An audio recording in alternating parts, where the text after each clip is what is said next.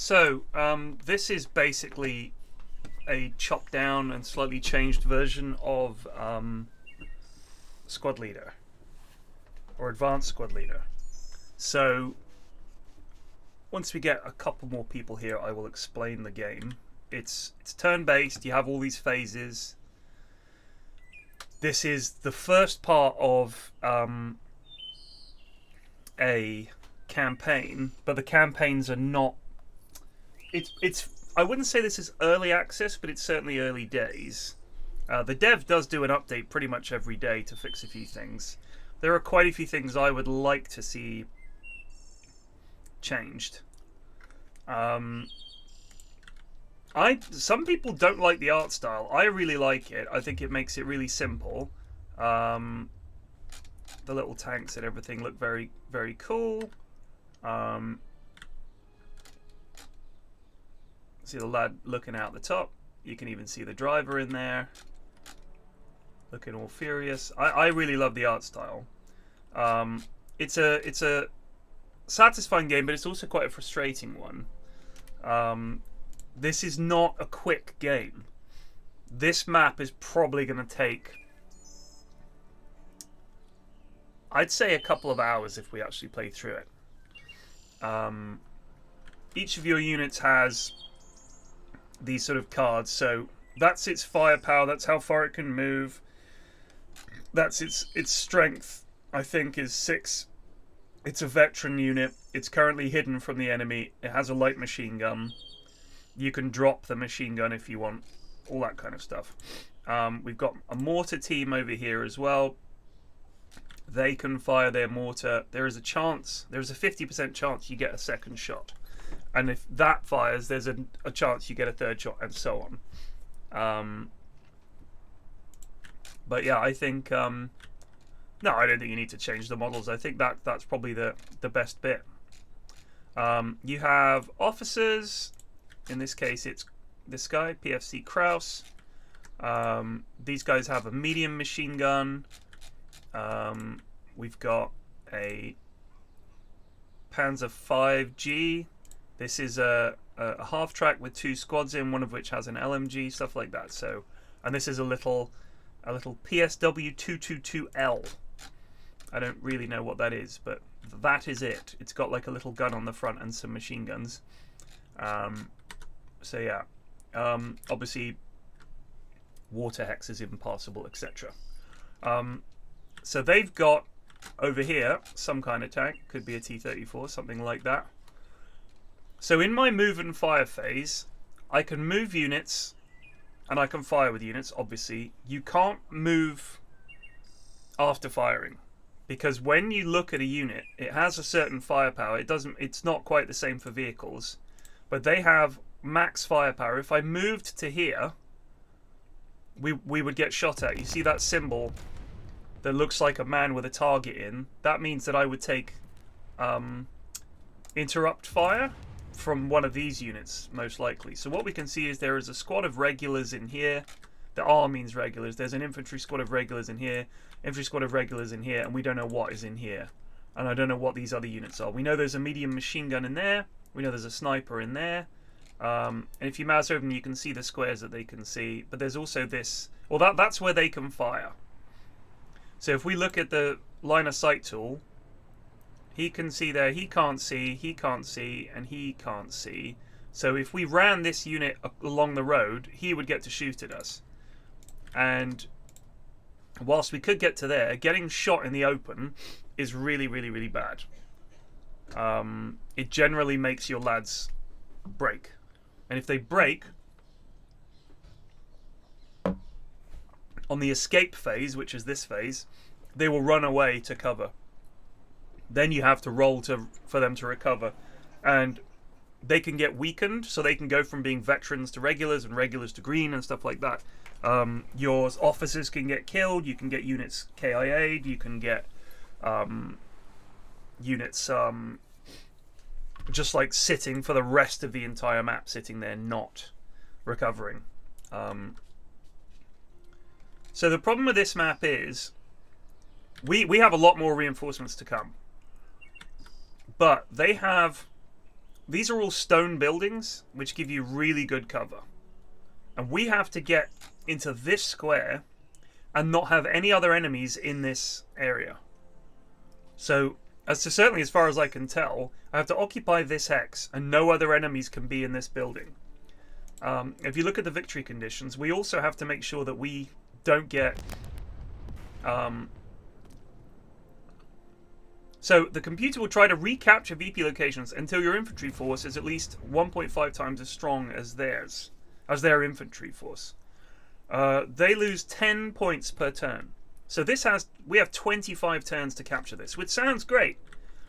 But it is really hard because, having played this scenario through before, he's got 2 machine guns here, he's got a tank here, down here somewhere, and up here somewhere there are anti-tank guns.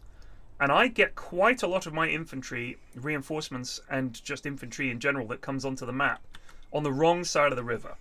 So we need to get across the river. Now we do have these half tracks to do that, but sometimes when you get across the river you'll get shot by the anti-tank guns depending on which way they're facing. And sometimes their tank will just one-shot your carriers. So you need to take out these tanks. We do have infantry with Panzerfausts and Panzerschrecks coming onto the map, but they're not on it yet. And whilst my tanks are good, the enemy is quite good at not just walking them into trouble. So sometimes he'll like park up a couple of tanks here, and it means that if I want to engage, my tanks have to come around here showing their side armor. They get 2 shots at me, then I turn, and because I've been moving, my shot probably won't penetrate. Then on their fire phase, they get to shoot again. And then on the next turn, they get another shot. So they get a lot of shots on you. So moving your tank in towards static tanks is very hard. The Russians don't really have good anti-tank stuff on their infantry.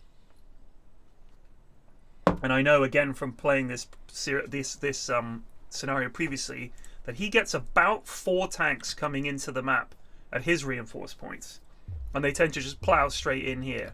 Now previously what I've tried to do is bring my infantry in and take over these buildings so that we can clear these out, hopefully get rid of one of these guns, then I can bring all my reinforcement infantry over here, and then it's just a mad scramble to get into this building, which is hard. It is really hard to take this building, because shooting into a stone building is, you just don't really do much.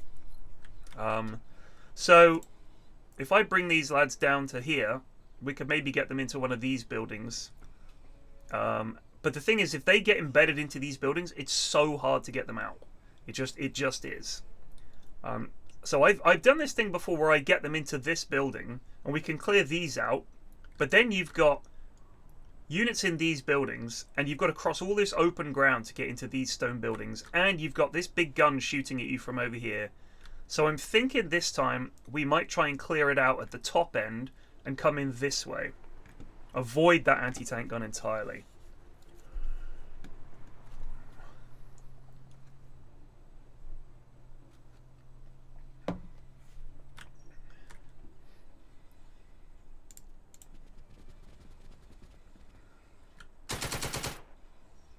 Alright, so he missed. That's Bonza. Alright, so we're going to get these lads into here and any unit showing their face around here will be able to shoot them. So I can't move them there this turn, but you get an advance phase as your last move of the turn. You can move one tile and you don't get any reaction shots. So you can move into an enemy square. That's the only way you can move in, is on the advance phase. When you do that, there's then a melee phase, but melee is unbelievably dangerous. Like, I do not recommend it.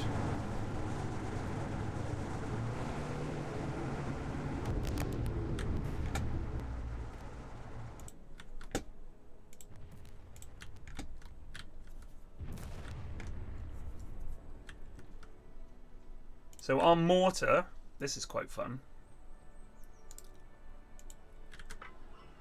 Here goes our little mortar. Let's see how it does. It's a whiff. Now, I could take out this medium machine gun, which might be a good idea. So we got one extra shot, which is our 50-50 reload chance.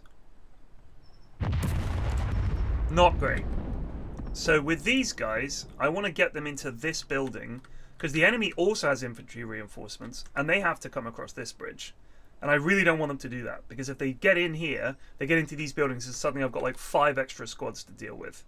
So we're just going to run our medium machine gun and our sniper. Ah, shit.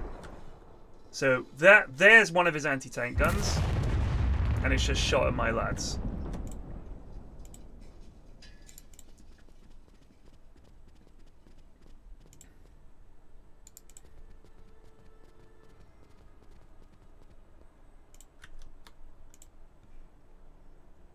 So we know where one of his anti-tank guns is. It's there.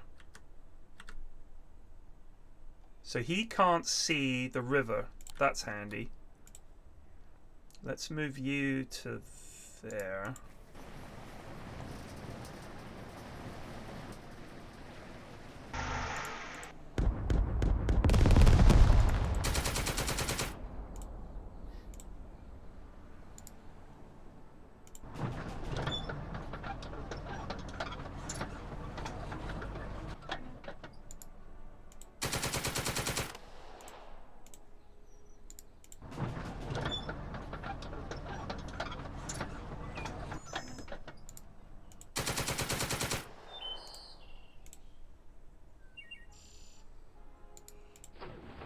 This is just a little officer's car. He just has his own little car. So now he gets to shoot with any of his units that can see mine. But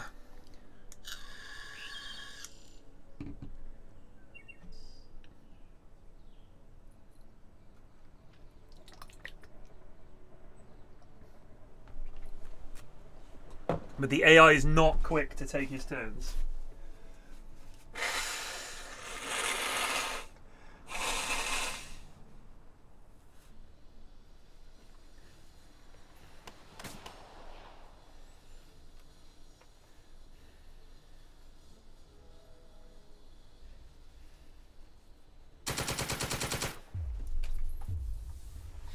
So that little fist means that we had to roll to maintain our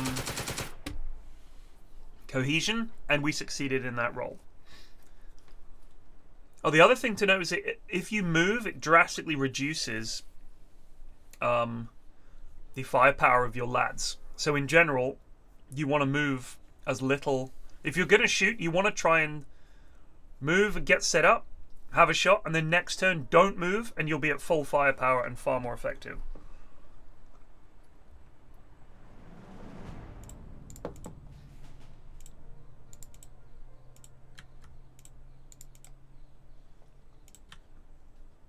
So we can get these lads into this building.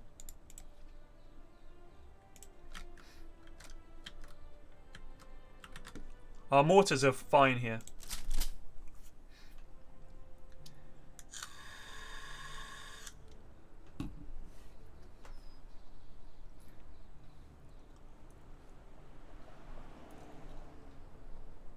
This is like one guy developing this as well. I think he's done a decent job.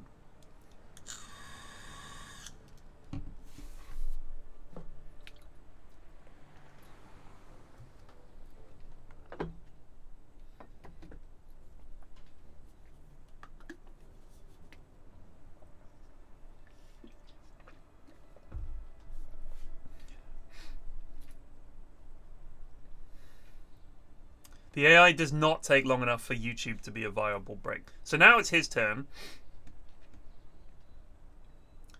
There's no way to speed up animation, so you have to wait for lads to run.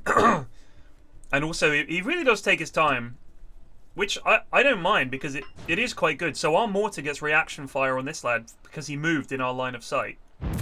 Unfortunately, we missed.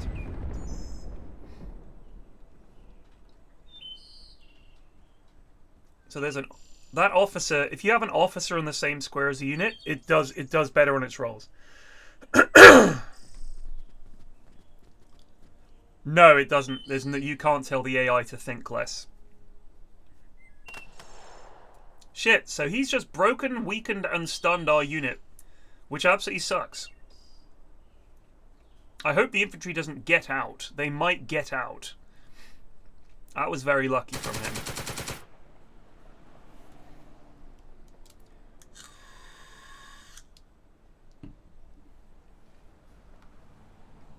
So, one problem to think of is the mortars cannot fire indirectly. They have to have line of sight, which kind of sucks because, as you can see, I have to keep him here in view of his fucking machine guns. And it's a mortar. It's meant to fire indirectly, but it doesn't. Which kind of sucks. That's one of the things that I think they really need to change.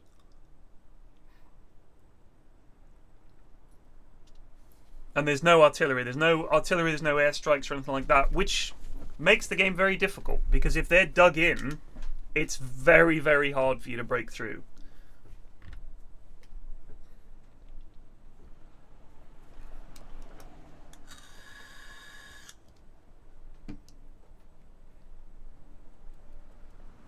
But so this will go down to 240 points. The mortar needs line of sight. The mortar unit needs line of sight. There's no spotter. And there's no officer can call in and say, we need a mortar on this position. So there is ammo for the tanks sometimes. So problems you'll have are certain vehicles have a certain number of rounds. The anti-tank vehicles only have like seemingly like one shot, and then they run out of ammo. Which really, really sucks because it just... So he could kill our little lad here. He got gun reload, so he gets another shot.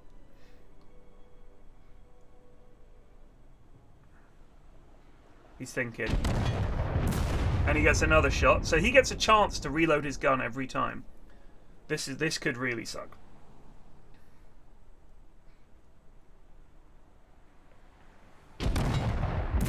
Oh, he missed. Whew.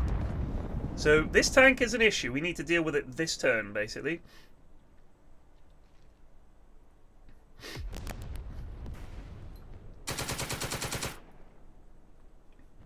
Yeah, the vehicles can move really far.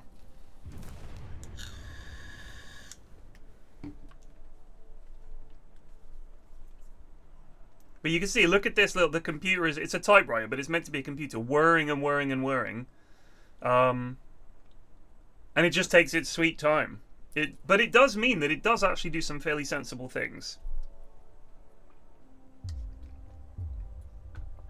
I've certainly not found the AI to be a pushover. It occupies really annoying buildings, shoots the right units, takes advantage of bad moves that you make. Like, it's actually pretty good. Yes, the computer is thinking icon I do like. So he's moving all these other units and thinking about what to do. And so, I mean, as you can see, we've been doing nothing for about 8-9 minutes now. You just got to wait. So it is not a quick game. But what I'll do is I'll stick a vid on that I want to watch, and then when or I'll watch a TV show, and while it's chugging away, I'll sit there. In-houses tonight, by the way.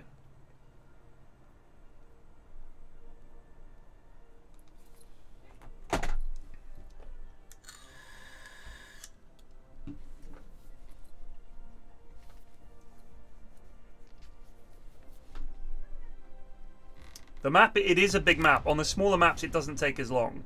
But it's bringing on its reinforcements. It's got probably 20 odd units to move at the moment.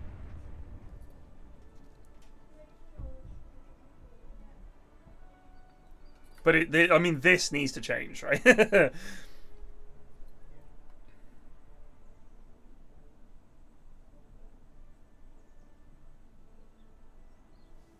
I wonder if it's even crashed, because this is taking a long time. Also, while this is happening and it's not your turn, you can't access the menu at all. I'll have a look, man. Let's have a look.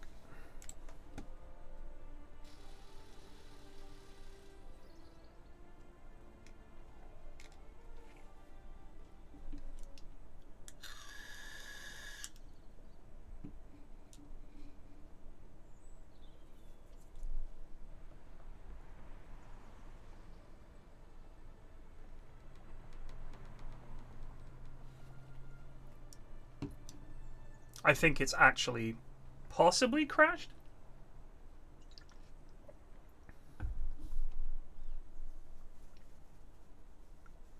That is a tricky one, man. I'm not 100% sure if that would be a good idea. I'm fairly sure it's crashed, but we'll find out. So one of these units is broken. Oh, and you can't move the camera while it's the AI's turn either. Is it really just thinking this much? This is unusual.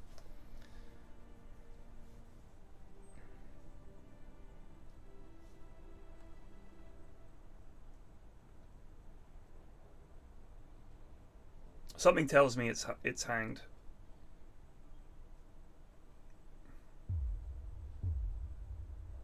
But let's just give it a chance.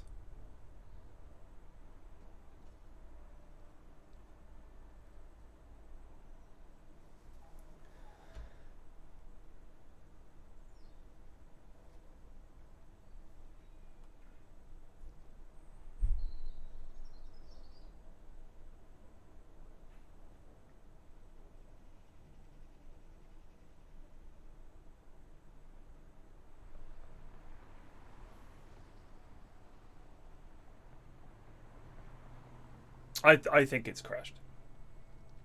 We may have to reload.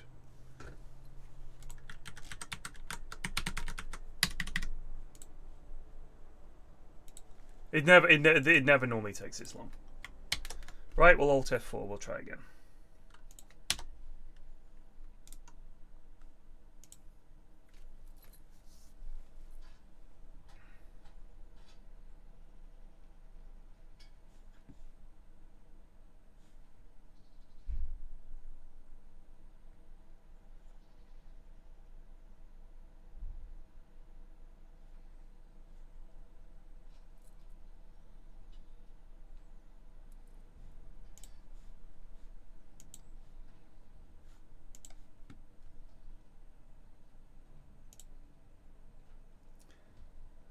We could try a different one actually. Let's try this is playing as the Russians. This is quite a fun one.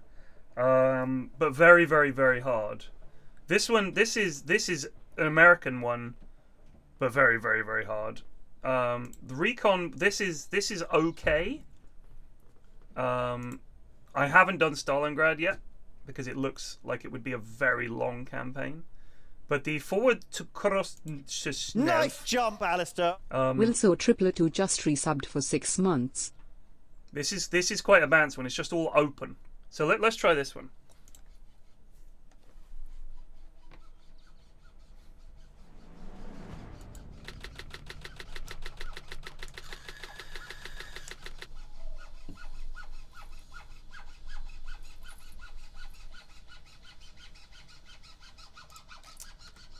Oh, that's interesting. So this map is different from the last time I played this scenario.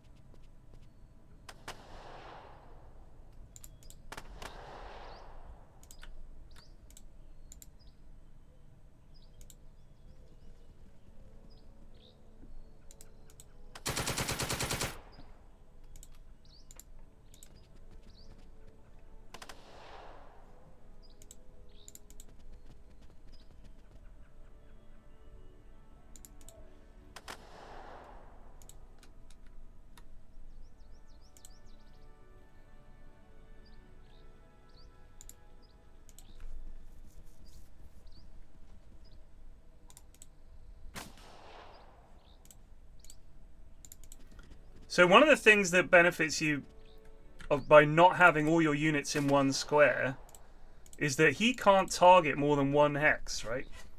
So if you have all your lads stacked up in one square, or one hex, then when he fires, he affects all the units in that hex. Like this. So if he gets a good shot on this, he could break all those units. So sometimes that's something that you definitely don't want to do, is stack up. However, that also then means that those units can't take the benefit of a leader, or it's like less concentrated firepower.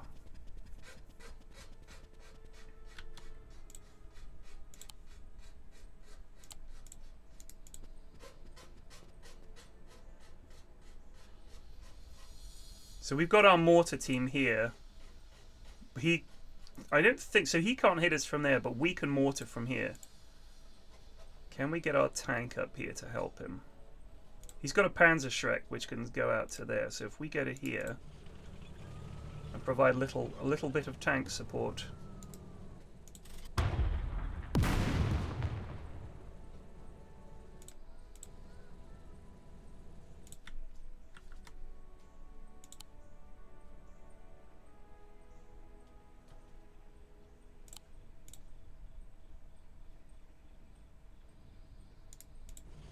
Send in the T-70.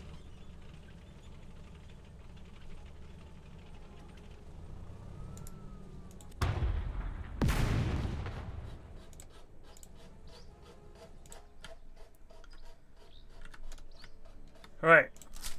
Now it's his turn to shoot at us.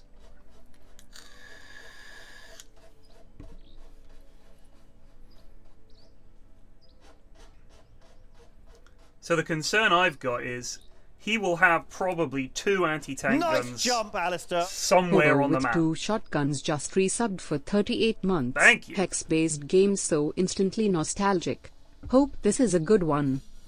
It is not cheap, yes. It's 30 quid for basically what is a fairly bare bones game. But as a big fan of these kind of games, unfortunately I'm a sucker for paying 30 quid for these kind of games.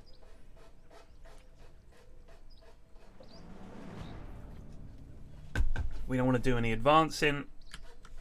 Actually, we could advance some of these lads. Go. No melee, end turn.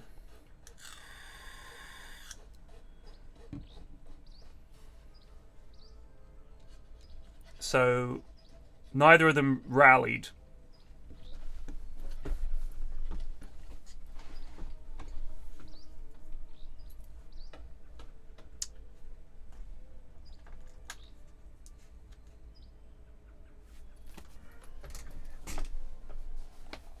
Got a new wallet and it's an absolute chunker. Look at the size of that. No mucking about.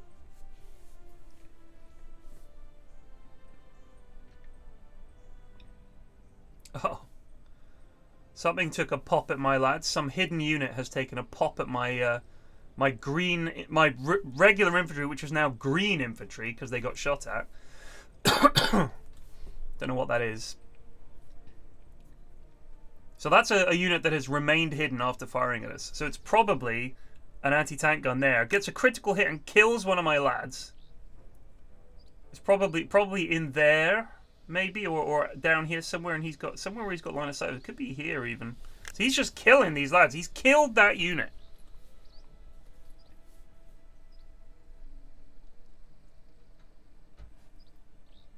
Luckily, we get a shitload more lads.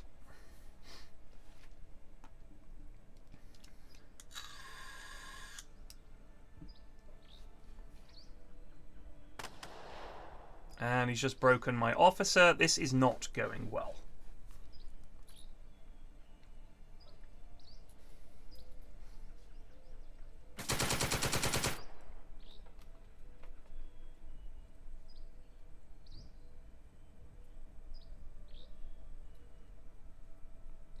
It doesn't show you during... Actually, I think you can click on forces and it will show you units that you've got coming, but I think that's only at the start of the scenario.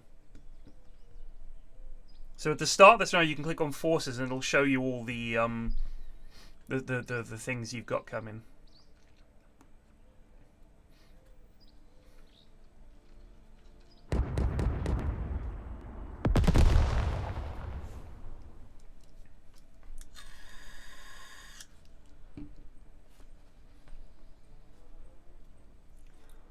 You also have things like bits of your tank can break down, so your gun stops working, or...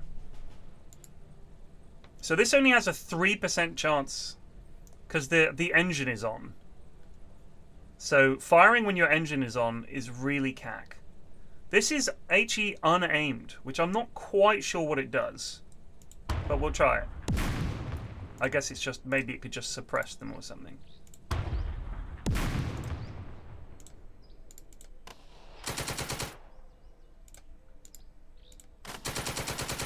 So we broke him, that's good. We didn't do anything to him.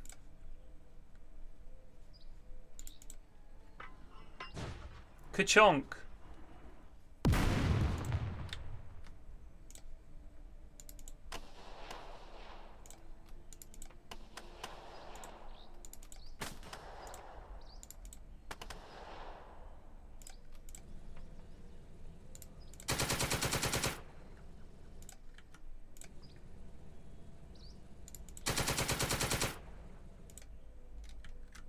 So that was my fire phase on his turn. Now his lads are going to run away because they have to do escape. So they'll probably run into this building. Oh no, they'll just leg it. So they're routed. Now our lads are routing as well. Hopefully they'll recover. They've got an officer with them, which makes that more likely.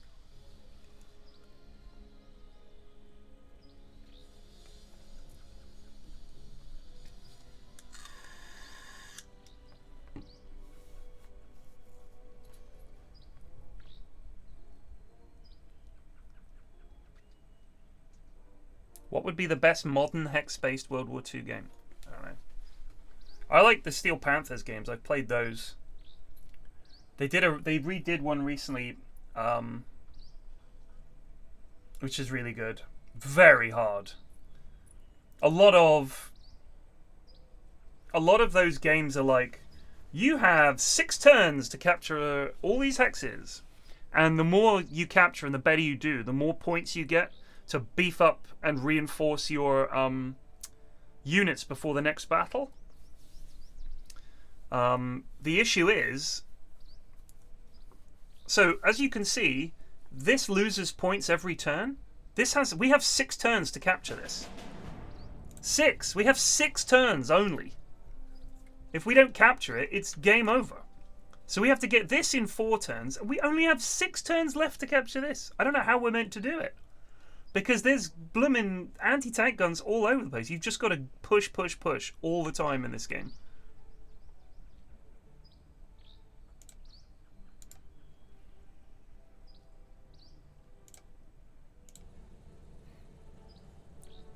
So if we turn our engine off, our hit chances get slightly better. So now we pinned him. That's good.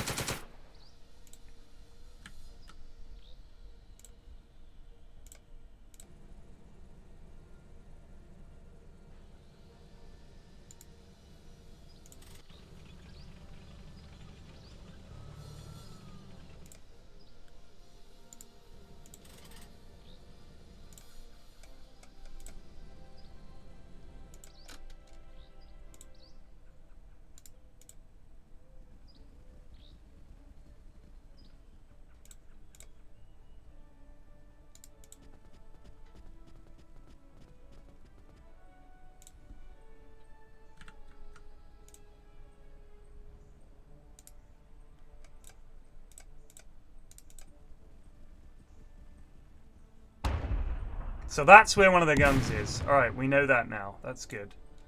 So where can that bastard see?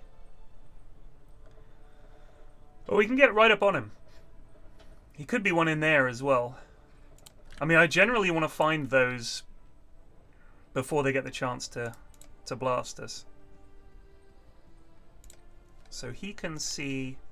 So he could also just happen to see that square. So we can get a tank all the way up to here That's pretty peppy.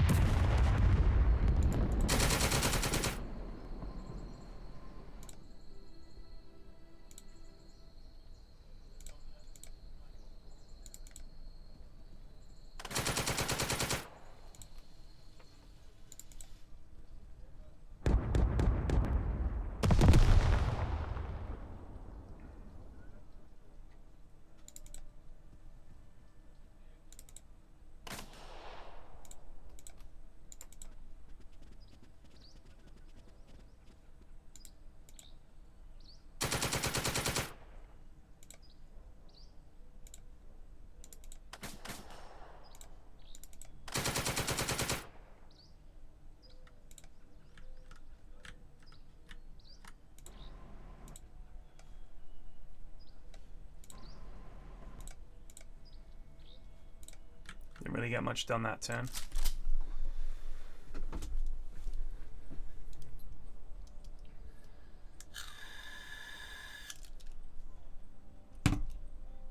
There is a game called Lock and Load Digital, which is essentially an exact, almost, well, exact as they could, remake, or not remake, but computerized version of Advanced Squad Leader. But the AI is abysmal.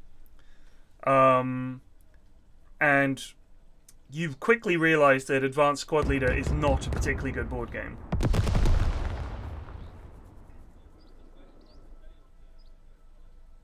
Multiple of the scenarios, like Pegasus Bridge scenario is a prime example.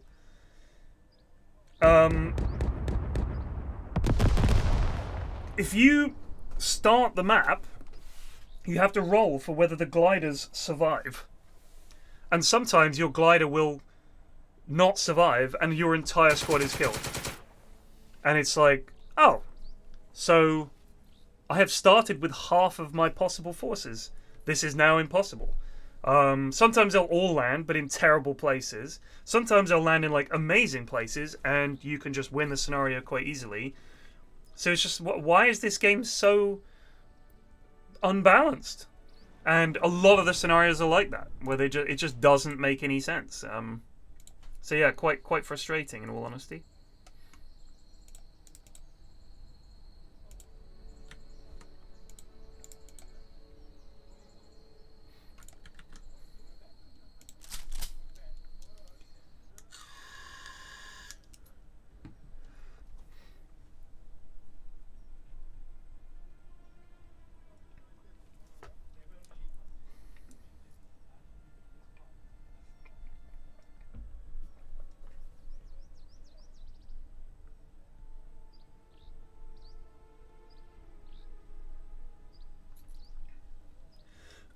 So you can't enter an enemy hex other than in the advance phase.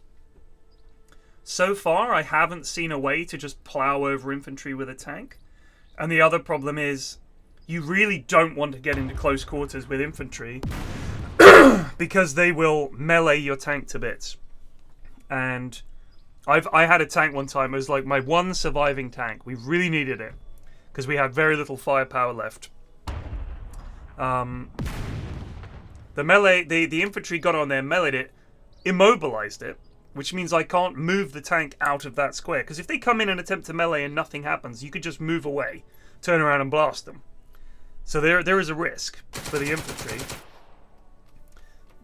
So they've broken another one of our units. By the way, we have 6 turns. So I don't think we're gonna make it. So you can't fire into a hex that's being meleeed. So you can't help your tank that's being attacked by infantry. It's very hard. If you're buttoned up, it's harder, but sometimes if you button up your tanks, they can't fire the machine guns.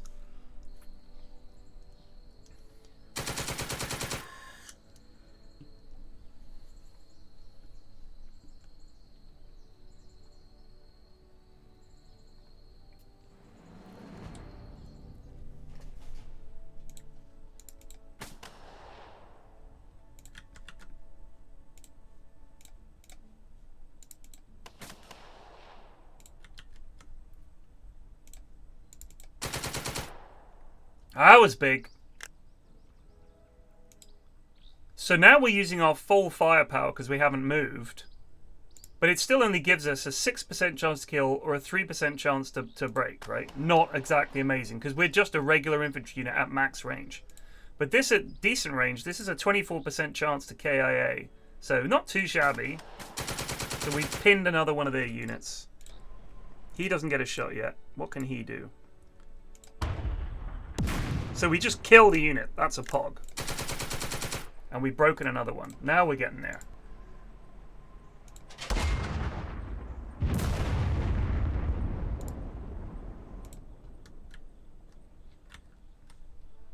So now we can get into the victory location.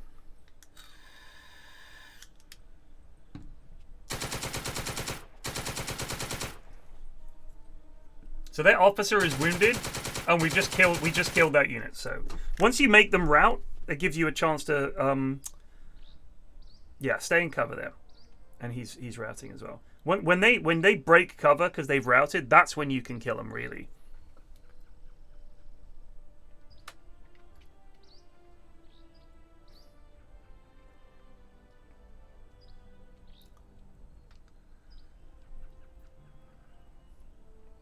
Luckily, because this isn't in a building, we just need to get a vehicle onto that hex. But the problem is we need to take out at least one AT gun. He could have one in here, could have one in here, could have one in here, could be one up here.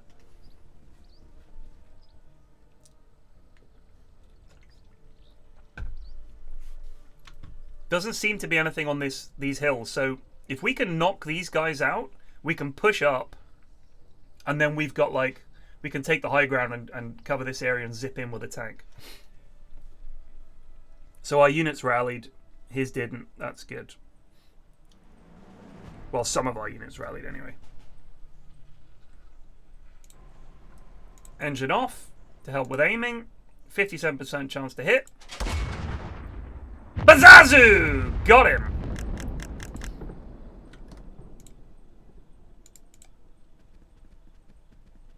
Time to move up the infantry.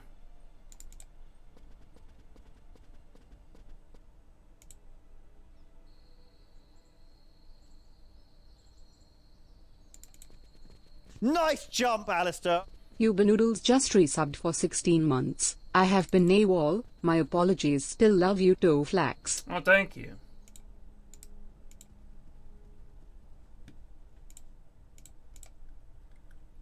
So that was good.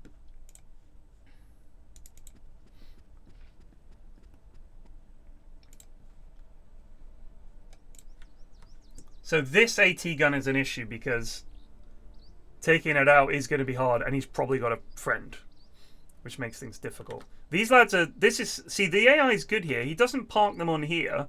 He hides them here, so I know there's a massive infantry there, but we don't have any way of getting a shot on them. This is where the lack of indirect fire becomes an issue. What can we see from here? I'm going to park you up there, young sir.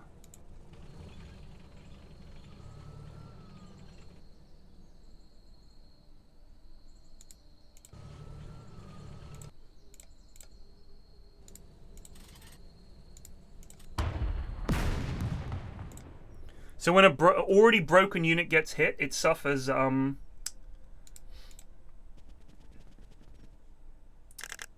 re-break. So when you've got one exclamation mark, you can rally that turn. When you have two, that means you can't.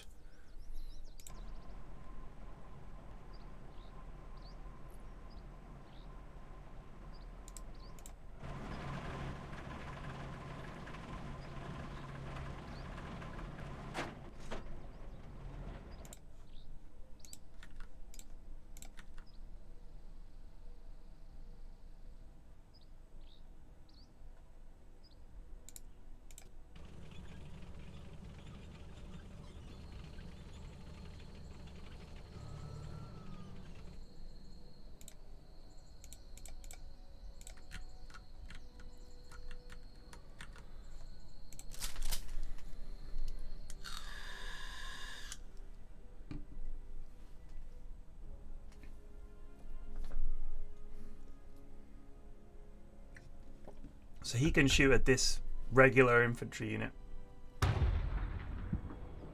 And he's broken him. God damn it. The southern flank push has not gone well. But it does mean he's facing this way. And as far as I know, if it's not facing you, you can flank it. But he's probably got a friend. I doubt they've just got one AT gun here.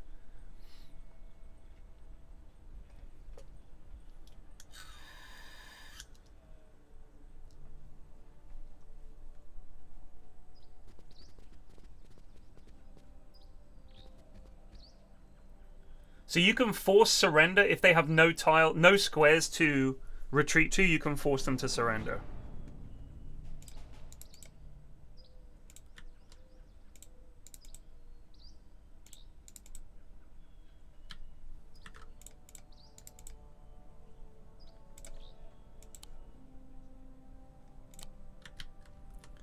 We're gambling.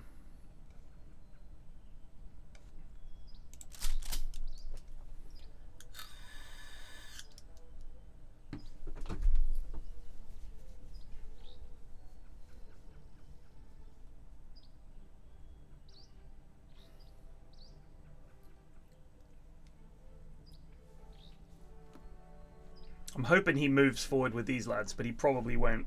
He'd be mad to.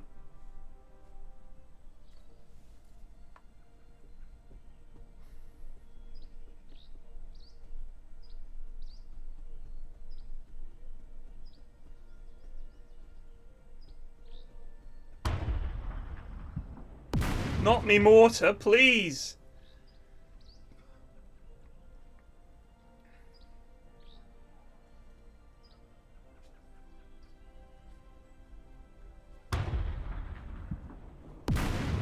See, the gun reload is a chance that they have to get another shot.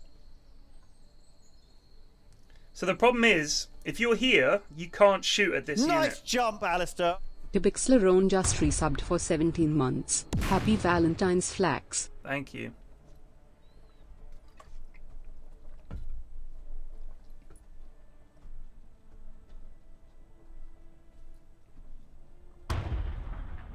Another reload. He's resisting.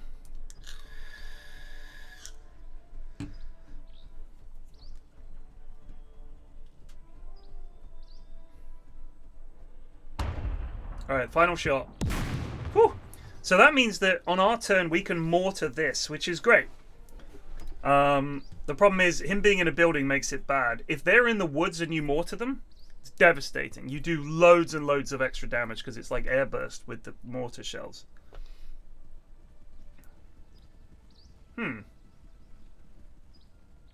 He's just in the open.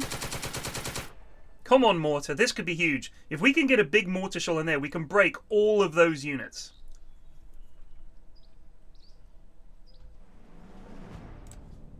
Oh, come on, baby. No reload. Just one shot. Here we go. A miss.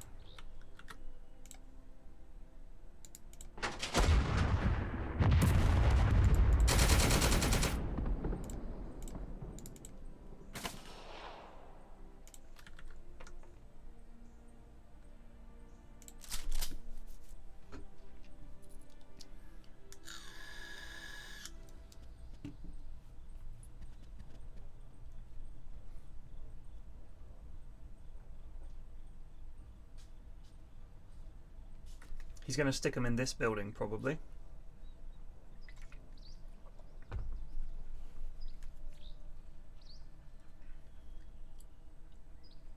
If you rout the gun crews, they leave the gun, but then if they recover, they'll come back and get on the gun. Nice jump, Alistair. Pyromaniac just resubbed for 42 months. Sub day, baby. Thank you.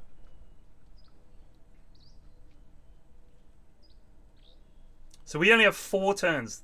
One of them's rallied. That's good. Right, here we go. Mortar team.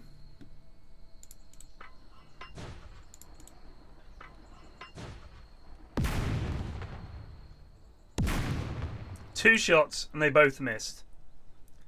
Damn shame.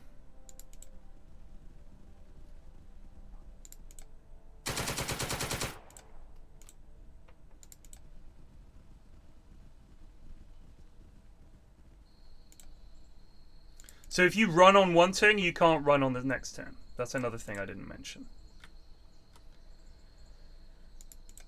We need to get forward here just to scout even, just to see what's up here.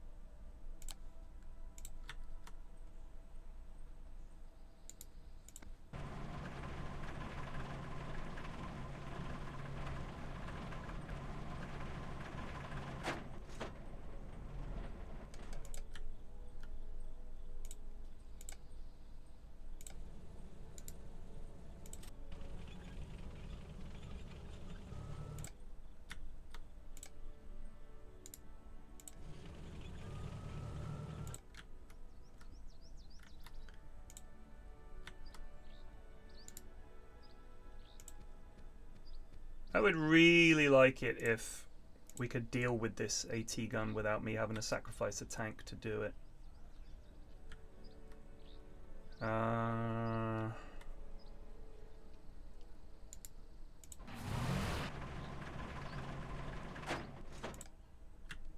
Also, there's no way to tab between units that can move, if you know what I mean, which is kind of frustrating. Give them something else to shoot at. Our mortar really was not effective, which is a shame.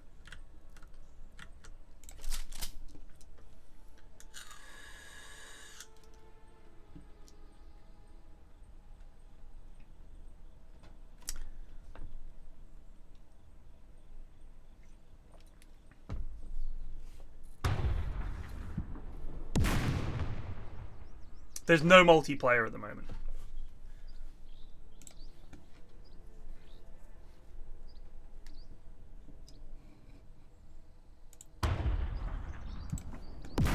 Oh my god, they killed our mortar team.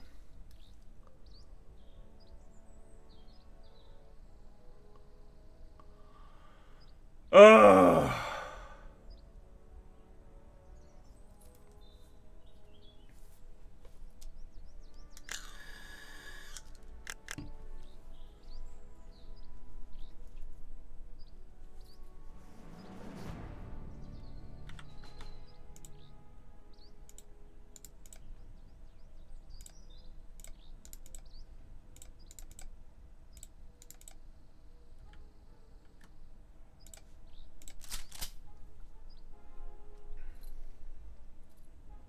These things are a nightmare. Because they're always in some kind of dug-in, fortified position. We got to go for it this turn. We're gonna ride of the Valkyries over here and try and blast this thing to bits.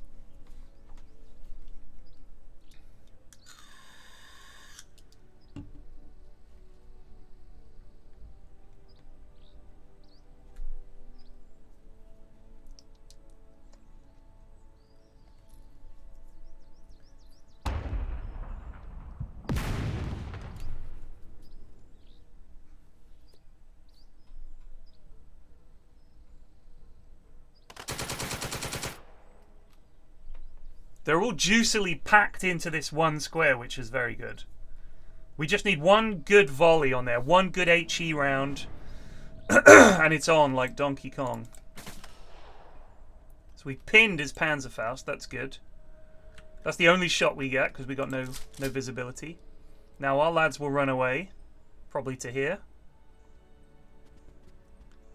So you saw we had that lad surrounded, so he surrendered, because there was no tile that he could move to that was not next to an enemy. And when you're routing, you have to move away from enemies. If your routing phase would leave you next to an AO unit, or you have to run past when you surrender instead. So you can pin them in buildings and force them to surrender and shit like that. Oh, they're coming out! Excellent! The goofy Germans have left their position. This could be big. This could be grosser, ein grosser turn.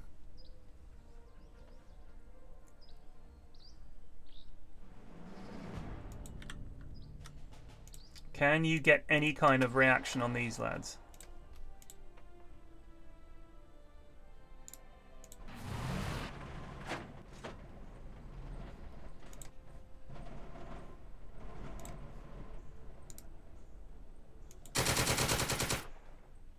Cool.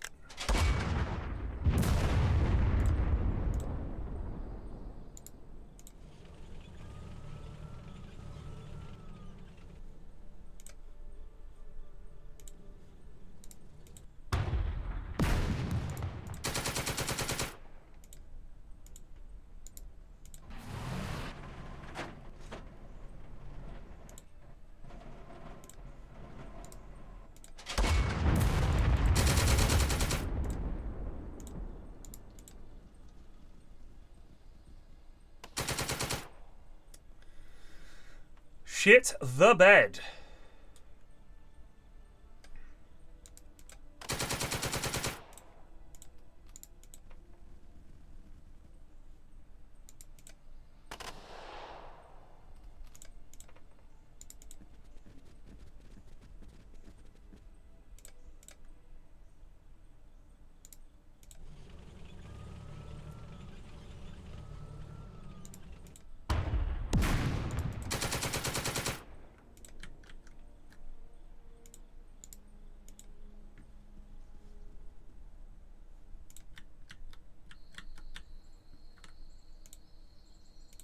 Well, we've gambled.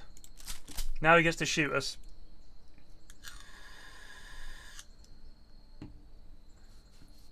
We broke the Panzerfaust, which is why I brought the tanks over. But this now gets to rotate and presumably shoot at us, which sucks. That's a miss, and he didn't get a reload. That's good. But then he gets a whole nother turn.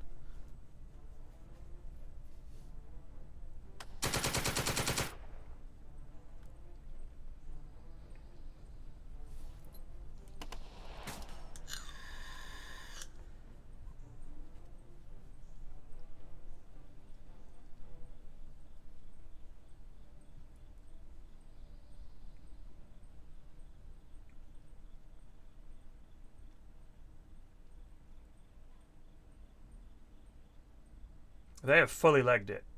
That's a shame.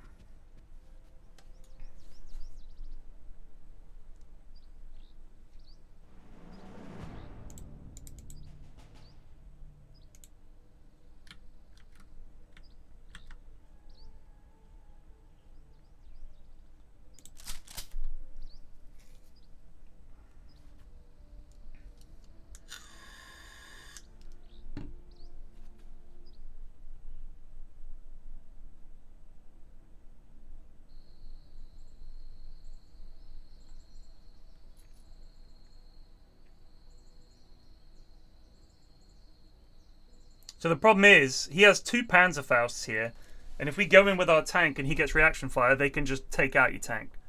Like, they're pretty decent at that. Ideally, we would rout them and then we can run in. Now he's going to blast with this thing. Gah! So he's taken out one of our wee tanks.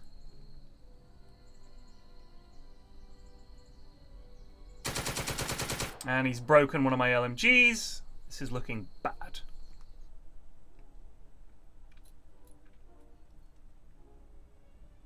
So you can charge the... You can move infantry up to the adjacent tile, and on the advanced phase you can move into an enemy tile. After that you have a melee phase, but the melee is fully grisly. Like, you can just lose everybody.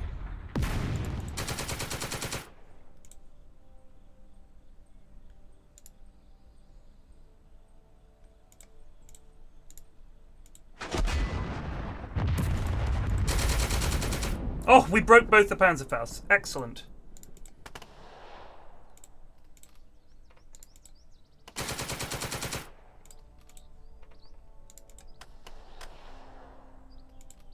That in itself is huge. That means we can drive in with the tank. The only thing we're going to worry about is the bloody anti-tank gun.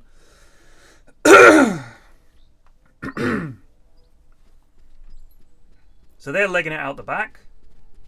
It's just a light machine gun team left. Unfortunately, our lads have legged it too. Now their officer is wounded and shitty. That means it lowers the chance of this lot recovering. He's going to run in here, but we could move a tank up here. I just need to pin this fucking anti-tank gun.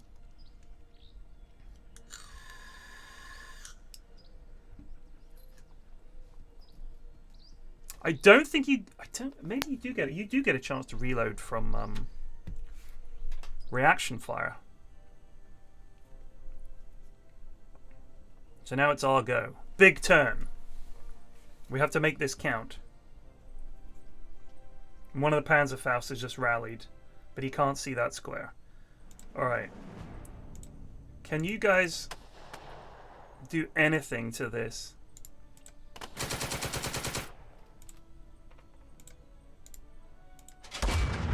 Yeah!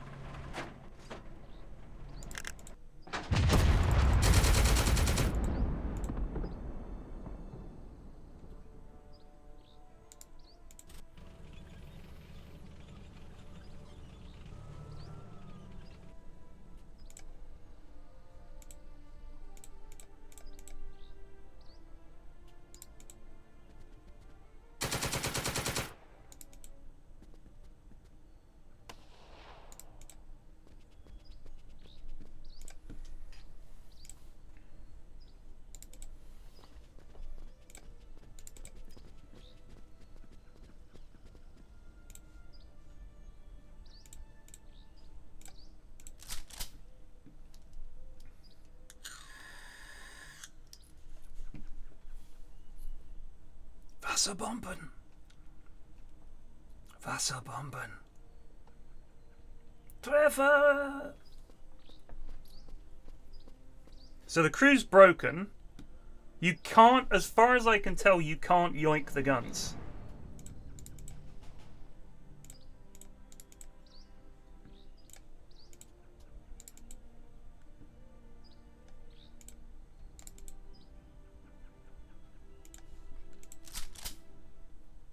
So I think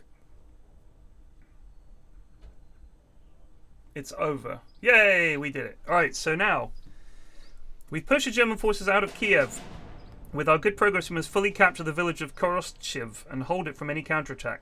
The German 4th Panzer Army, led by Manstein, will try to recapture the village. Our reinforcements will arrive soon. Alright, good. Progress was slow. Jeez.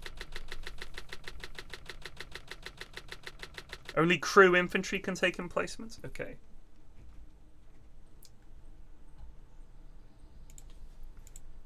So now we have to take... We got 10 turns to capture this.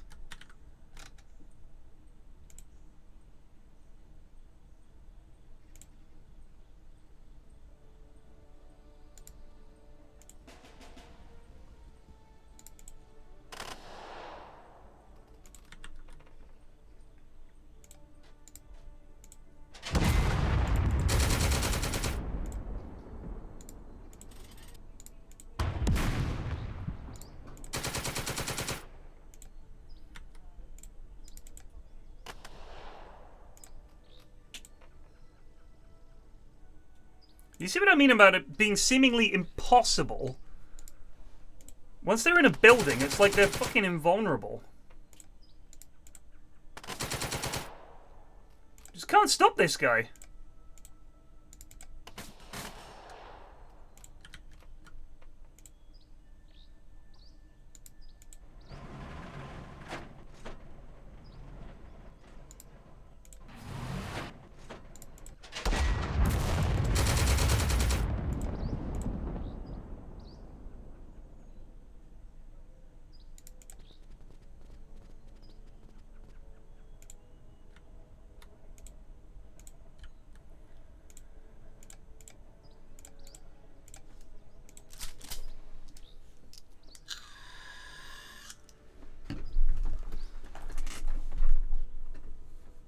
I'll just wait till it's his turn and then I'll... So that machine gun could have really screwed things up.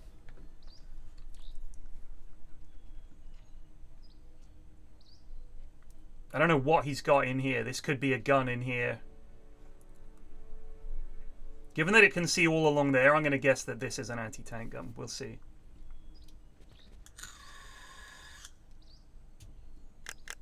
He surrendered. Good stuff.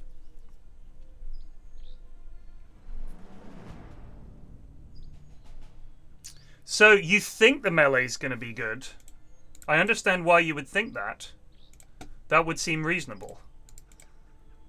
But believe me when I say, the melee, you'd think, there's like 20 of us. But they get this thing called ambush. And it pops up with a little picture of a soldier like behind another soldier knifing him. And they can just wipe your entire stack. The melee is like desperate stuff if you do that. I try never to do it. It's honestly an absolute shit show.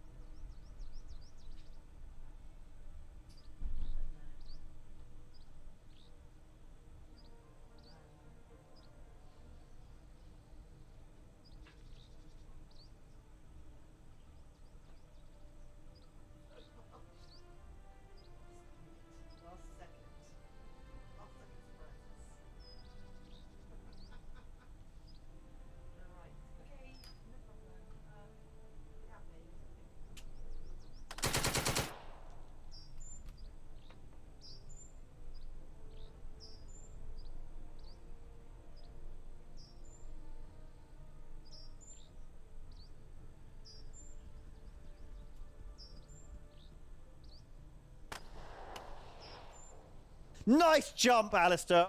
Shruggy just resubbed for 63 months.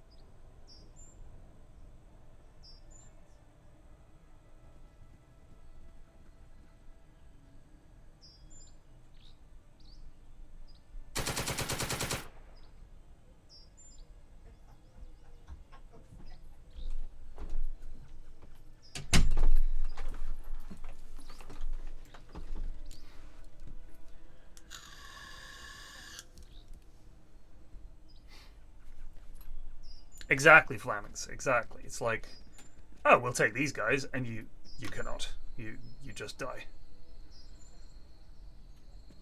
Oh, that's just lads. Okay.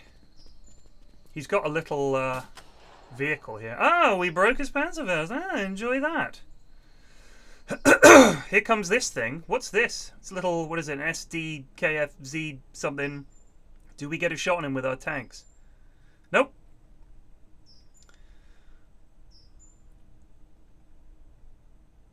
Uh-oh. Is that a Stug? Alright, we got a Stug.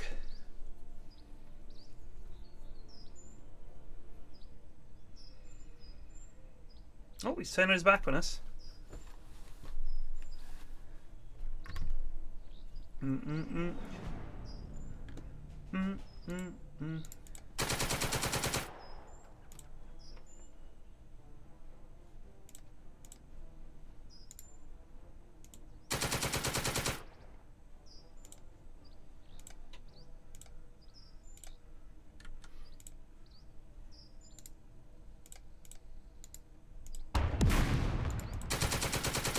Hey, we broke him.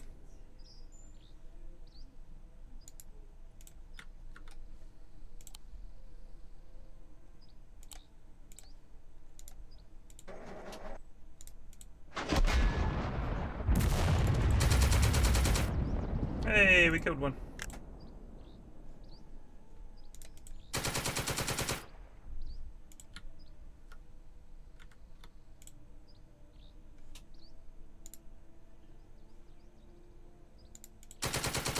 Oh! Swish.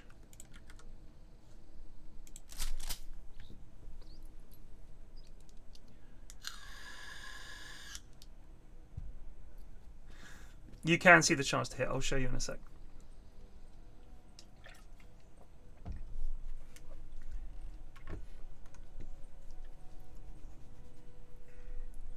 So we have 10 turns to take this. I don't know if we've got more reinforcements coming. By God, I hope so. Because he's got quite a lot of stuff now.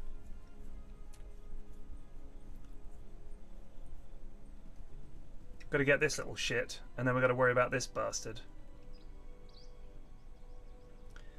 I think the line of sight is the way the old rules used to work in most hex-based games is. You have to be able to draw, and we would always keep a piece of thread handy from the center of a hex to the center of the hex you want to shoot at without it bisecting anything that blocks line of sight, and then you can shoot. So sometimes, like if we were here and it was there, I think you could draw it along that edge so you could shoot. But if he was like here, it would bisect that wood. Stuff like that is how I think it works. Let's find out. So from here, yeah, so we can't see that hex, but we can see that one. Stuff like that. And then we can see into enough of this hex along this thread that we can shoot stuff in it. But from there, we couldn't see that one because it goes through a hedge. For example.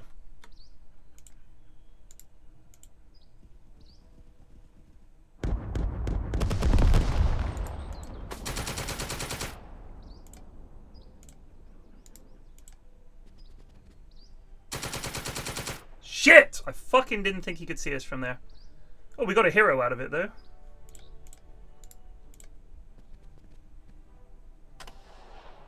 Alright, we are fucking up.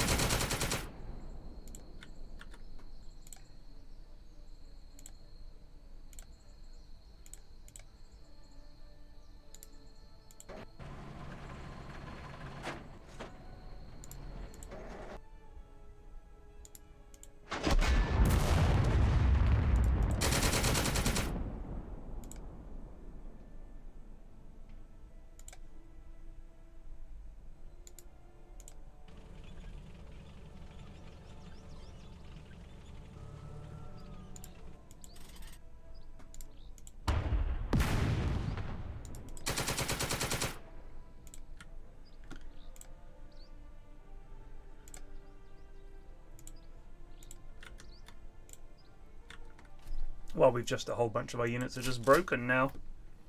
Now he gets to shoot back at us.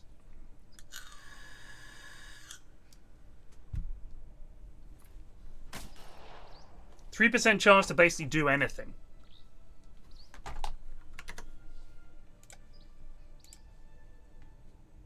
Is anyone missing a rabbit? A friend of ours has just found a rabbit on our road.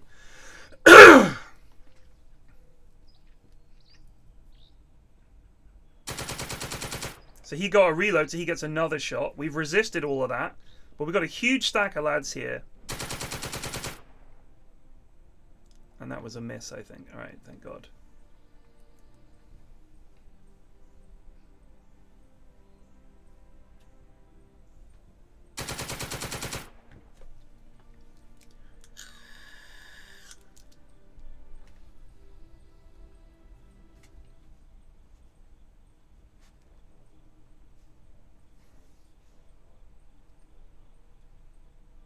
Yes, run away into the building. Good shout. They might recover.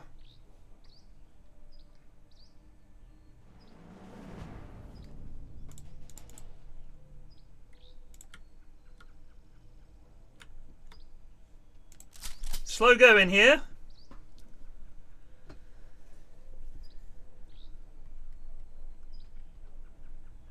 They didn't rally. It might do next turn, you never know.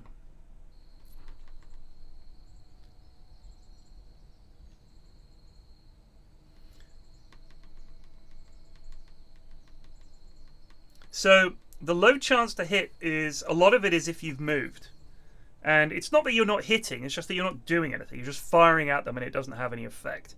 Sometimes you'll hit them and you'll get that little fist icon, which means that you hit them, but they survived their roll. You know, they made their roll, and whilst the fire was accurate, it didn't achieve anything.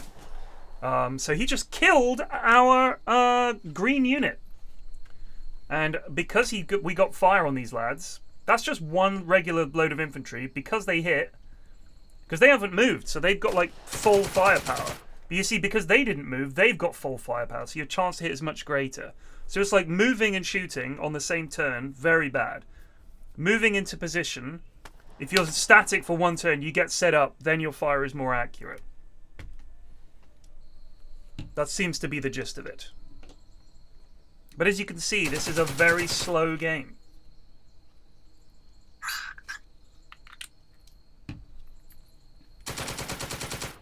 The Germans' units being absolutely fucking stuffed with machine guns does not make this easy. Okay, all my infantry is broken, basically.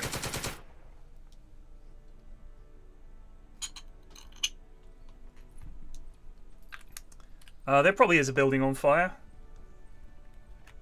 The fires are quite cool. They have a chance to spread and stuff like that. I don't know what happens if there's no off-field artillery, but sometimes the game starts with a bombardment just for effect, I think, and buildings will gradually burn.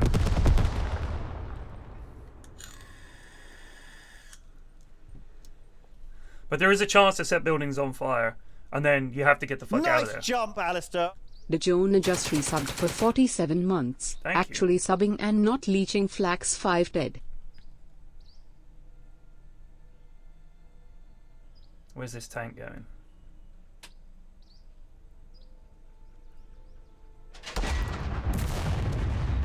Gets a reload. So he has a 16% chance to hit. And he missed both times. Poggers. Gosh, I hope we get a shitload of reinforcements. Sadly, I don't think we do.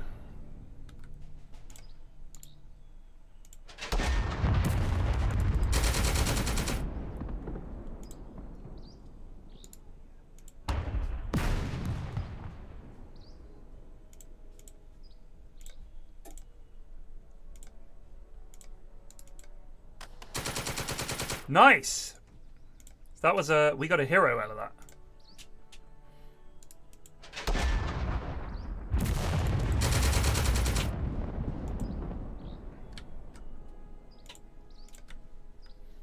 The hero unit is this lad, and he's just like extra firepower. So whereas normally you'd have like your regular squad would have four firepower, he now adds an extra dice because he's good, and he's like a Superman, you know.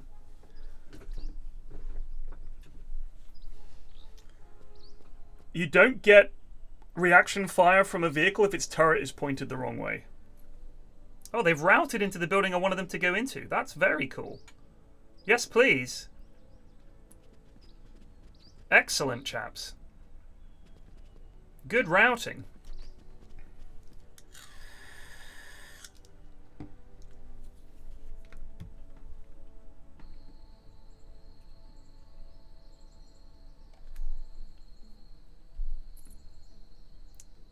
The hero is like an extra unit that you get, yeah.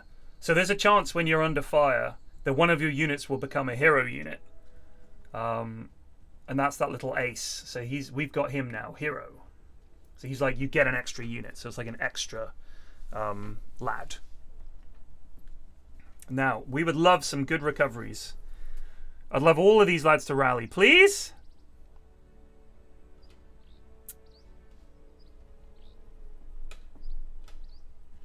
So we've only got 9 turns, and this may not look far, but we've got to get past 2 vehicles, 1, 2, at least 4 Panzerfausts.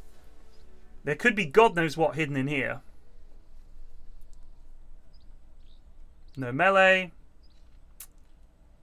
End turn. He rallied, failed. God damn it.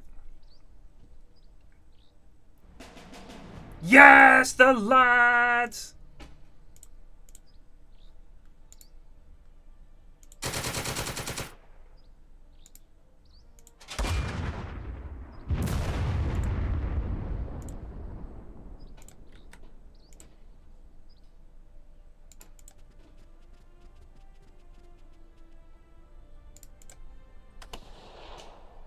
Ooh, we got a kill. So on the advanced turn, I can move these lads in, and we'll see if we can get a melee kill.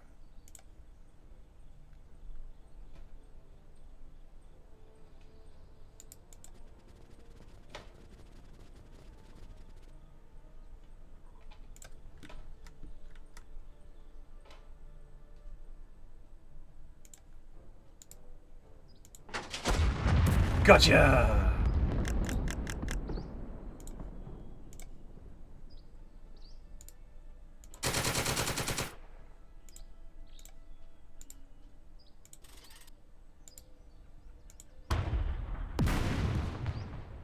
So we hit the turret, but it ricocheted.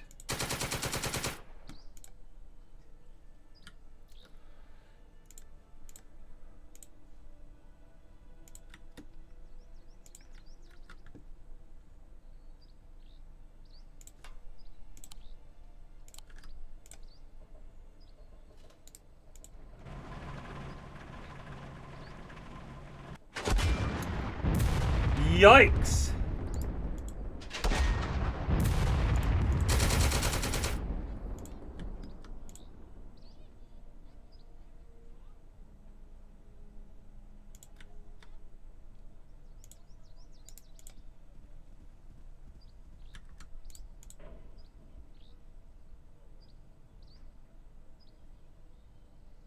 Let's fucking go for it.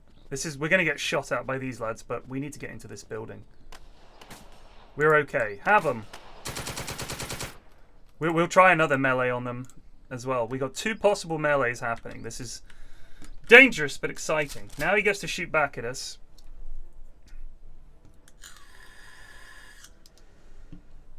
So from what I can tell, because that did reaction fire, it doesn't get a shot on its fire phase.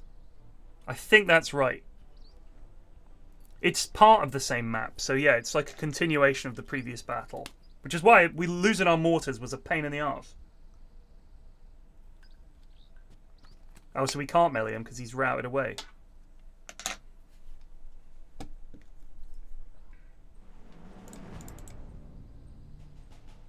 Well, let's give it a go. We'll give it a go. So this is an 8% chance of an ambush by us, a 28% chance of an ambush by them, and then it's 58-42 in our favour.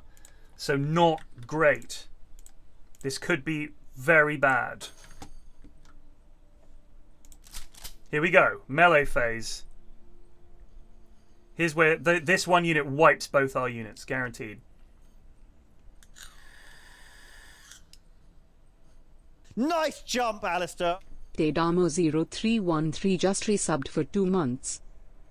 Thank you. Ambush. We all resisted, so this melee will just continue until next turn.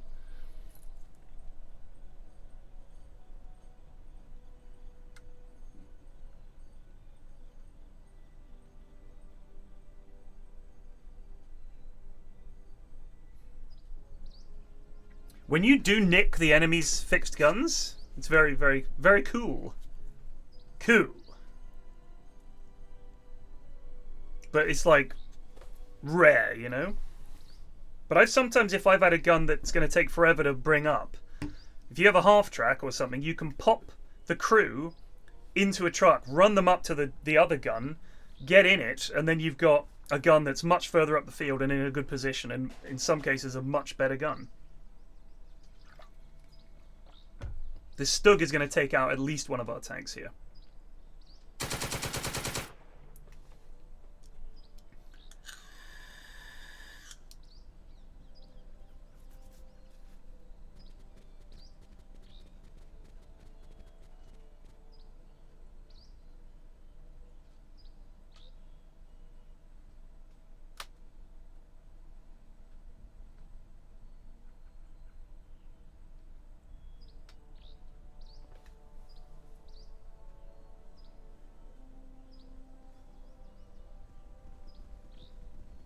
He's got more reinforcements. He's got another bloody tank has come in. Gah!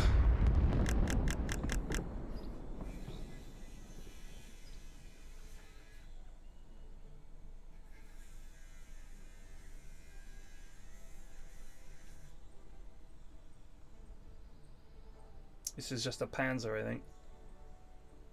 I think that's a Stug. Could be wrong. It looks like a Stug.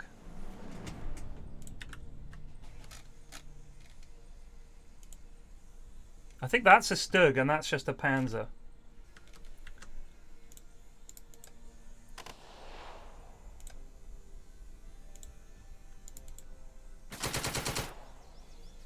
Oh, he killed him. Nice.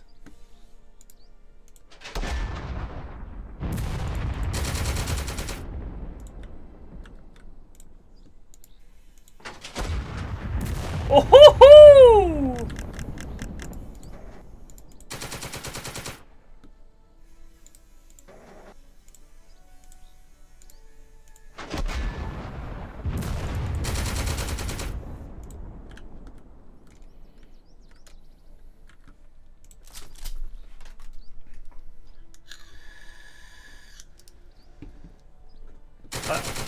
I've been using the line of sight tool, Stoic Steve.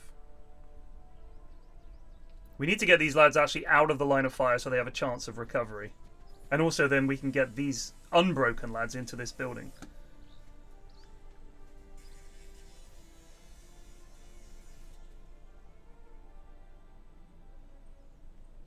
One of the sort of gamey ways you can get around the... Because the thing is, you don't have a choice.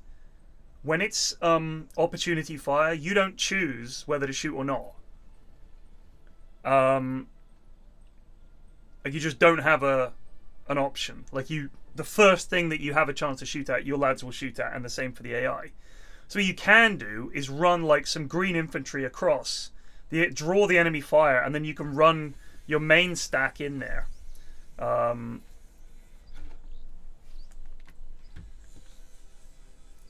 Let's see how this melee goes. Oh, please God.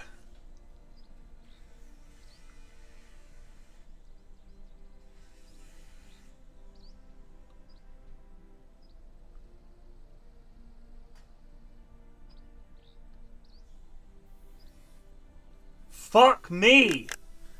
Oh, melee is just not worth it. It's a nightmare.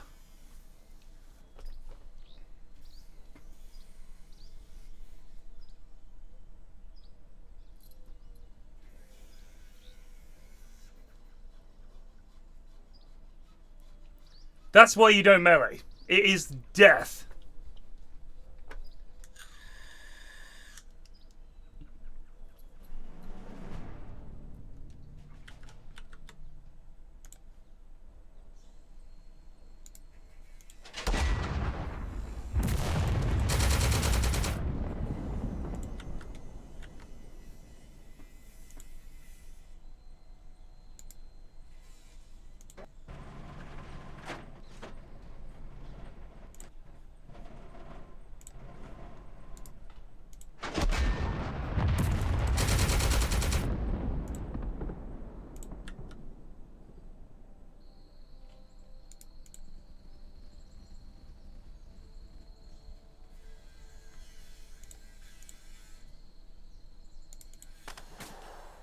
Huh.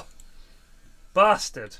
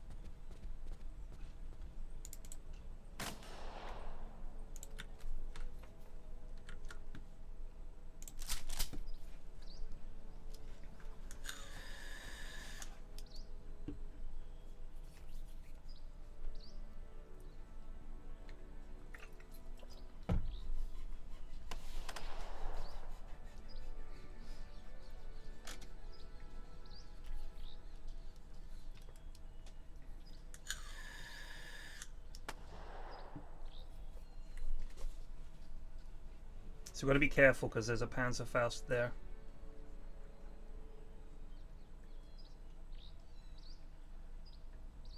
He's thinking about what to do with his tank. I'm wondering if the way it thinks is... The way it plans its moves is... that it sort of looks at the odds of various things and decides... That's... You know, what if we did this? What if we did that? And... I don't know. Because it takes its time.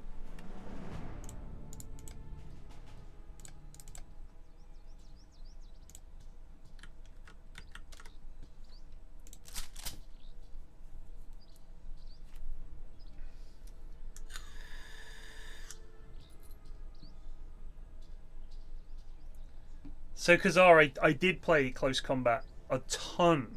The first one came out in the mid-90s. Nice jump, Alistair. Barar 123 just resubbed for 36 months, 3 years. So I played that a lot when I was at university. Football Manager, Civ, and Close Combat. Those were like the 3 games I played a lot. And Duke Nukem 3D and stuff like that. So now it's his turn. Let's see what he does with his tank. He's got more reinforcements coming in. My God. The thing is, the Germans get a lot of, when you play as them anyway, seem to get an awful lot more troop transports, whereas I haven't seen any. The Americans seem to be able to come in riding on tanks, which is quite cool. I presume the Russians could do the same because they were all about that.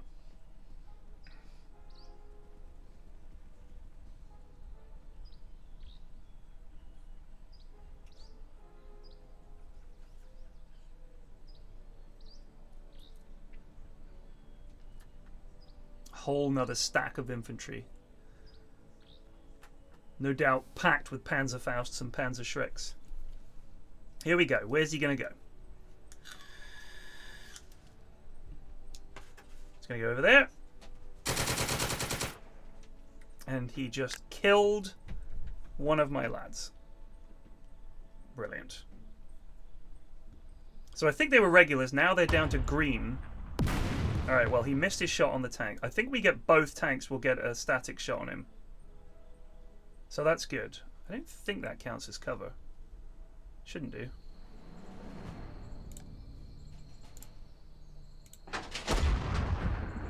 Woohoo! Nice! Oh, and some KIAs. Excellent. Alright, now then.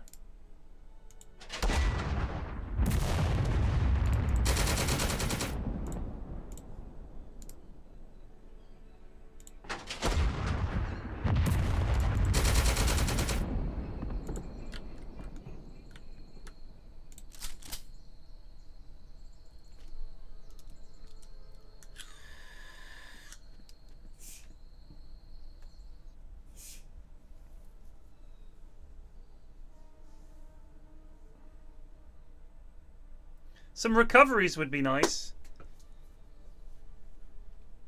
Just our lone hero holding this building. What a lad.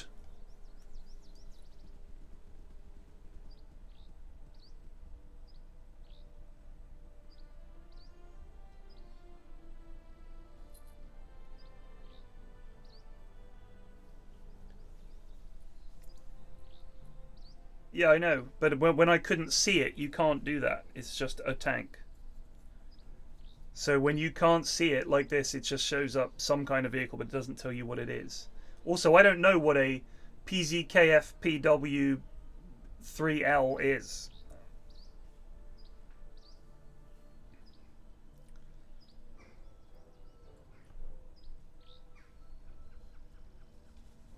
I mean, I think that's Panzer III. And it's the L one. Oh, they rallied! We got some rallies. More reinforcements. Superb.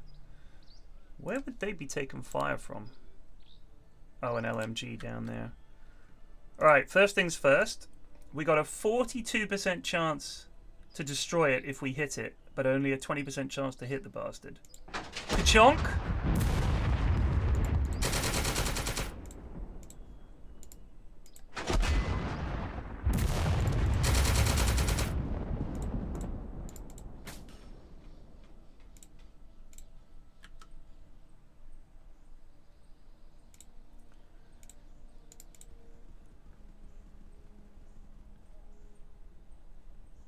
Shame he hasn't got a fucking Panzerfaust.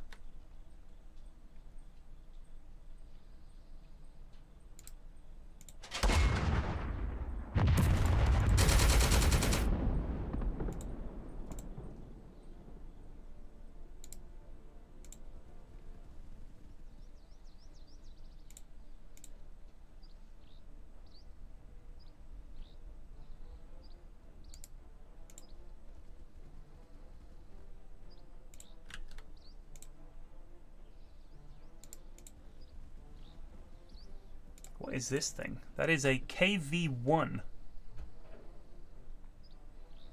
Can we see that Panzer from there?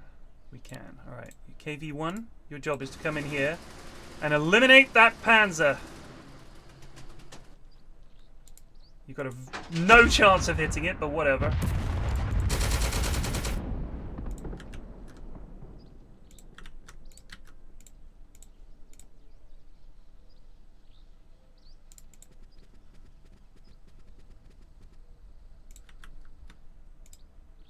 We'll just advance these lads in here on our turn. Alright, job done. Here we go. Let's see how his Panzer does against our triple tank threat.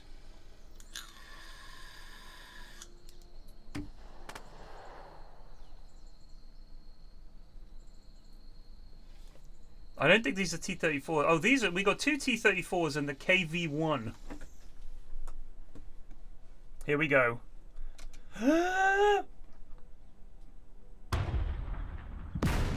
Whew.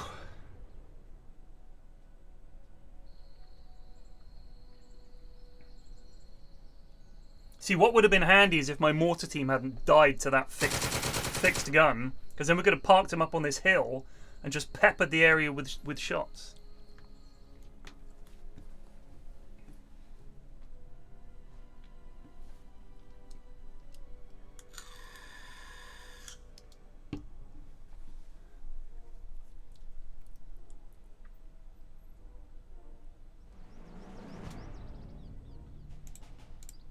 Get in there, boys. Yes.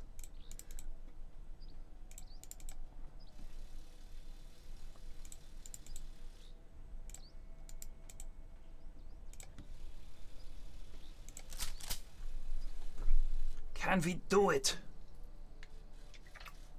We've still only got 6 turns to get our meager infantry force through all of these bastards and past this tank. Plus these lot are coming up. Gah. I mean, we lost a whole bunch of infantry down here running away from the front lines, which wasn't ideal. And 2 of them got killed in melee combat.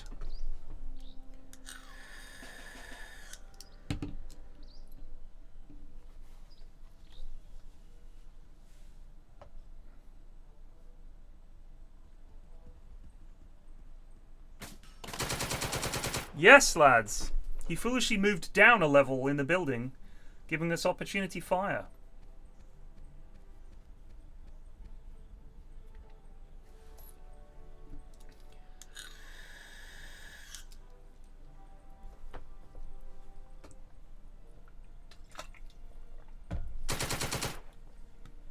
Hold.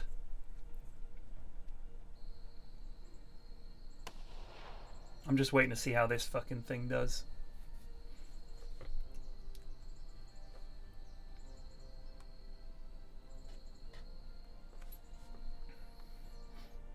See, if we can keep this lot pinned, we've got a decent chance of advancing up. But we've got to deal with this. If we take him out, we can rush quite a lot of infantry forward into decent positions. So now he's pinned him.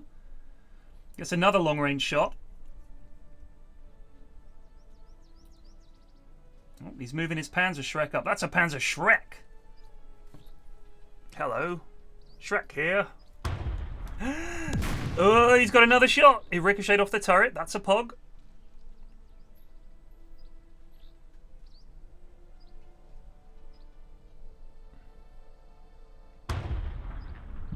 Gah!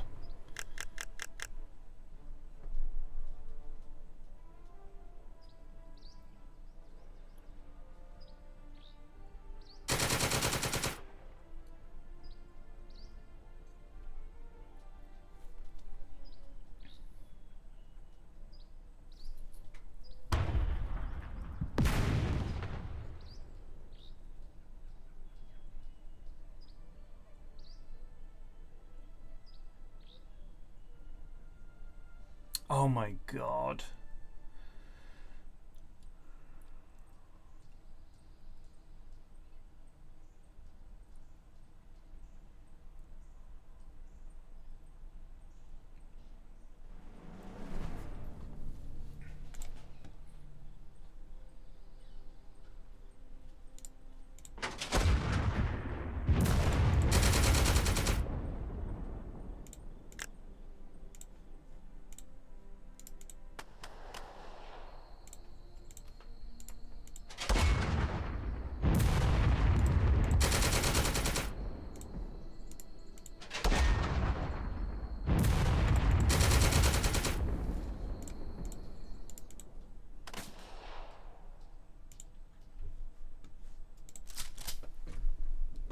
We're just not very good.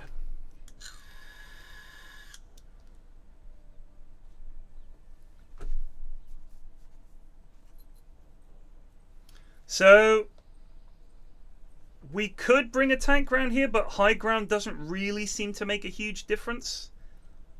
Certainly that I've found. And I'm still somewhat wary that he could easily have an AT gun in one of these buildings. So pretty scared about exposing myself to the entire map. Because they will fucking one-shot your tank. Your guys also have a chance to reload, yes. He just got lucky and had 3 fucking shots.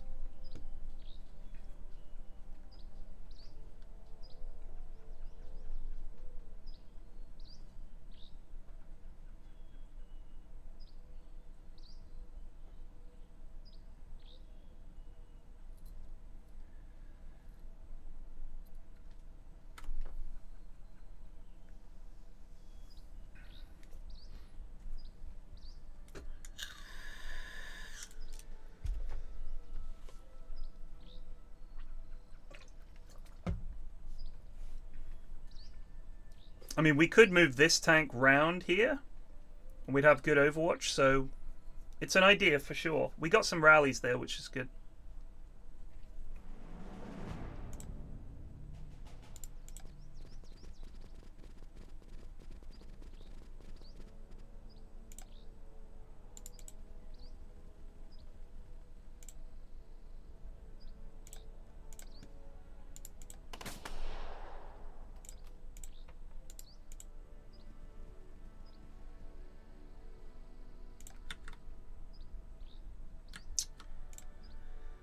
We could come around like this.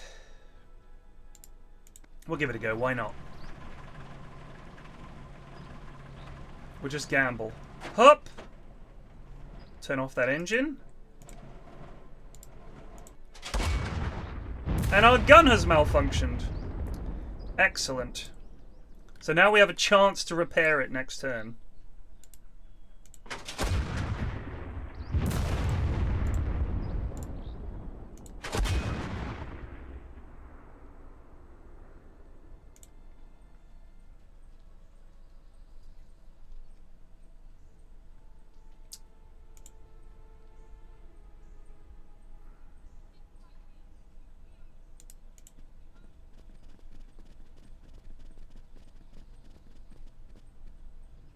So what we could do is run our hero unit across the road. He gets killed, and then I think we can run the rest of them across and they don't get reaction fire? That hasn't worked at all.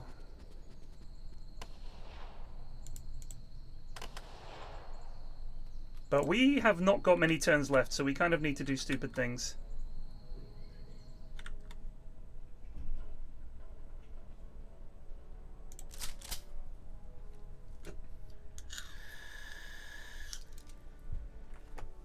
He was like, "Follow me, men!"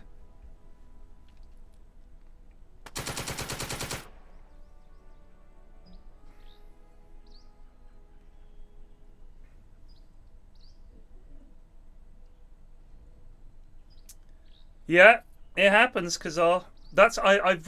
I watched one video where the guy ran through all the tutorials and talked about what he thought of the mechanics, which was decent. But now it just recommends me second front vids of people doing the exact same thing. And now we've been immobilized. Fantastic. So we can't move and our gun is broken, but you can fix it in the recovery phase. So there's a chance we fix our gun. Not a good one though. So let's see where these lads run away to. They're going to run straight back to the building they were in probably. All the way back. Okay. I have to get some units up here because if he gets into this building, it's going to be very hard for us to do anything.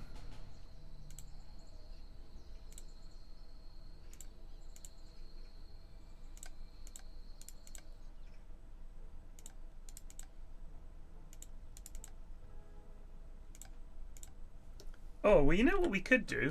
We could send this crew back here to get into this gun and wheel it up. We'll try that.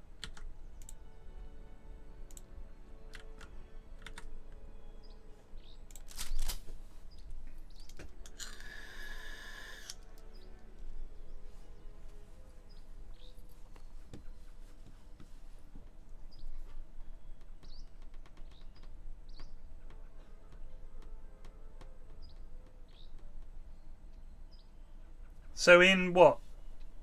6 turns? We've made it from the edge of the map to here. And we have 5 turns left to get through all of this shit. And 2 tanks. And I think, from what I've seen, you have to completely clear out the building that has a victory location in.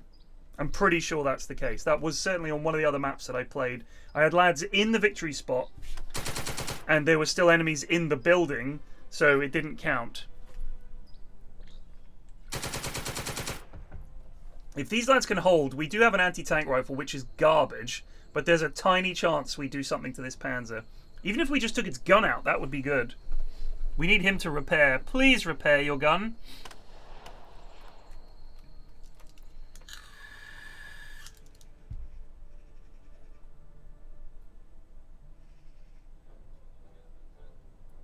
Colonel Balaki, we need you to do this.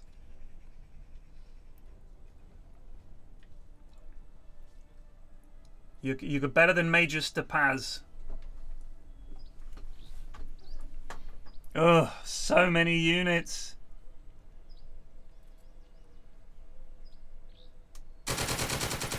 Gah!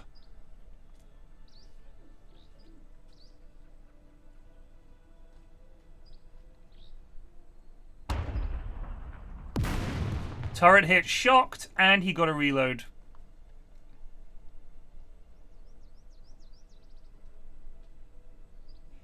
We've had like 10 shots on this thing.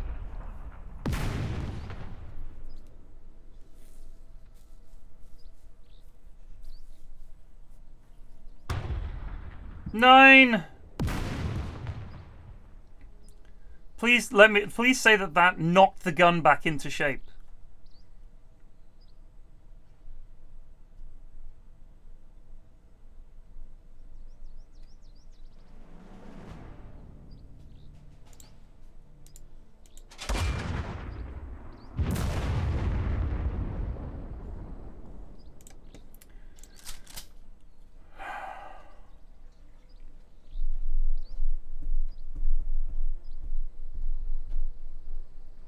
The lads have had enough.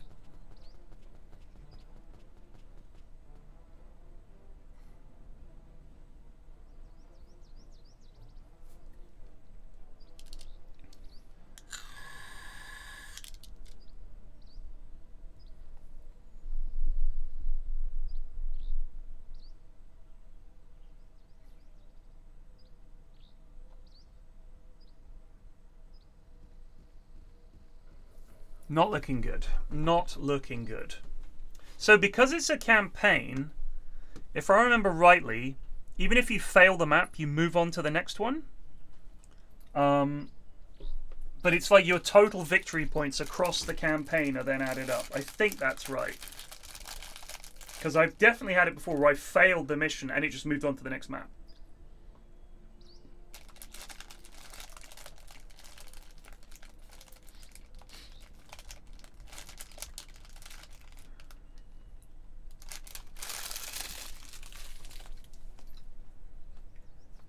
Because what you're trying to get is see how many points you get across the so repairing the gun failed.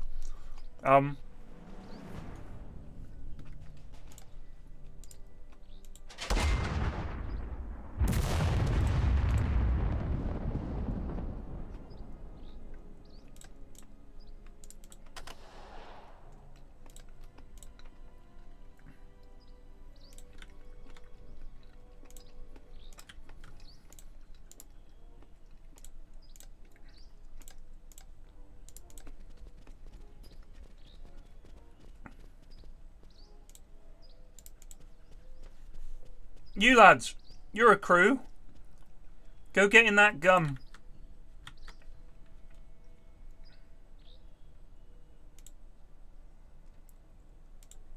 Annoying that I don't know why we can't shoot that guy.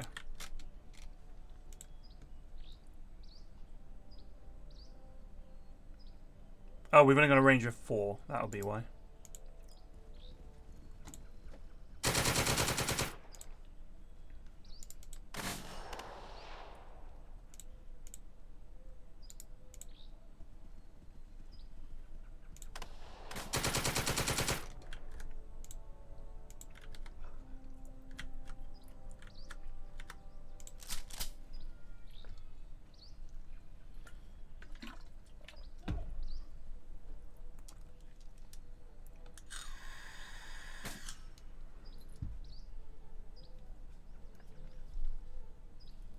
This tank honestly deserves a medal. It's been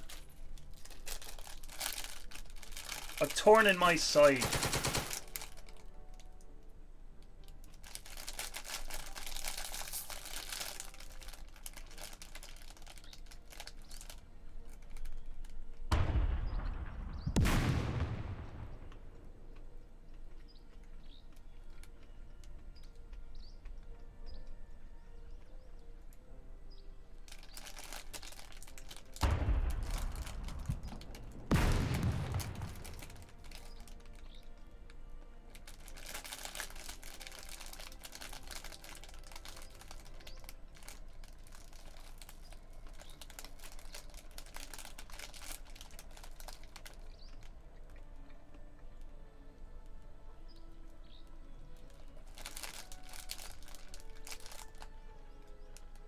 A fucking route party here in the woods.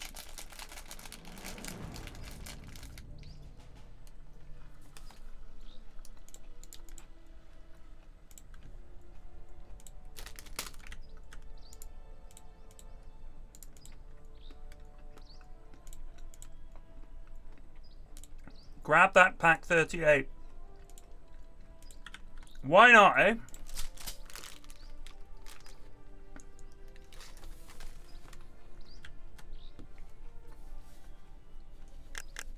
Oh my god, our tank just destroyed? What does it mean destroyed? Oh, it's because they bloody... Because they panicked. They bailed out and somehow died doing so.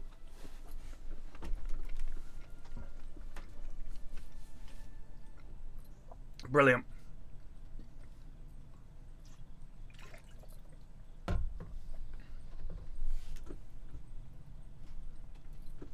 Well, this is over.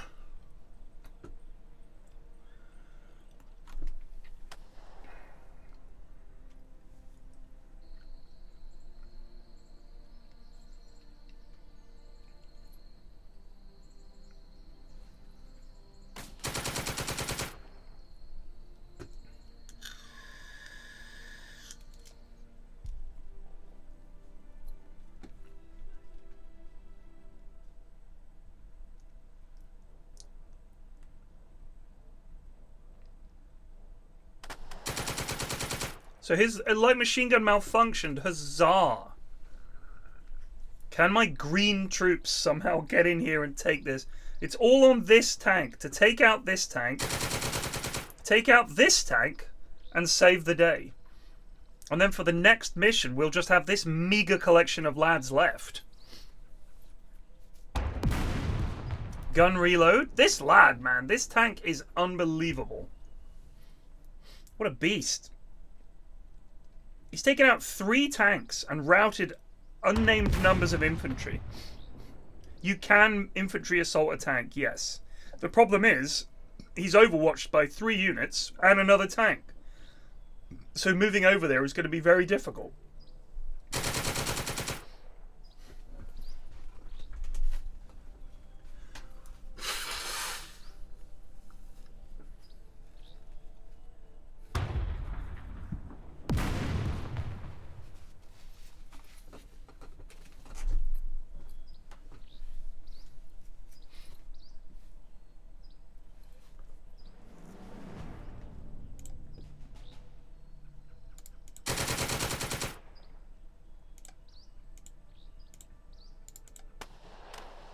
Huzzah and hurrah! Come on, baby! Woohoo! Some good was done this day.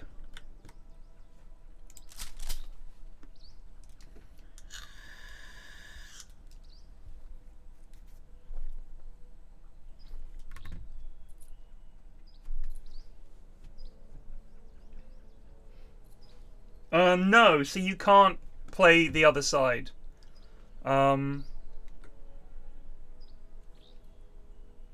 You've got campaigns which are... You've got German campaigns, American campaigns, and Russian campaigns. Or Soviet campaigns, as someone in chat pointed out.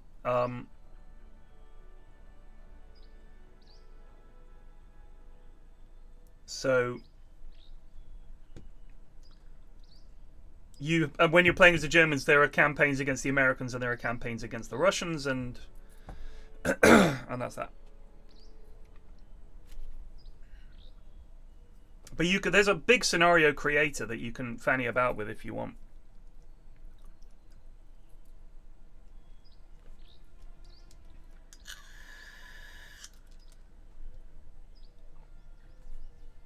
Lot of failures to rally. Gun repair failed. LMG repair failed. Sometimes in attempting to repair your gun, it is just destroyed, which really sucks.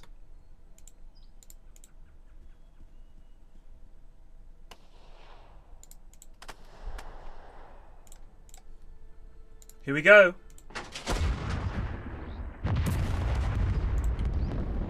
It's a failure. We'll move one of these green lads up with a view to assaulting the tank on the next turn.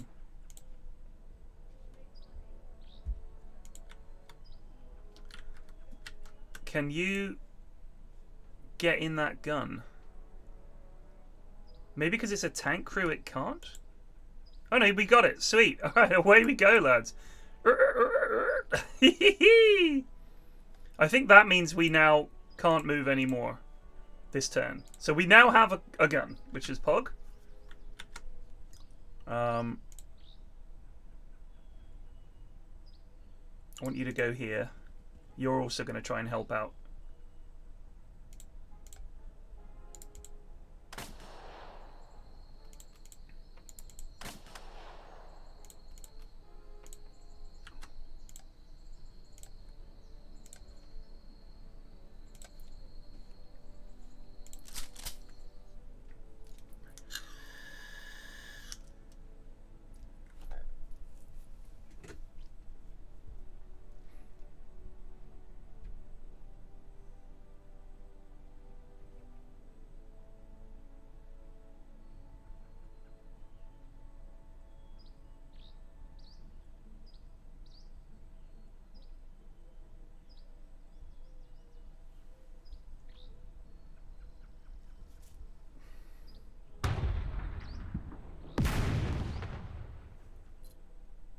There's no off-map artillery. There's no indirect fire. These are just a couple of things they need to add. Is you need to have, I think, artillery, either off-map or like howitzers that you can have on the map. The mortars need to be able to fire indirectly, so you'd need a spotter for the mortars. Here we go, lads. Let's go. We're going to take on this tank. Why the hell not, eh? Here we go.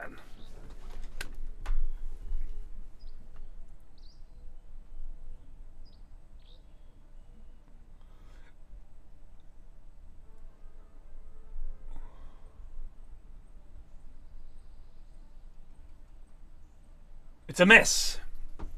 He's resisted this turn.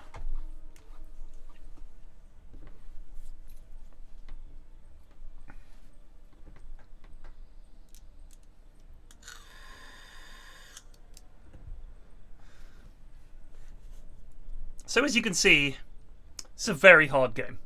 It's a very hard game. He is now okay. Gun repair failed. He repaired his LMG. None of our lads recovered. GG. It is over. Especially because this is now going to go down to 20, so we have 2 turns to get in there.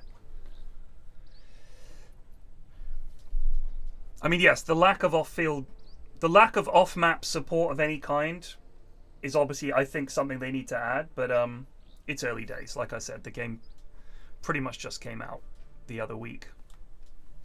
I think 30 quid is a little steep.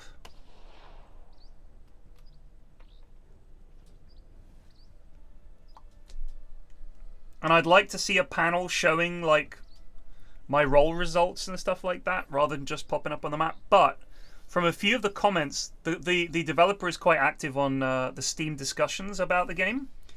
From a few of the comments I've seen him make, I think he wants to make this game accessible for people that don't normally play hex-based World War II games. In that regard, I think he has failed, because this is far too slow for a casual player who just wants to have a bit of fun and move some units around and shoot. Something like, what is that called? Company of Heroes or whatever, where it's like RTS and everything. That's more accessible for just the common folk who are not grognards that play games like this all the time. Oh, now he's just moved. So now he's just moved away from my lads, unfortunately. Gah! So that's, if you don't immobilize him, he can just do that. So yeah, I mean, how long have I been streaming for? 2 hours. And we have played one map to completion, and we were about to lose the second map in 2 hours. And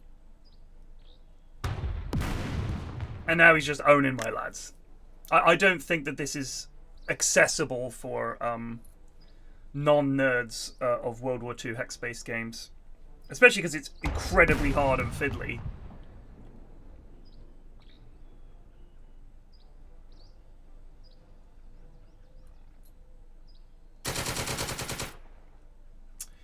Right, but if you think about it, Company of Heroes, like people that play a lot of games, especially RTS games, will be able to pick up a game like that and get to grips with it, right?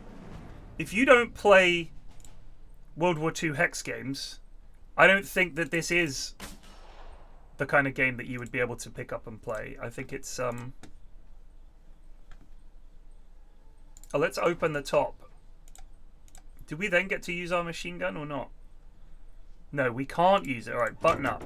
Alright, why can't we use our turret machine gun? I think it's broken. Yeah, so.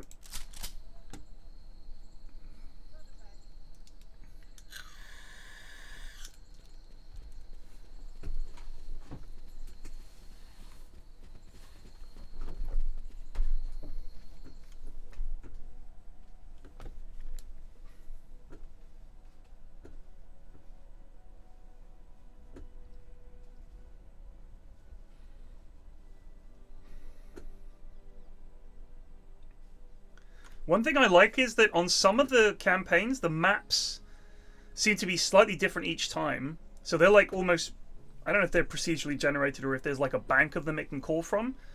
But I definitely played this before, and it definitely wasn't this map. It was much bigger, and there was a railway running through it, and there seemed to be a lot more units.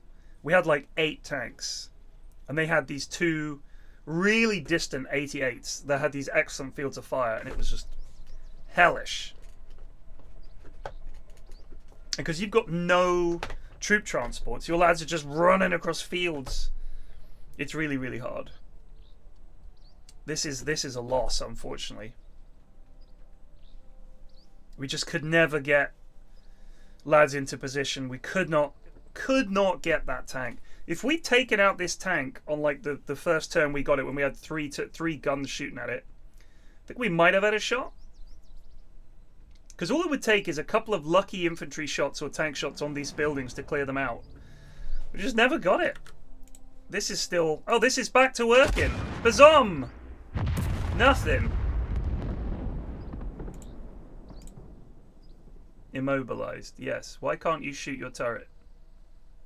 Why can't you fire your machine gun? Well, whatever.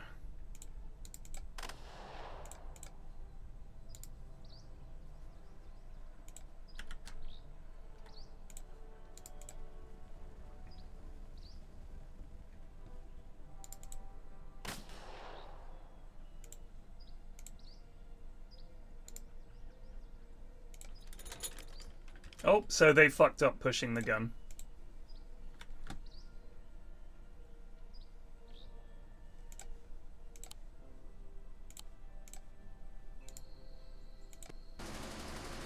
Go for it, KB1.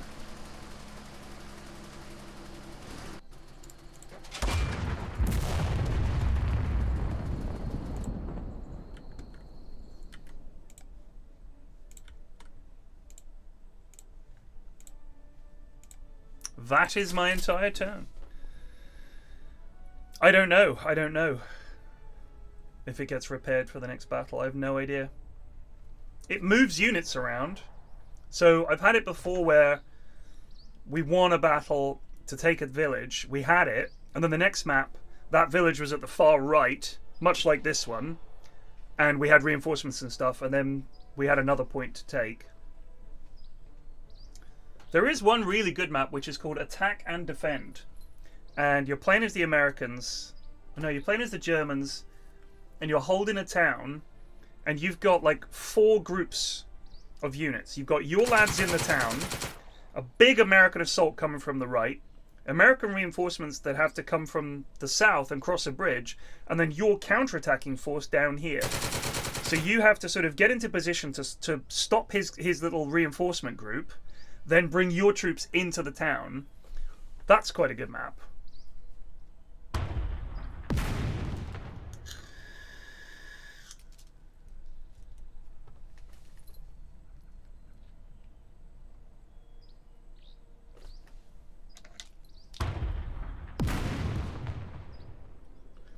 We did not get a single gun reload on our tanks this entire battle. I don't know if they don't get it. Maybe it's only the German tanks that get it.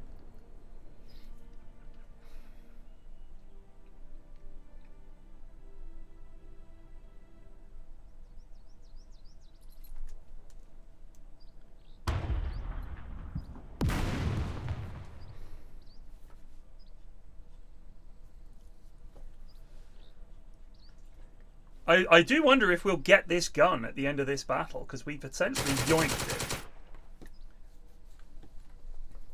But you can see what I mean about how this is slow and doesn't need to be.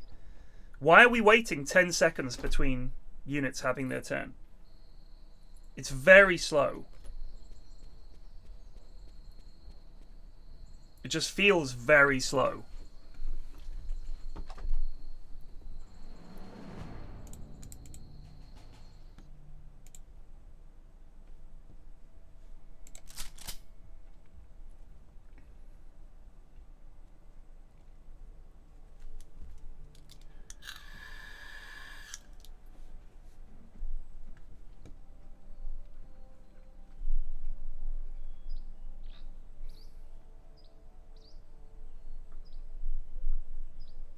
The thing is, I've had some matches, or maps if you like, where the units they've got on the front line, you know, you've got all this firepower, you rout like 3 sections, and they all run away, and you can push up, get in position, and then just roll like that. We just got absolutely destroyed here. Do you remember there was like an LMG we just could not break, and then there was like we had like 8 units firing at it. It was just like, nah. The AI is genuinely not bad. It does do some goofy stuff, but it's in general, it's good. I mean, it'll do things like this is a good spot for this tank. It's flanked me with this tank. It's left this unit up here because it knows that it can tie up this area of the map. It's hard for me to move a tank around here. It does some pretty decent things. Its target selection is good. It does do some things sometimes where it moves a tank and it'll just randomly turn its back to you. Mate42 just resubbed for 31 months. Good afternoon. Good afternoon.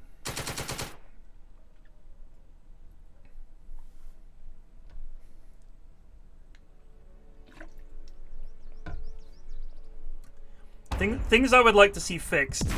There's a couple of odd things. One of them is turning your tank's engine off improves your aiming. But there's no benefit that I can see to ever having it on. And it seems to be a free action to turn it off, or it might just cost 1 movement point. So it's like, why would I not turn it off? Like, it should just remove that feature from the game. It shouldn't be a thing. Moving and then firing, I get it. And I think if you have repeated shots on the same target and it hasn't moved and you haven't moved, I assume there are benefits for that. But we had 3 tanks firing on the same target for like 4 turns in a row and failed to hit any of them.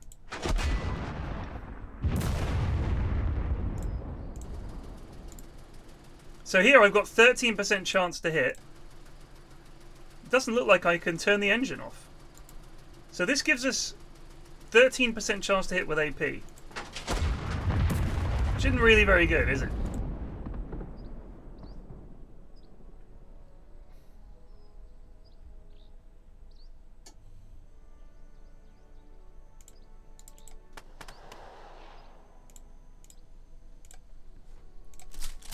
Just can't really do anything. Yeah, there's a manual. You have to. It's a PDF you could download. Where is it?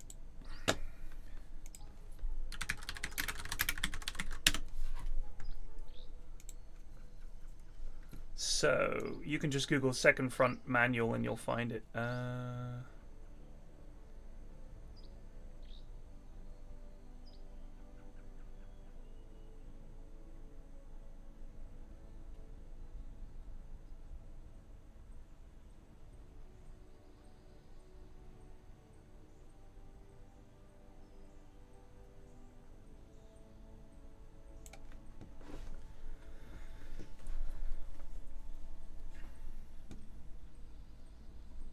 Oh, there are flamethrowers in this as well.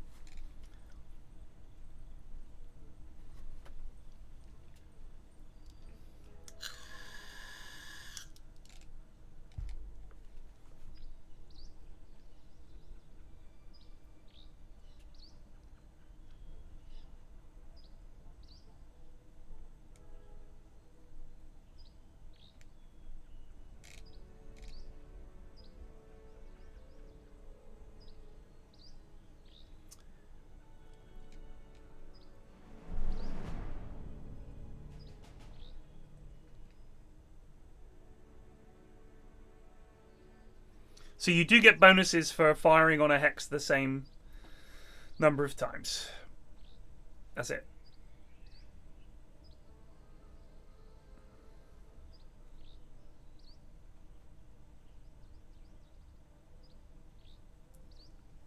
If the target vehicle is moving and has its engine on, you get poor aiming against it. There you go.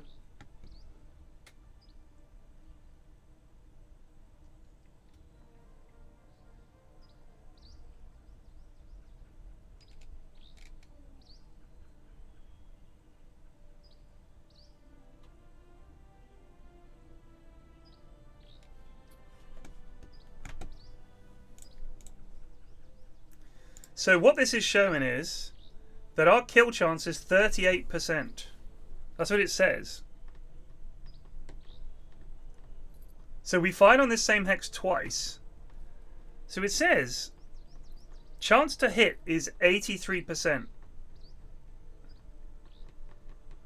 That's what it says in the manual. But I think they might have it the wrong way around. I think that's a 38% chance to hit and an 83% chance to destroy. So it was a dud round. And that's basically our turn.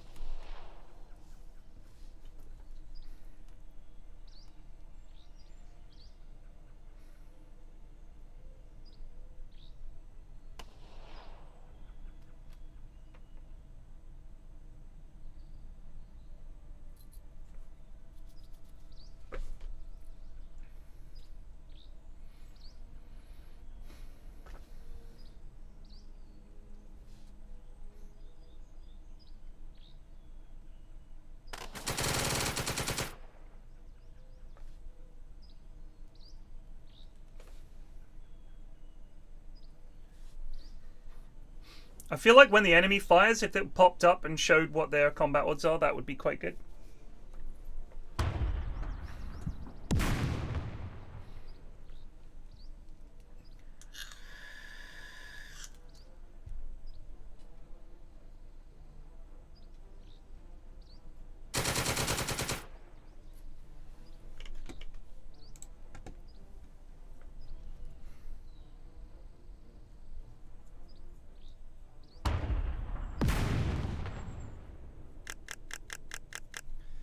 Well, there we go.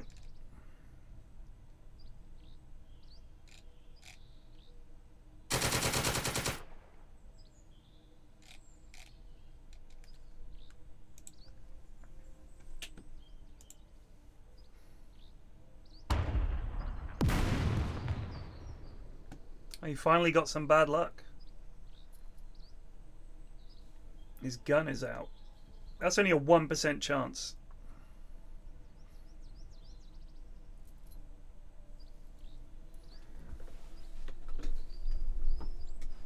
One of the other issues we've got is because our infantry is green and regulars, they run away a lot.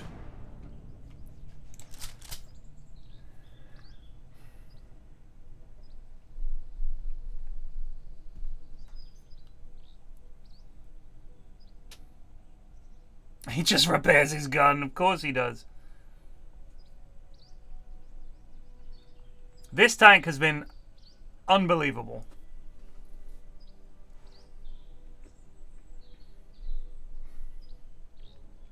Literally game-winning tank.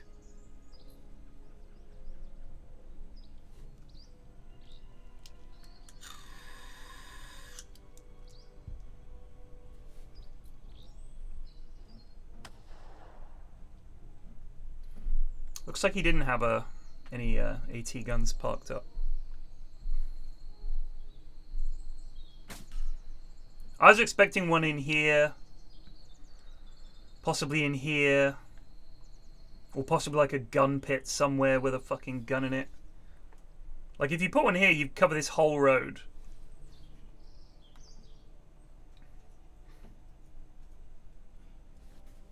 I believe the mission is over.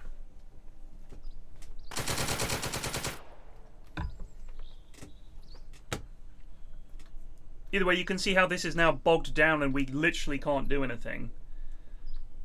But I want to see what happens after this mission. See if it rolls to the next. And if we just have this meager force for the next mission. There's this one. God, it's so hard. I've beat the first bit.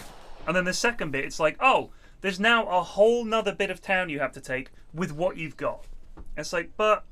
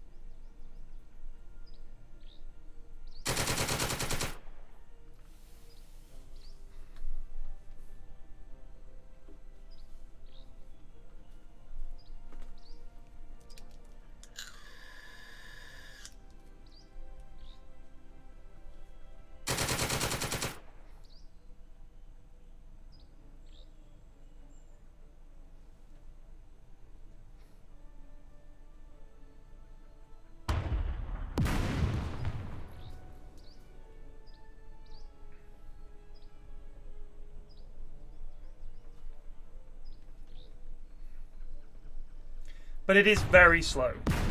I don't know why it has to think for like a full 6 seconds between shots here. It's more like 10 seconds. Do you know what I mean? Like, why is it taking so long?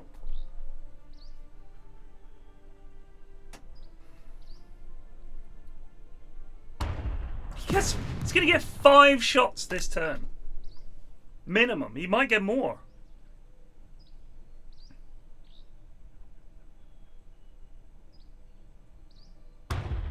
6 shots!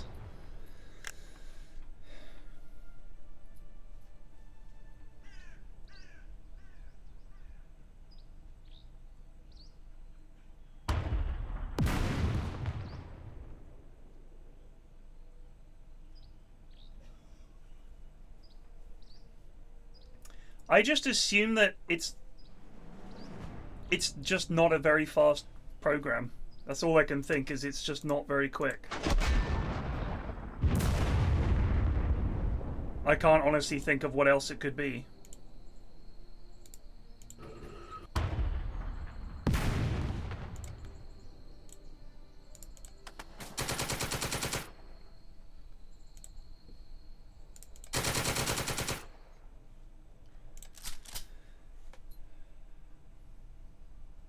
I think Insane Insanity, I like that idea.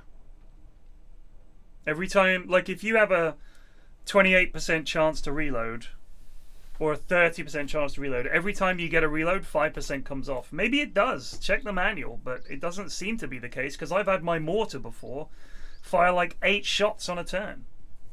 Here, we're going to have some melee. He's gone for some melee. Exciting.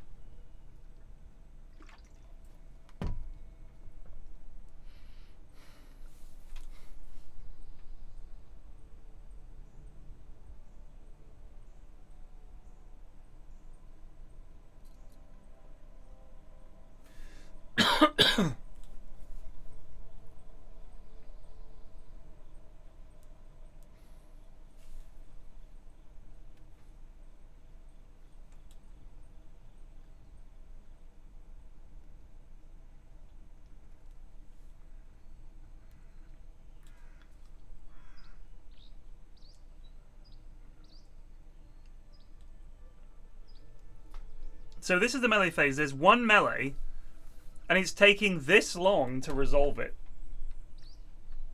It's a bit silly. And we killed them all. Get fucked. Medal for those lads.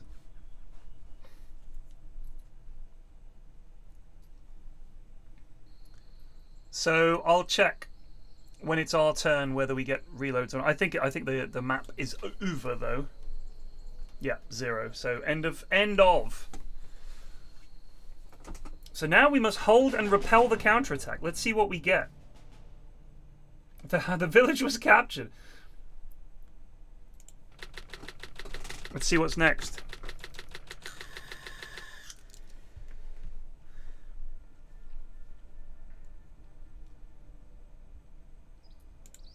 So we have to hold this. And he gets all of this, all of these lads, all his existing lads, his 2 tanks, and our tank is now working again. We don't get to keep that gun. I mean, this is just over, isn't it?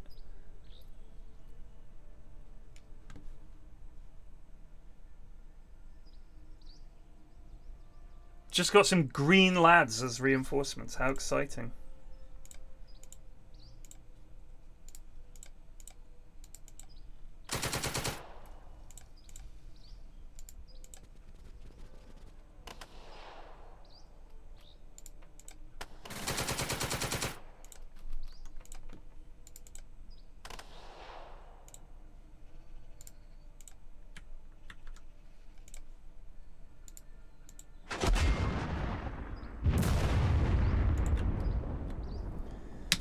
Well, this is just over, isn't it?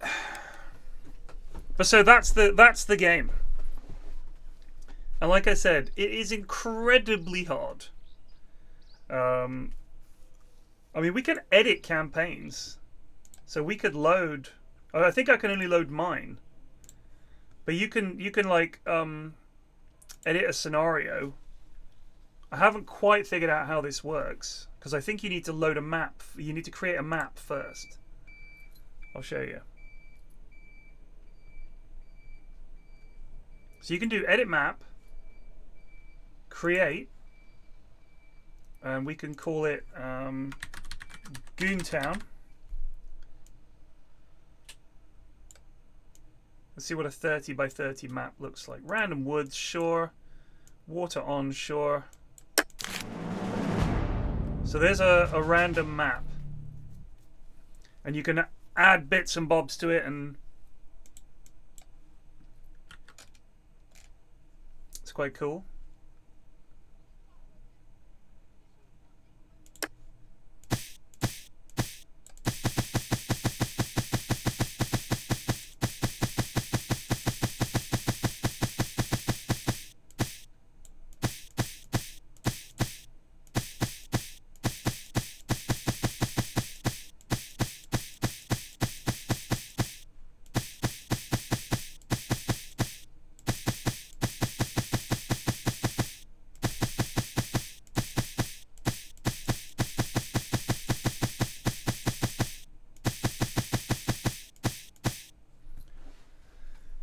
I don't know, I said water and it didn't put any in.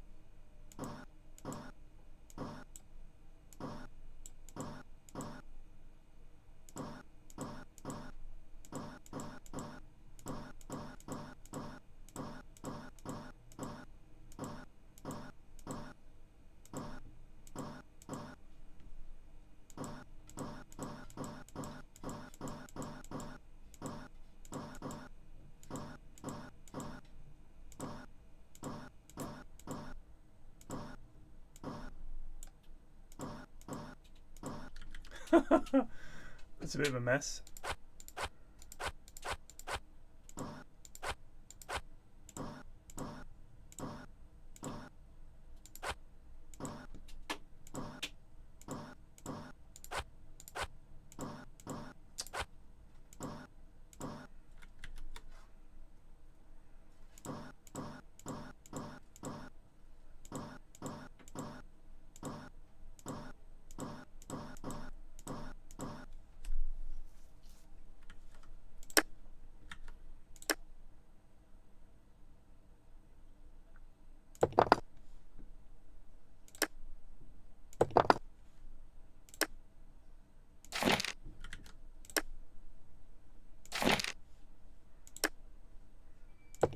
That's quite fun, isn't it? You could pop in a little town if you wanted.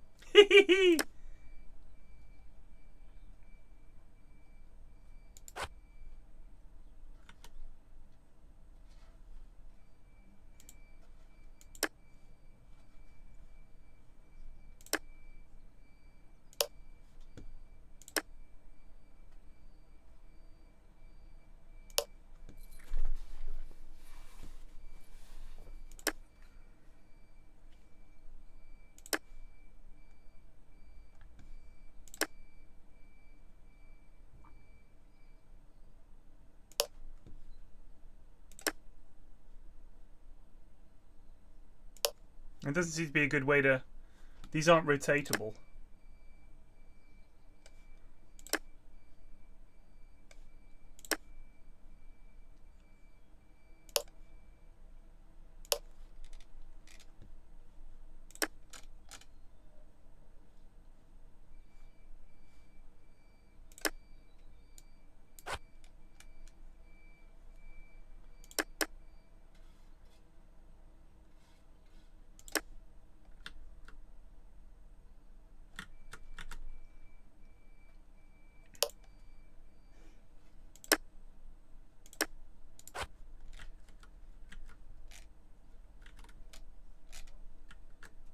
So you could create a map, and then you could put the starting forces and where they go.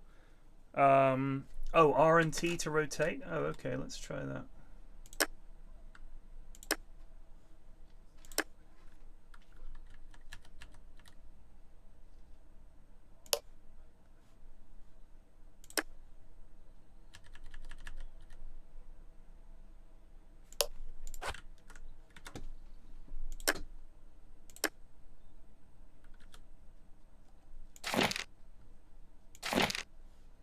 And then I think you can, there are like train stations as well.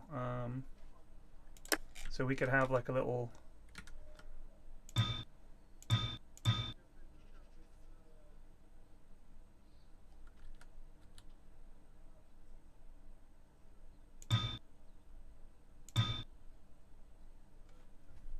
Oh, do you have to have... Oh, wow, it's actually... You've actually got to have...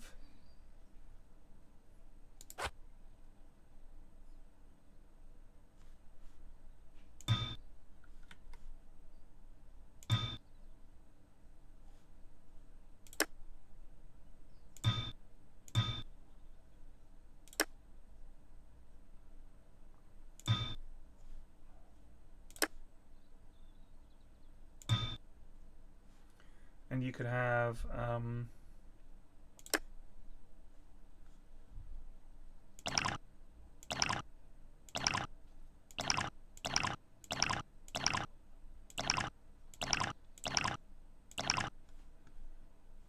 I guess there's no lakes.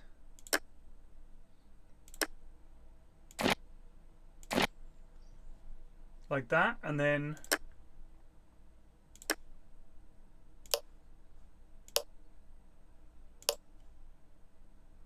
Why doesn't that work?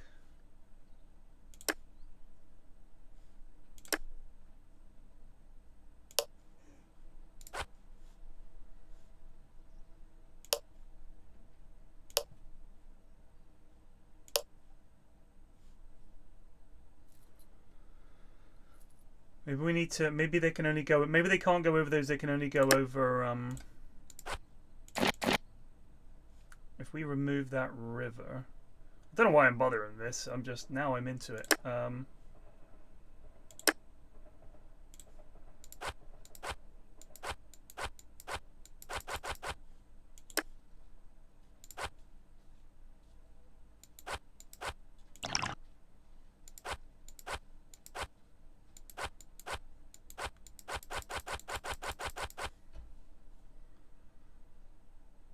Either way. So you can do that. You can make your own maps and your own you know, scenarios and stuff like that. So I don't know. Shall we switch to Tarkov, or do you guys want me to play another map of this and show you how rough it can be?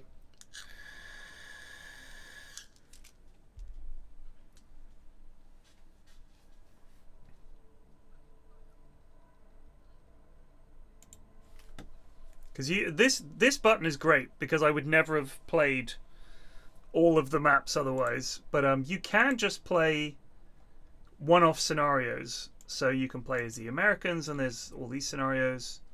Where's the one? Reinforce and attack. This is different actually. That's different from the one I saw last time.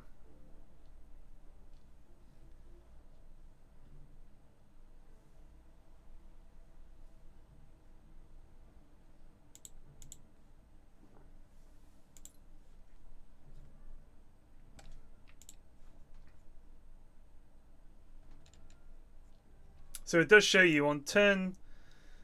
we start with all that. On turn 2, we get some extra stuff. They get that stuff.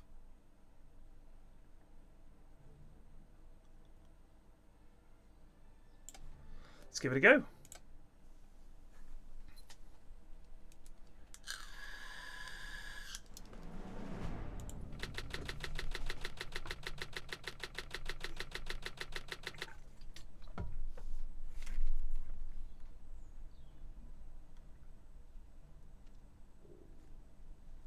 So,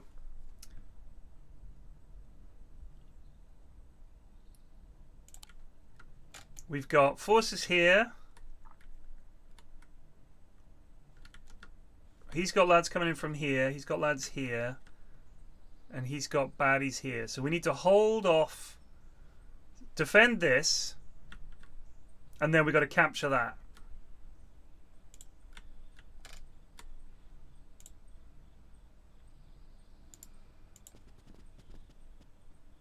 Captured.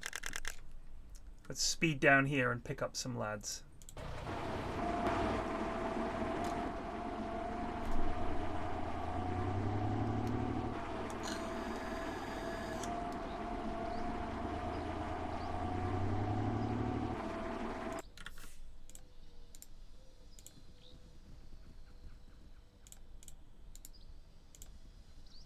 Now they can't all get in, unfortunately. What is it? Does he have any vehicles coming over? I would like to cover this area with our little M8, please.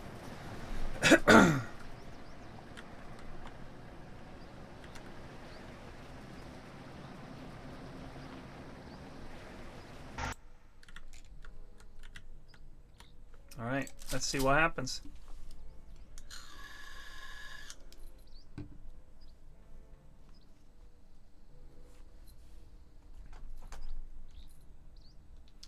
But I assume... Nice jump, oh, thank you. Alistair.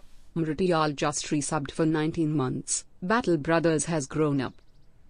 I assume that the workshop will have all kinds of maps that people have designed.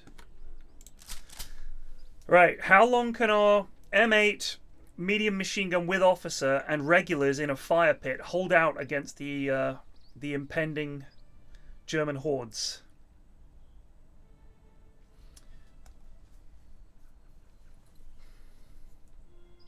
Nice jump, Alistair. Klein90 just resubbed for 38 months. Go Advanced Squadron Leader. Does feel like that, doesn't it? Although the discussions on the Steam forums are like, guys, this is not Advanced Squad Leader. And one post was like, yes, it's 99% of Advanced Squad Leader, but we should stop comparing it to Advanced Squad Leader. And I'm like, okay, I don't want it to be just like Advanced Squad Leader, because that is a very, very dense game and can be quite fiddly. Lock and Load Digital, which is the computer game version of Advanced Squad Leader, is not particularly good. The AI is god-awful. It's really set up to be a computerized way you can play Squad Leader online, as far as I can tell. It certainly isn't set up to be single player, because they're just miserably bad. The AI is awful. But this is so close to Advanced Squad Leader, people are always going to make the comparison. And I think that's fair. See, this is a thing the AI does. He moves up, and then he uses the advanced phase to get forward. Now, I do quite like doing that. But it does mean that, especially if you can maintain the question marks, that means you're concealed, so the shots against you are not as effective on their turn. The thing is, it does mean you miss out on a turn of firing, but you're so bad at firing anyway if you've moved. It's probably worth doing. He uses that move up and then advance, and then on your next turn you'll get to shoot at them. It does seem to be quite effective, because when you advance that one square, you don't get any Overwatch fire. Right, who do we want to load in here? Let's get the mortar in. Why can't you get in? Oh, do we need to disassemble? Dismantle, yeah, and then can you get in? Not this turn. All right, we'll take Corporal Perez. Can you get in? Why can't we get in our truck?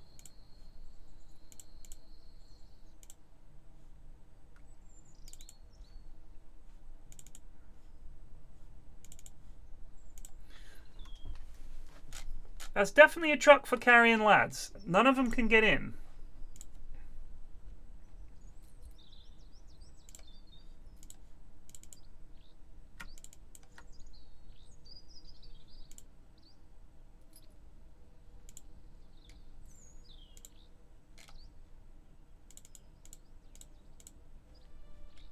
Oh, it's the fire phase. That's why it's the Germans' turn. My bad.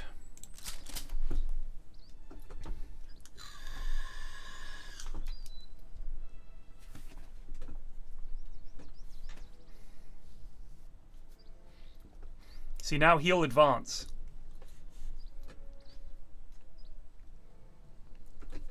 I wonder what our reinforcements are going to be.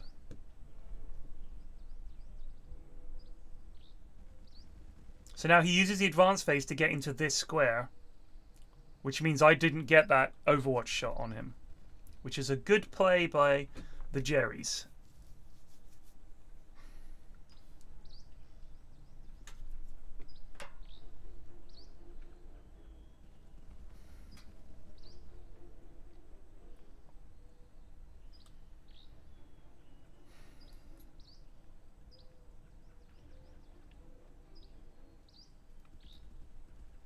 But this is painfully slow. There's no need for it to take this long. I can't believe that it takes this long for the AI to decide, yes, I will advance one tile. Like, that is just very slow, isn't it? But it does mean it's quite relaxing.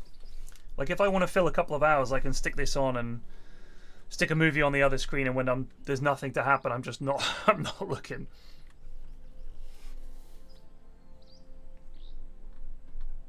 We should be able to get in these.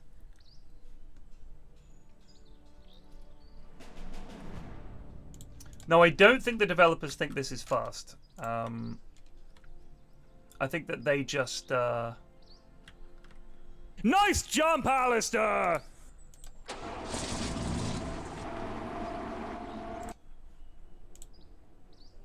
Nice jump, Alistair! Can we fit any more lads in here? Can we fit this last squad in here? Nice jump, no, you lads are running. You lads are running. Oh. Oh, shit the bed. Oh, come on.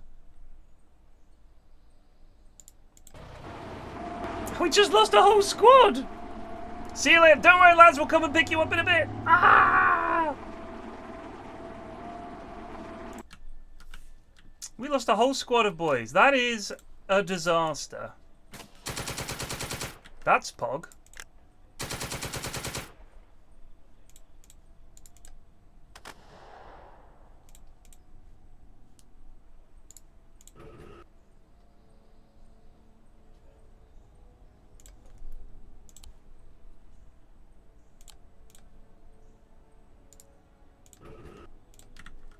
Alright, just chill there.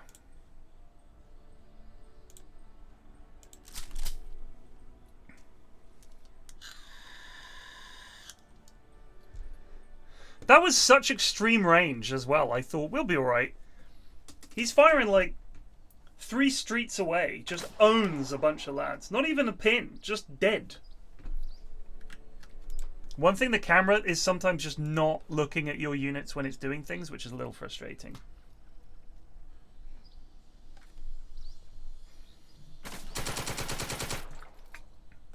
Like, stuff is happening and I don't get to see it.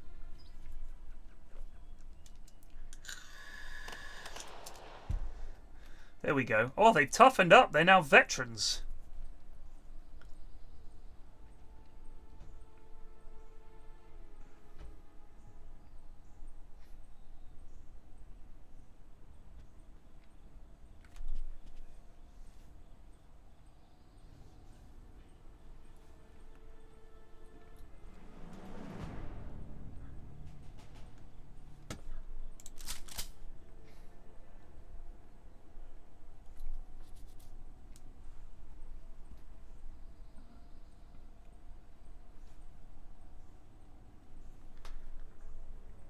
We're no longer pinned.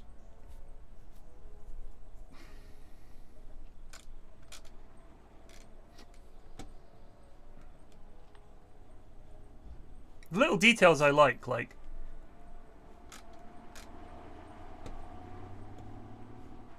The lads all lined up in the truck. I really love the look of the game.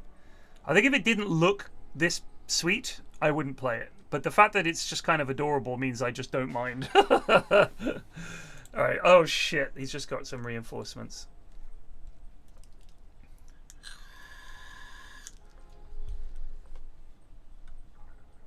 Oh, one of the most fun things, the flamethrower is fun, but you also get lads with like a brick of TNT. And the TNT lets them, you can toss it into a hex.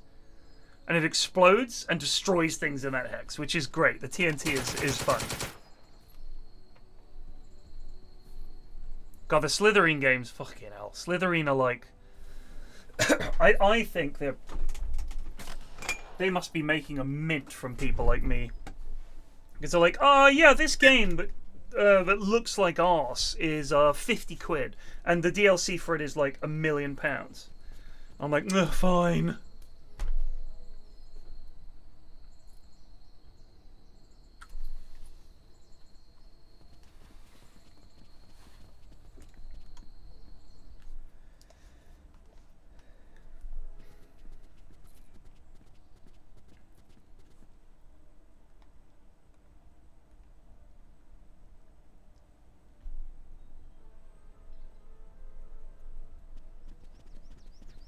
I think that one of the worst things about the game is how slow it is. There's no excuse for it to be this slow. It doesn't need to be this slow. Uh-oh. Does our M8 get a chance to shoot this bastard?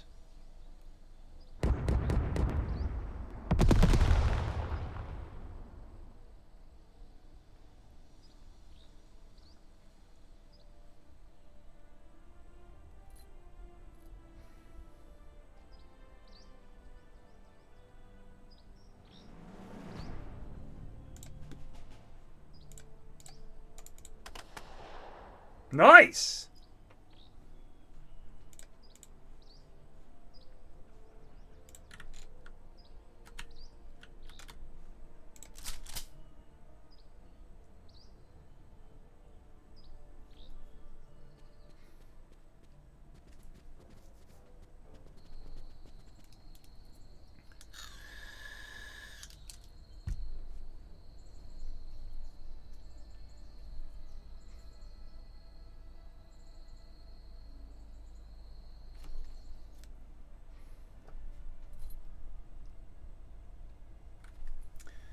I don't know if it's. I don't think there are mods for it yet. I don't think it's. I don't know if it's moddable. I just think it's. I think it because it's one guy coding it.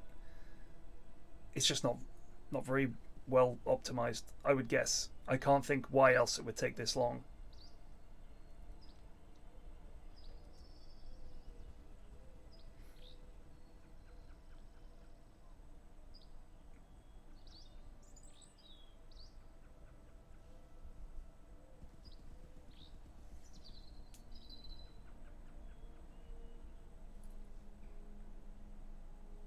Oh, I don't doubt he's working on it. I mean, you know, it's early days, like I said.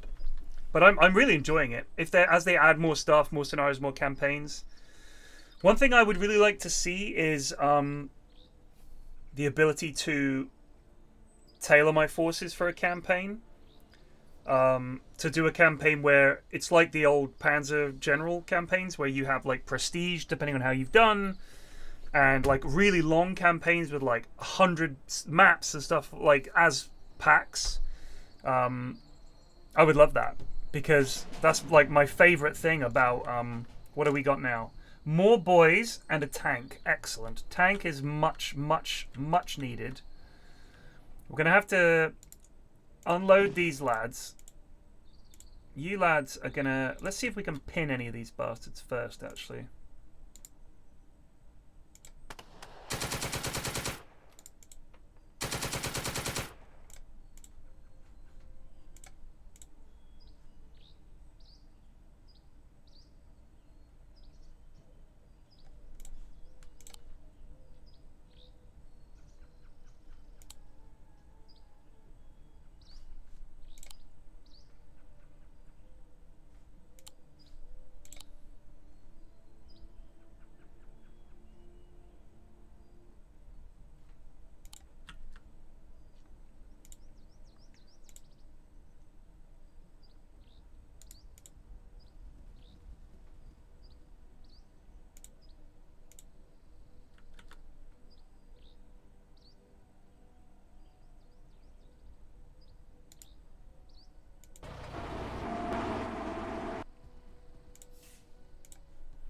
Let's get you and you.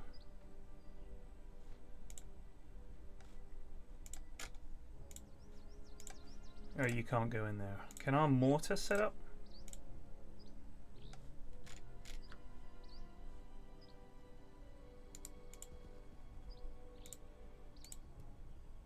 Alright, you guys can get in there later then.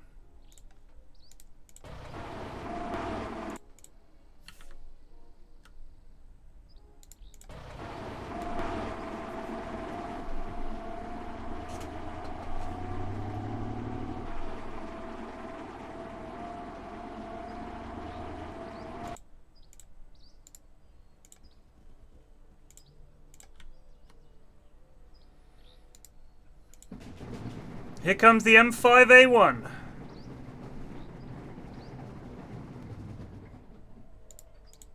Pazzow!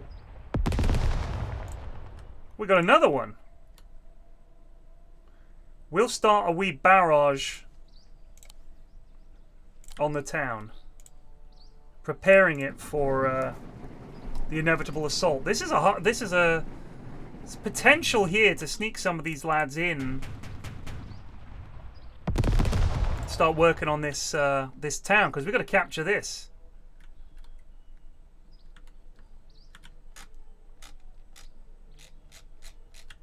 Do we have to capture both?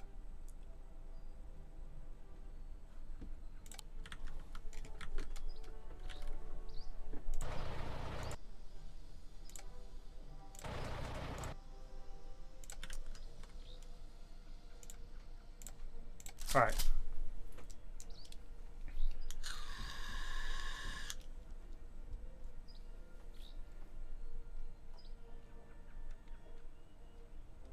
I mean, the worst one, there's this one, it's like a tank destroyer. Might be the, like, Jagdpanzer or something like that. It's not a Stug. Oh my god! Lucky bastard.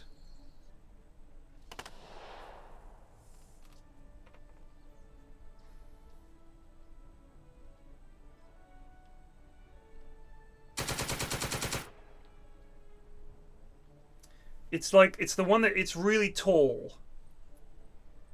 With a huge gun. It's like an 88 with a platform, basically. And that thing, you fire one shot and it goes, I'm out of heat. So it's like, well, I don't have a turret machine gun, so now I'm just a useless vehicle. It might be the Marder, yeah. It's literally dead on the battlefield after one shot. Quite often it'll run out of ammo after one shot. Has to be a bug. Has to be. It's really cack.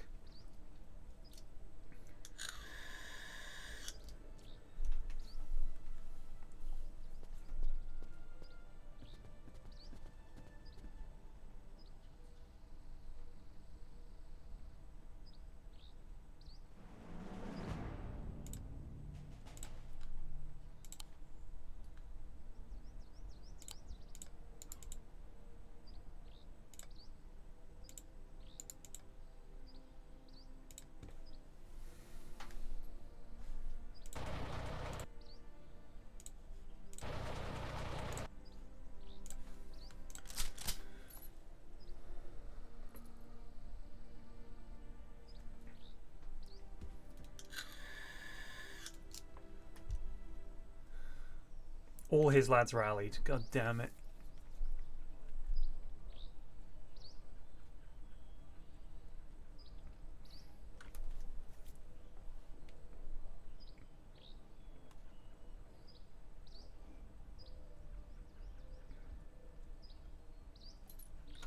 No air support.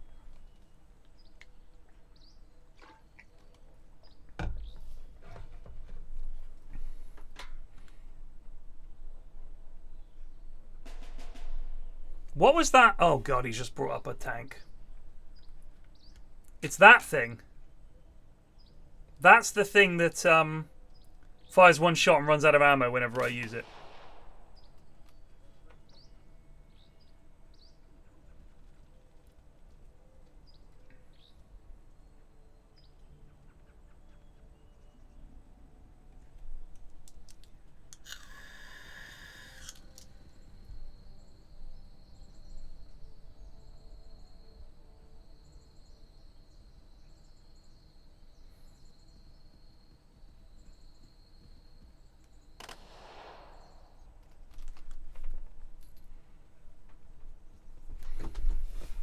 Sneaky devils.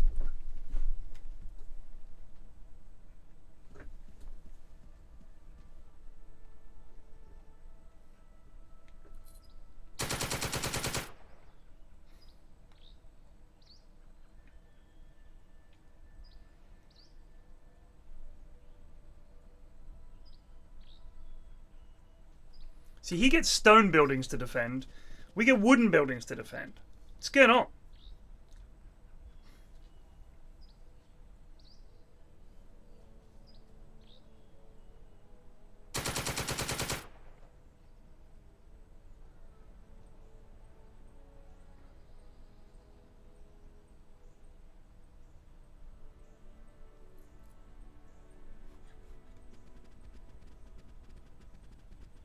I'll have a look at that in a sec, man. Actually, fuck it, I'll load it up now. This better be suitable. Oh, there is a cougar.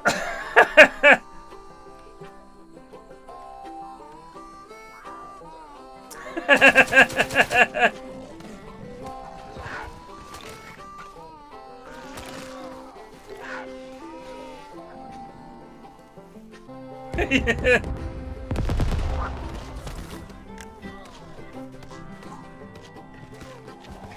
Alright, that's good. He's broken all these lads.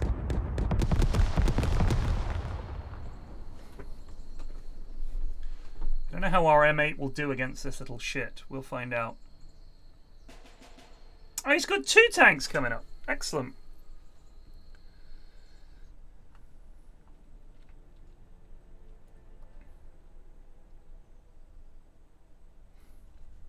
Oh no, one's just a half track laden with lads.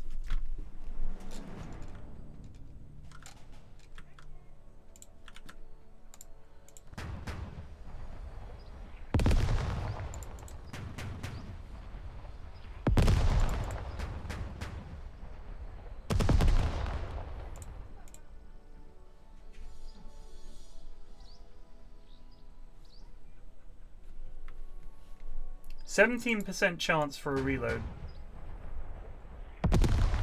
Nothing.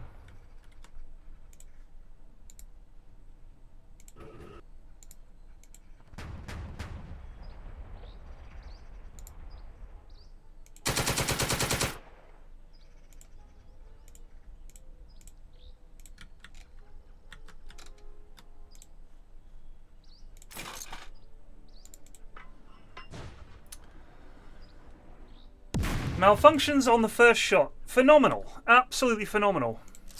God, we just get no bloody luck, man.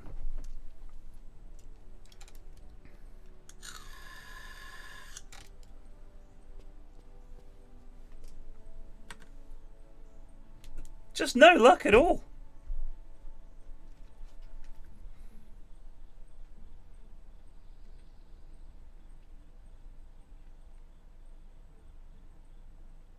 I think our lads have now routed outside the building, which is just fantastic. Look at these lads in the open, and we can't get our mortar to work. Criminal.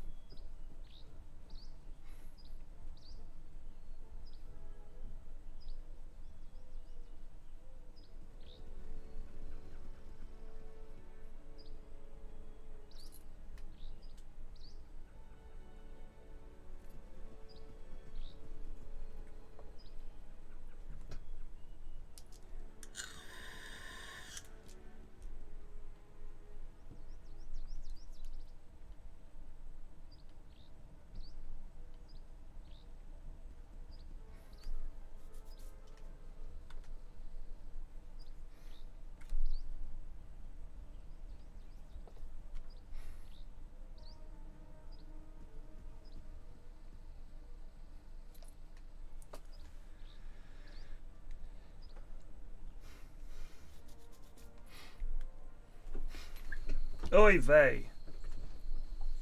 Not looking good for the boys.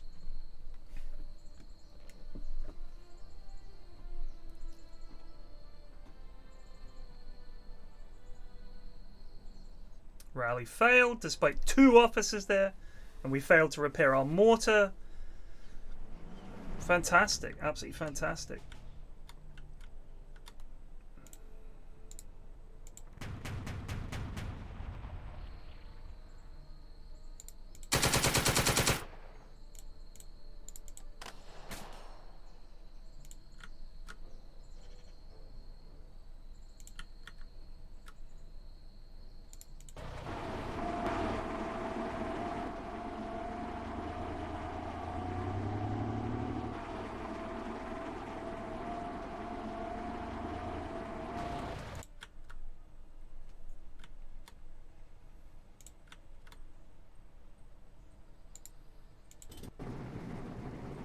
Well, we're gonna need to fucking help defend this more than attacking that other thing.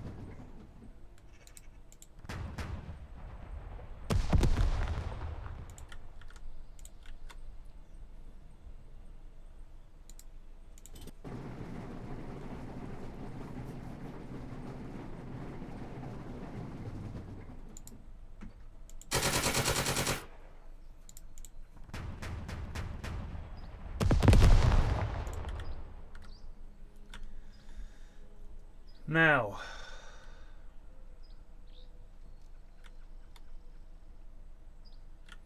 we could try. I mean, it's 3 vehicles, 2 stacks of infantry. I think we have to.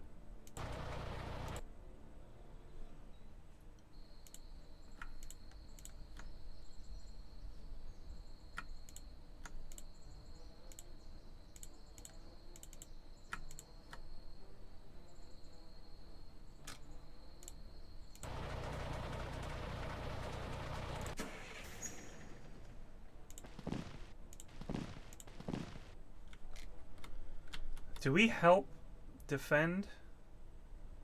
I think we do. Run it up there, boys. You definitely won't be shot.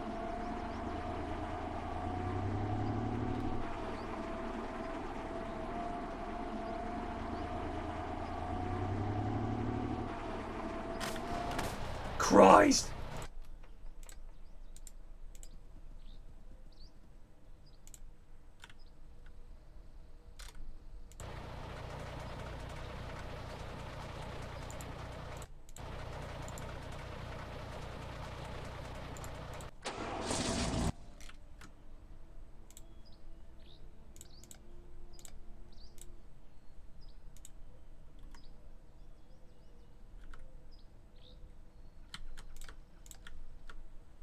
Oh, this is so frustrating.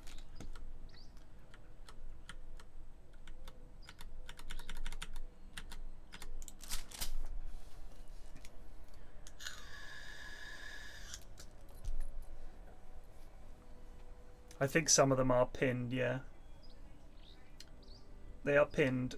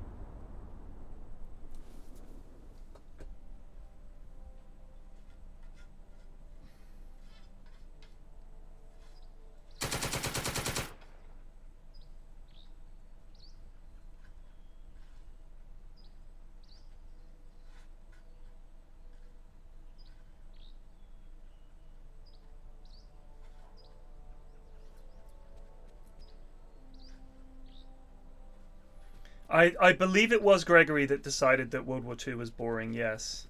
It's a bit boring, isn't it? What?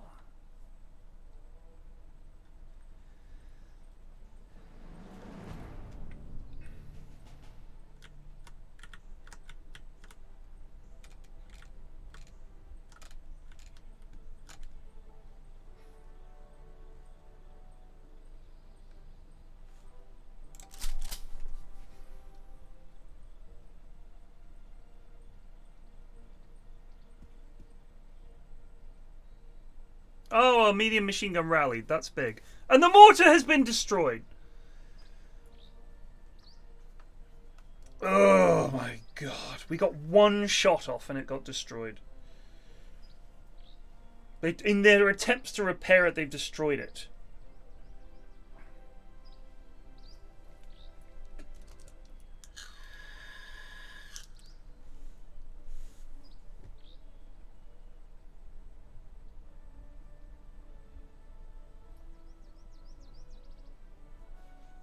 Dr. Beats, you've made a funny joke.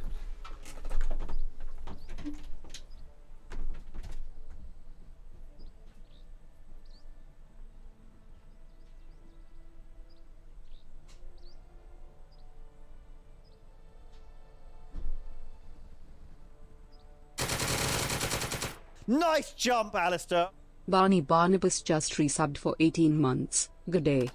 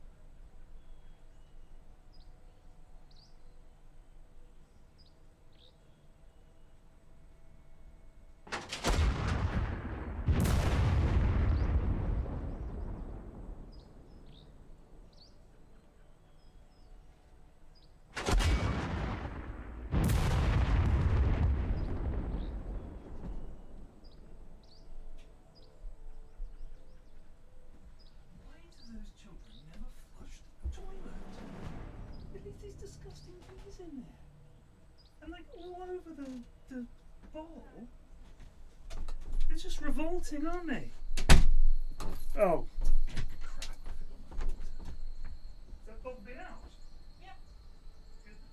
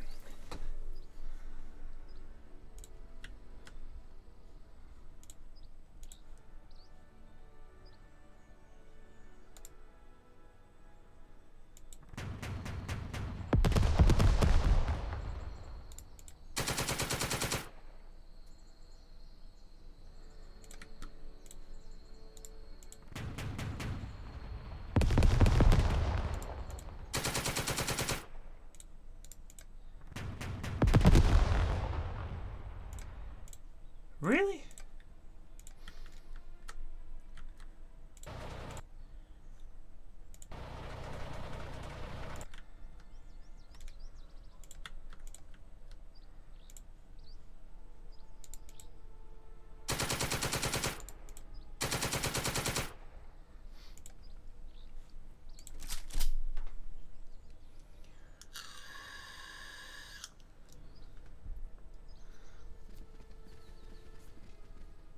Yeah, I mean, look, I'm not having a go at World War One, but it is not as interesting as World War Two. It's just not.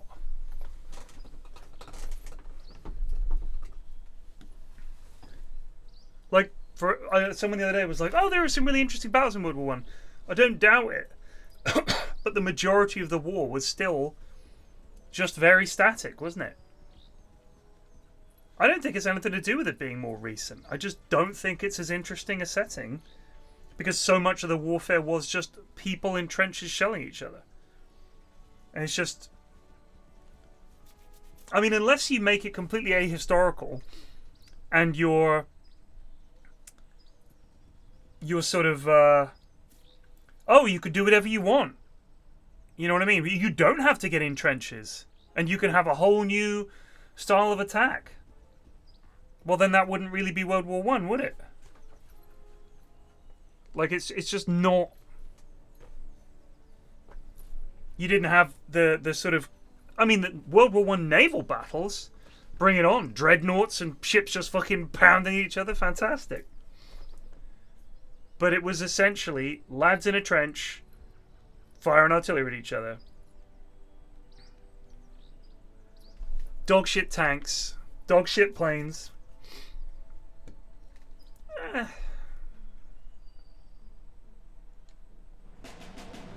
Yes, bring me more. Oh, the lads. We've got to start making a move on this shit.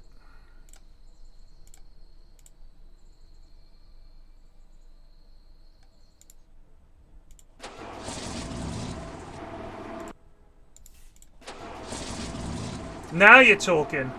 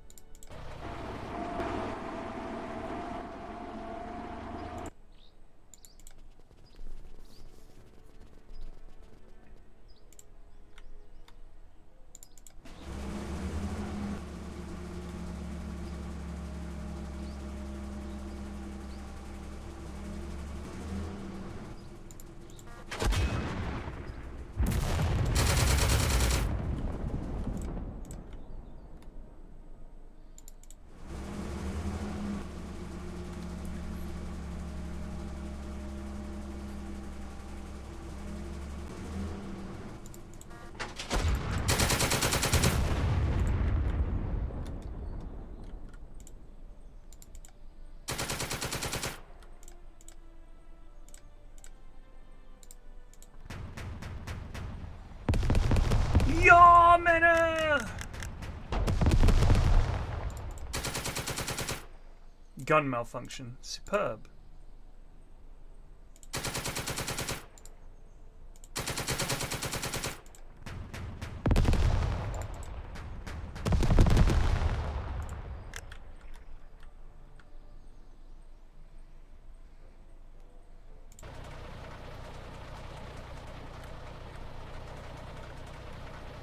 Now then, what have we got? We got 2 tanks and 3 trucks of lads and lads on foot. I reckon these lads can help out in here.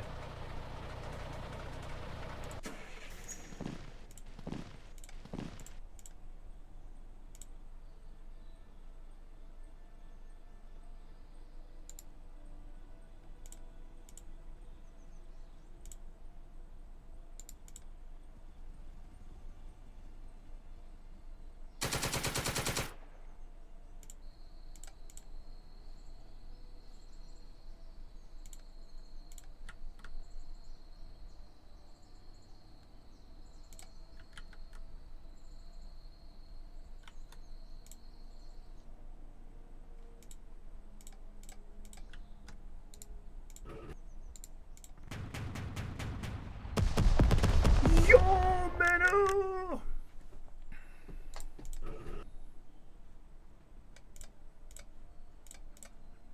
That was a big turn. That was a ein grosser turn for us.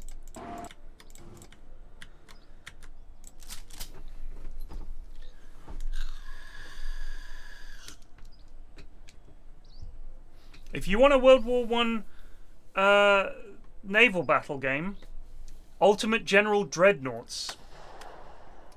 Absolutely one of the most impossibly dense, long games I think I've ever seen. So hard. And the battles, you think this goes on a long time. Ultimate General Dreadnoughts. Holy shit. Holy shit.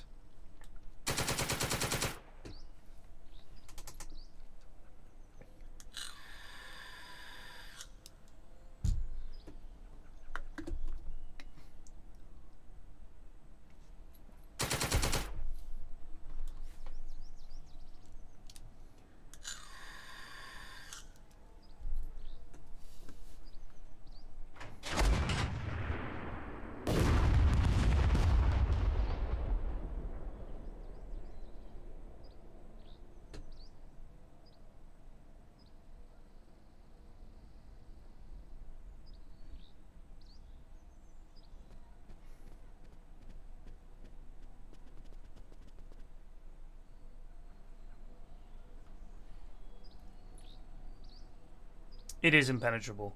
Designing the ships is impossibly hard.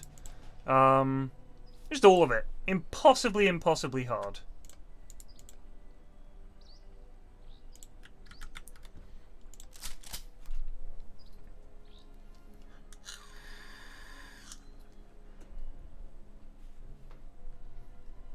Oh, we rallied. And we repaired our turret. Oh, America.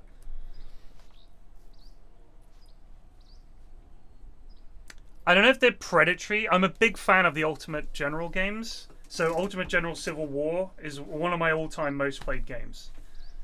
It's really, really good. It's very hard.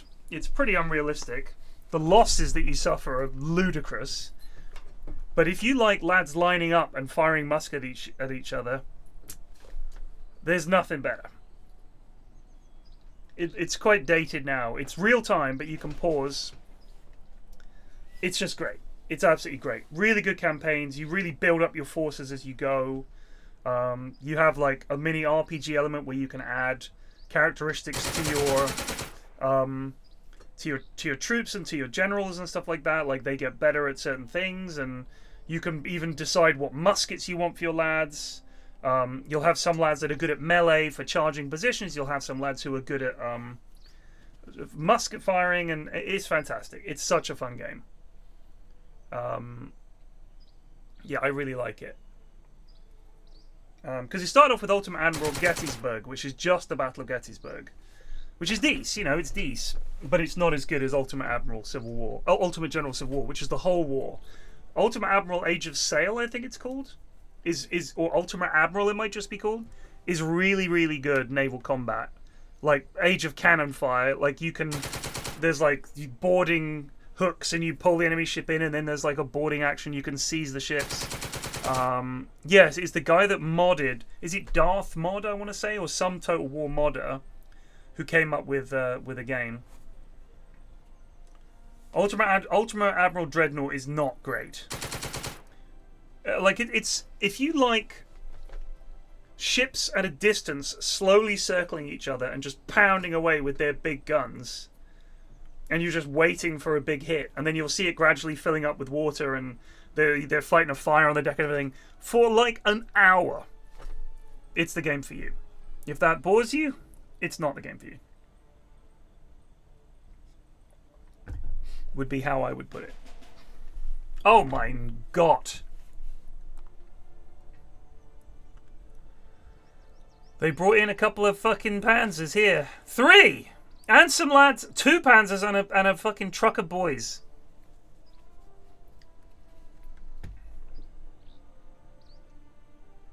Like honestly, Ultimate Admiral Dreadnought makes this look fast-paced. That's how slow it is. And sometimes you're just like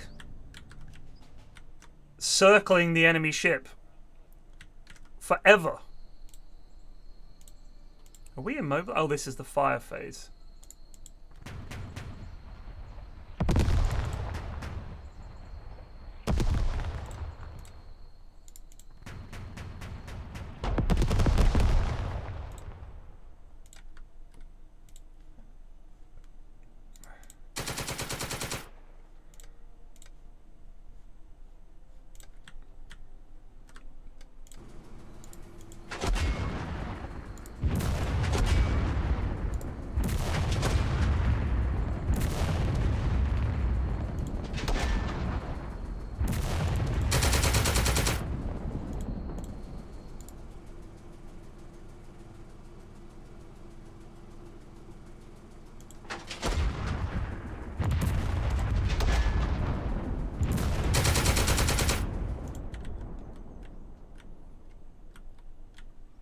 sounded impressive. And the campaign is... It's just so dense. It's like, what is good? What is bad? What am I doing here? It's so... I don't know. Like, it's Nice like, do you jump, want to Alistair. increase the... Alec Drew 89 just resubbed for 18 months. Thank you. The production here by 5% or here by 12%? It's stuff like that. And you're like, geez, I don't know. I don't know. So it's a lot of... And the thing is, playing through the campaign means playing through a lot of sea battles. And the battles take so long that you never really get to the point where you're actually into the campaign enough to think, oh, okay.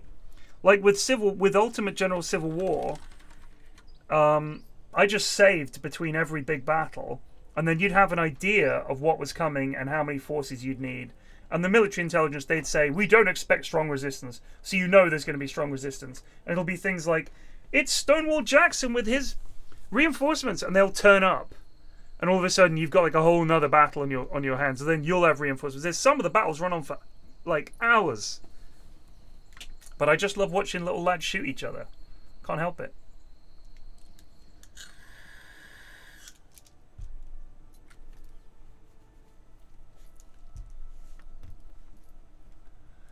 I think he means the other one. There was the one where you're the destroyer. They made it after that Greyhound film.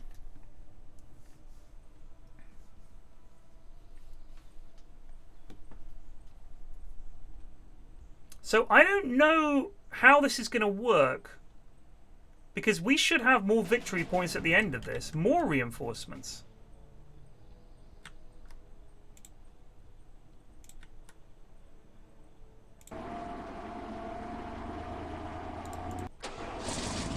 Go, men, go! Oh, yikes! Okay. Forgot about those guys.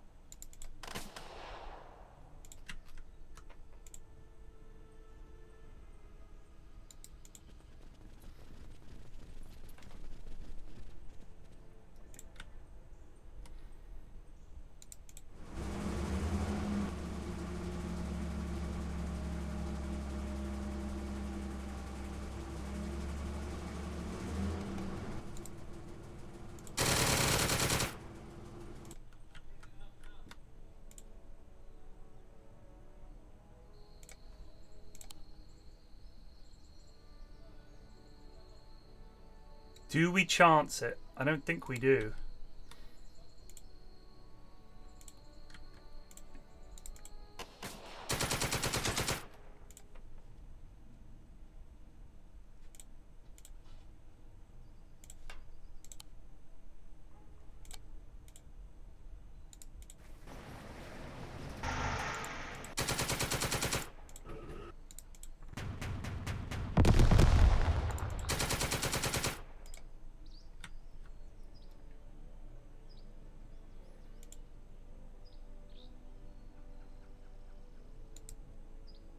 Nice jump, Alistair. Rebele just resubbed for 3 months. Thank you.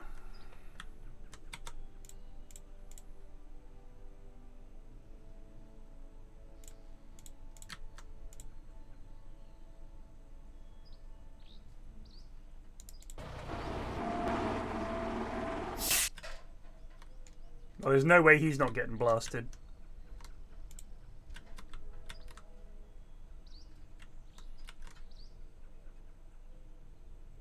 Do we try and take out that Marder?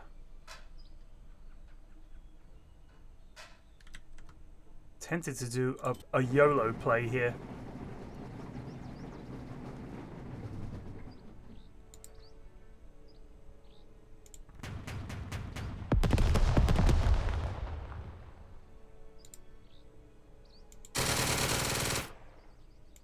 That's a YOLO play, all right.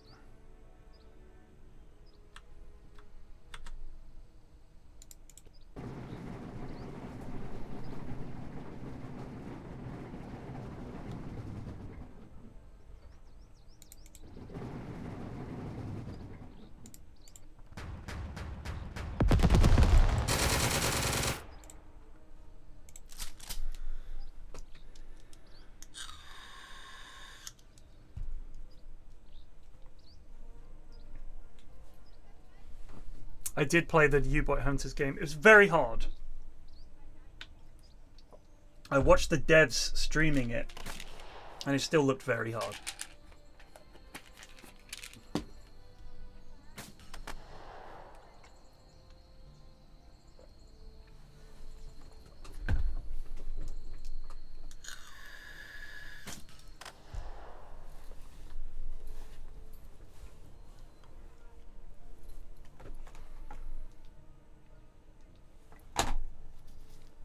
God, is it 2 o'clock? This game is so slow, man.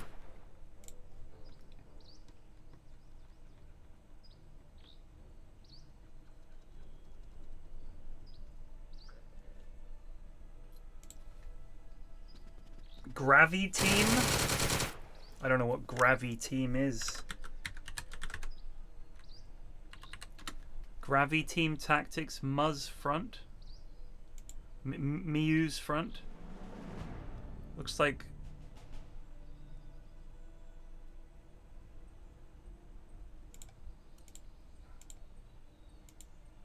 Is it an RTS?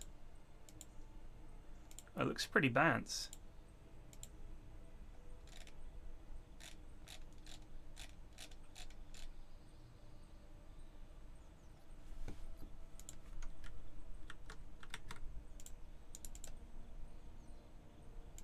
Oh, there's no undo as well, which is frustrating, because sometimes you just want to undo what you've done. There's no undo option.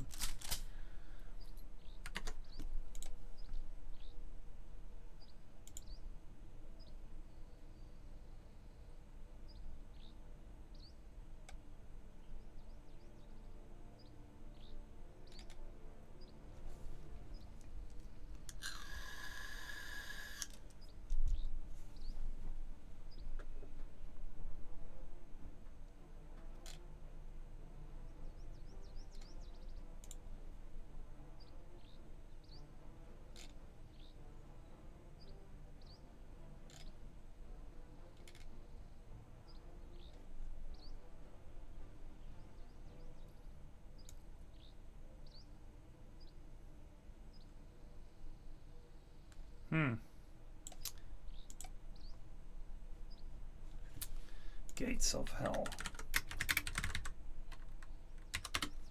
Call to Arms, Gates of Hell, Ostfront. So the thing is, I don't... Oh my god. I will never understand why you can't mute things on the Steam player consistently. So I don't really do RTSs.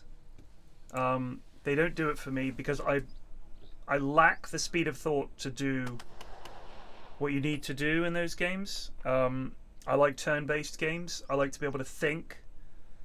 I just find that my micro skills and all that is so poor that I just can't keep track of everything that's happening.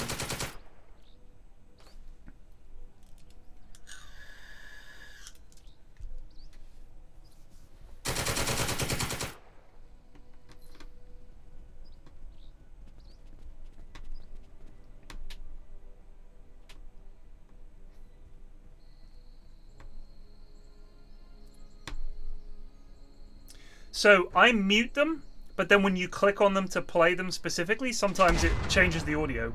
Here goes this truck. Oh, he missed.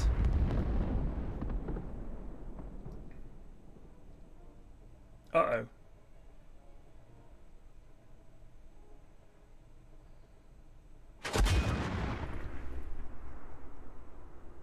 Woo!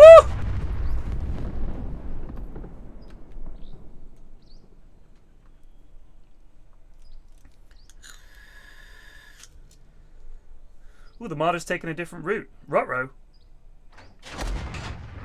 Oh, his guns malfunctioned. Mwah! Perfect. See what I mean? He fires one heat shot and he's out.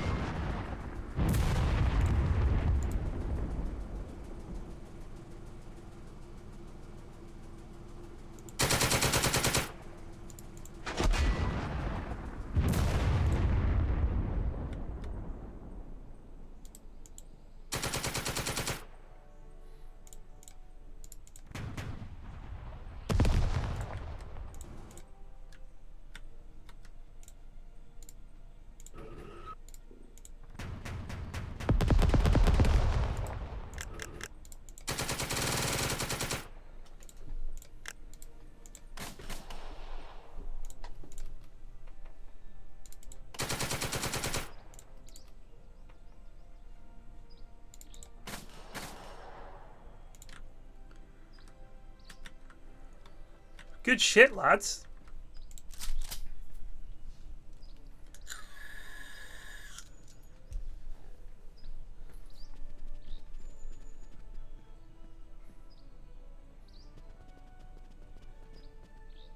Oh, I think the troops bailed out of the Blitz truck. All right, so we routed the troops in the truck, but not the truck. That's good.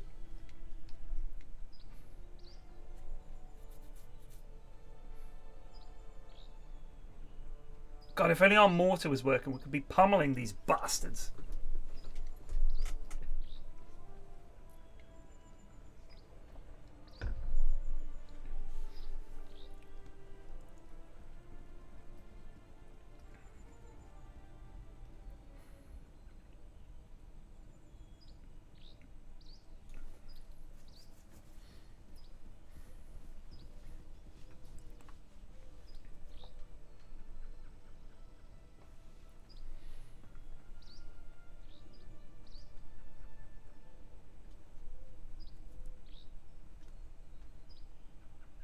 We've got 5 turns to get in here. We've got the lads. We just need to...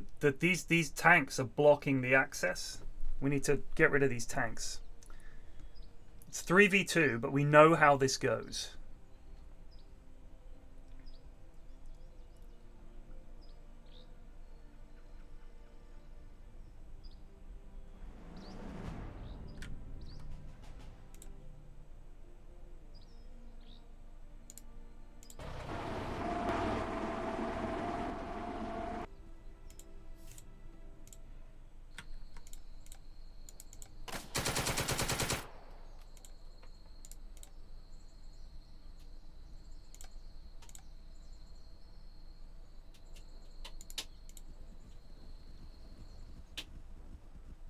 Here it comes.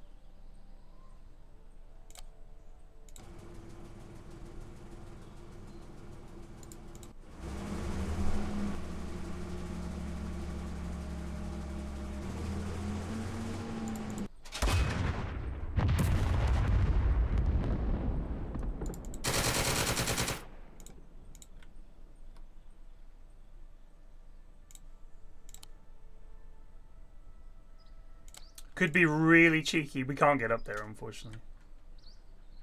We could go here, though.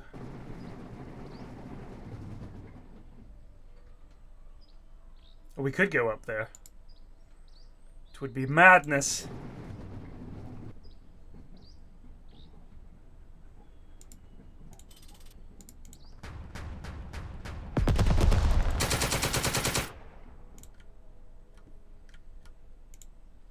Do we just drive these lads over here? Probably best not.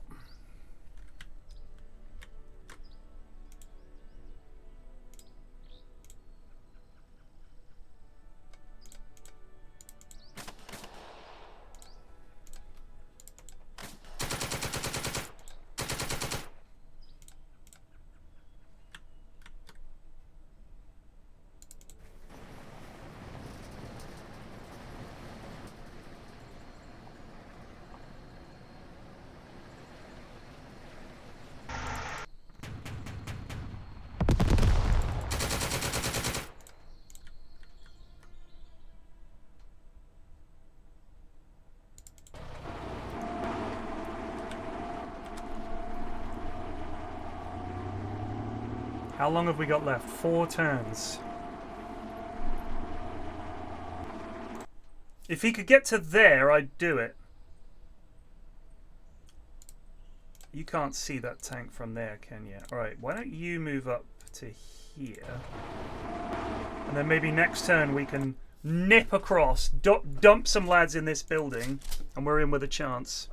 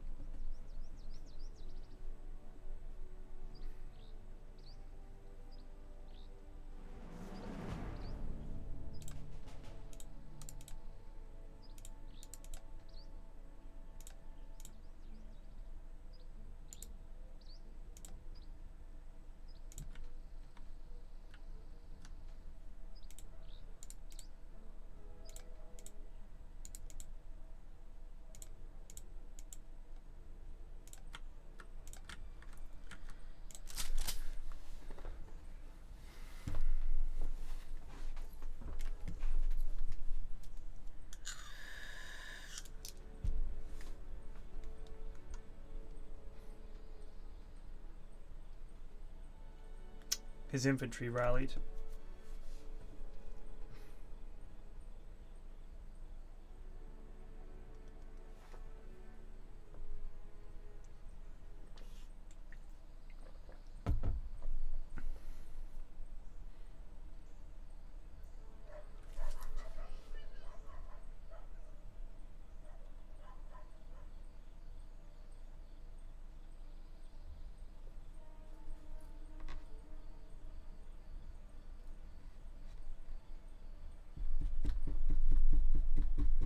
Jerry's turn. Hopefully he'll try and move these tanks. Kind of need him to. I mean, that's the perfect spot for them, because it stops me crossing to the town.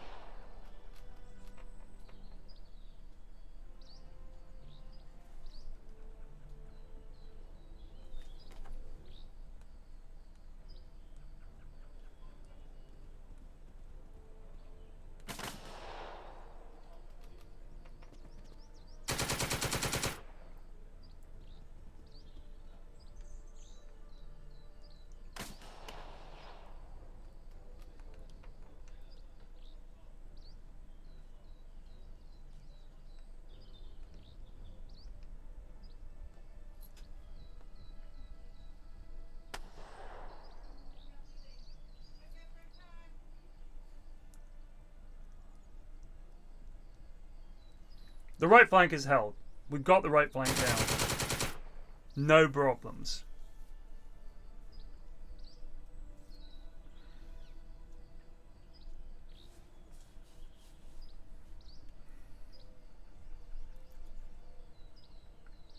Where are you going, son? Don't know where truck number 2, tank number 2 is going. He's going over there. Does he get a shot on my lad? He does. Please God.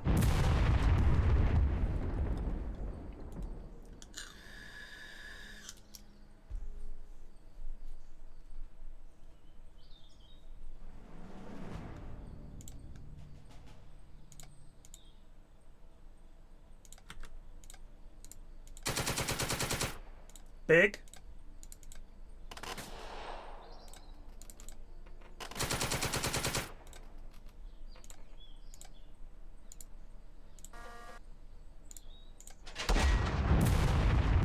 Very big.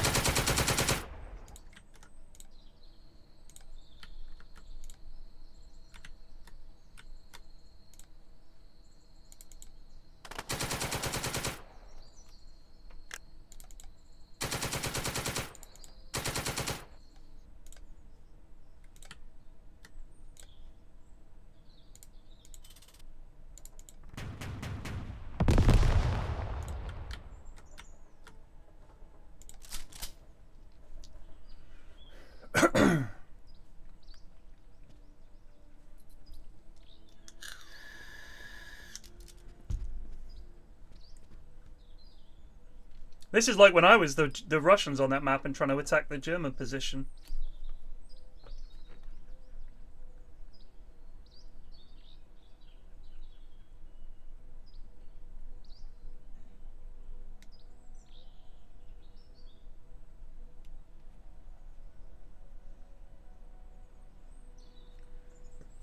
We've got to get this, and then we can just flood our troops into the town.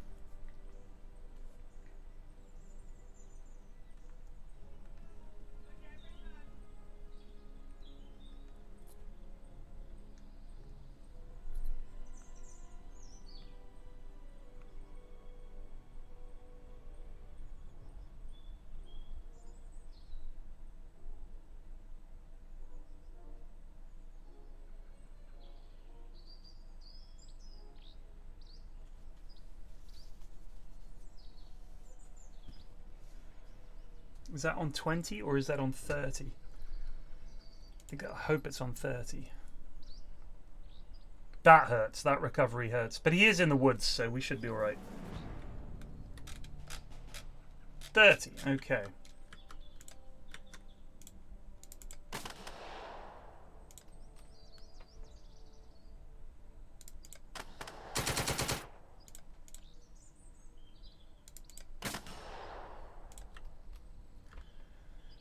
Okay.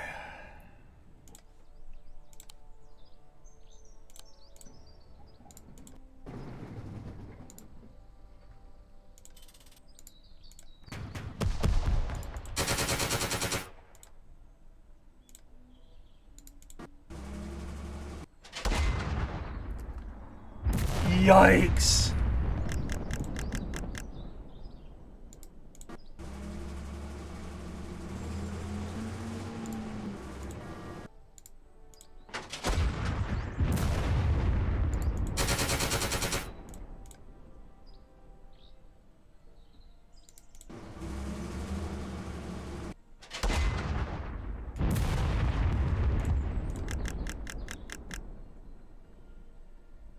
Right, lads, we're just going for it.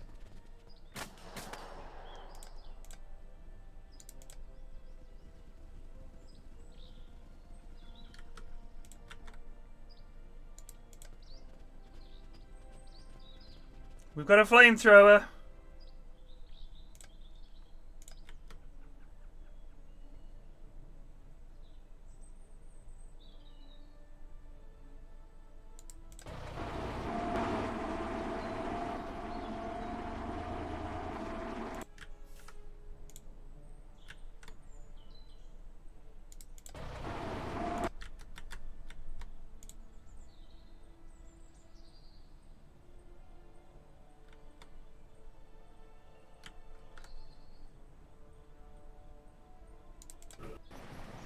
Go on, my brave M8. No, he doesn't get another shot.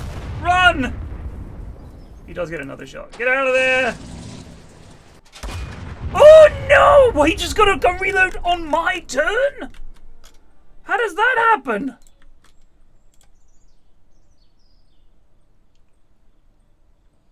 Here, lads, I'll give him someone else to shoot at. Here we go.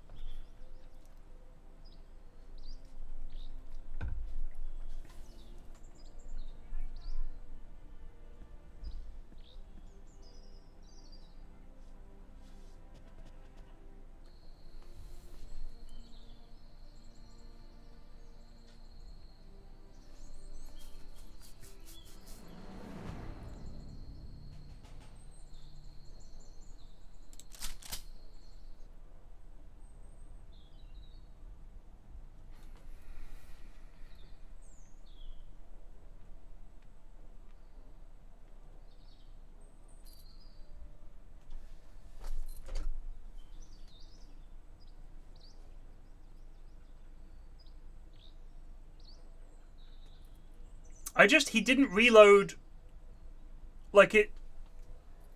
He had the reaction fire, missed, and I thought, cool. Now we can push out with our other tank. But then it didn't show gun reloaded at the end of that snapshot. So then I'm moving out and he goes, oh, by the way, gun reloaded. So what the...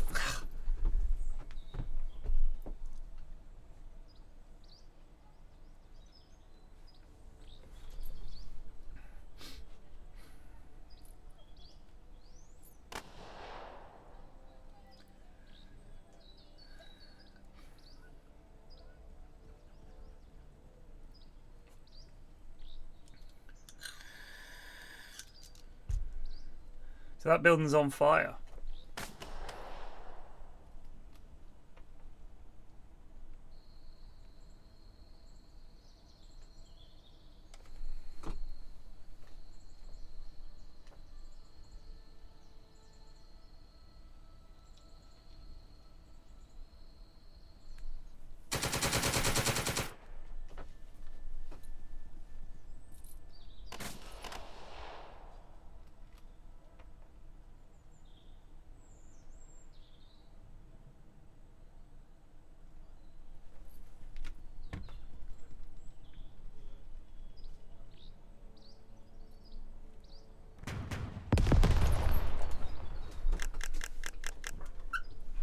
Big. Shot him up, that took us. God, if only that could have happened sooner.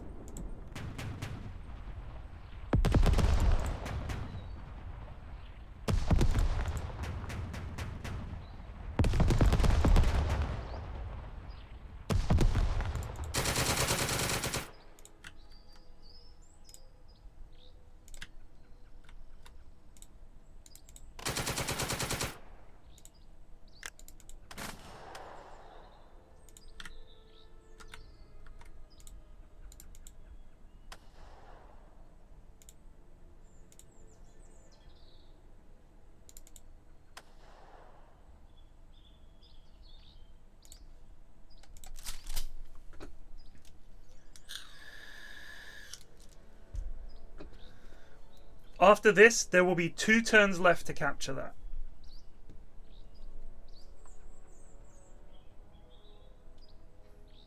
Some people were complaining that on the route phase,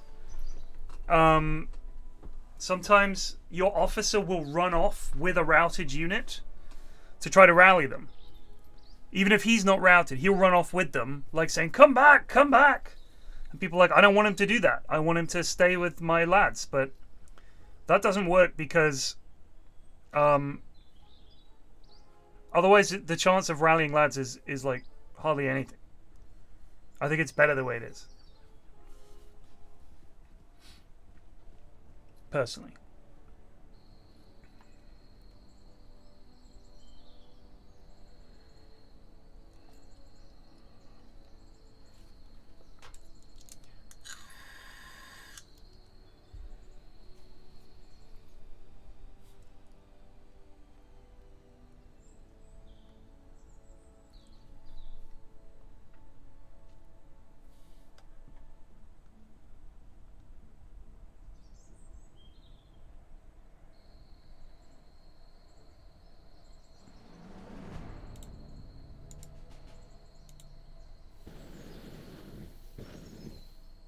Oh, that's panicked him.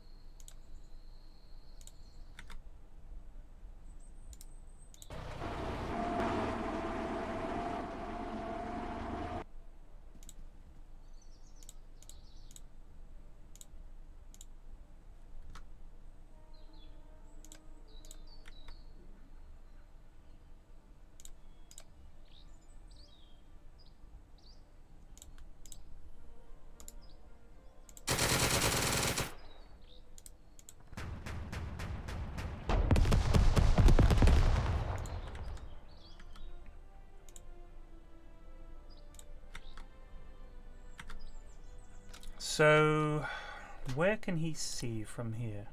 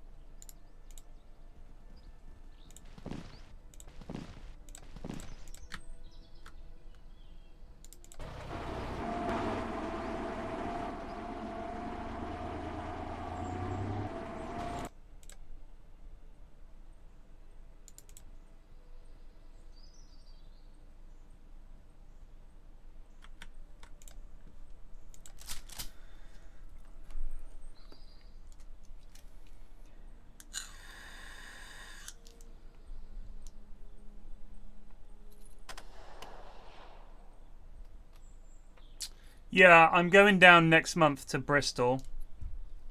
I have asked the lads to give me an idea of dates.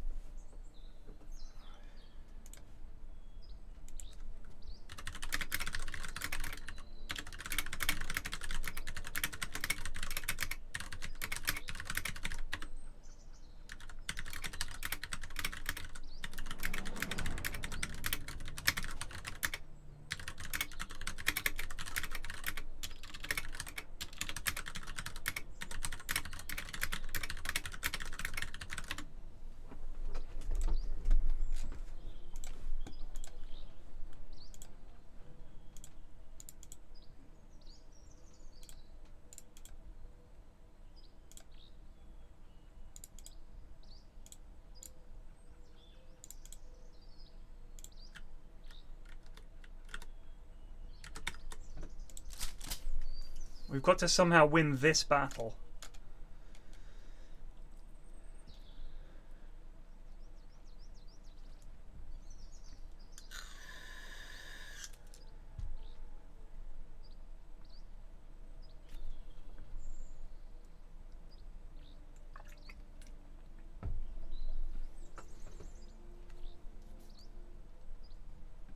So, you know, what I want to know is, us not capturing this, but keeping the other one, that's worth 100 victory points.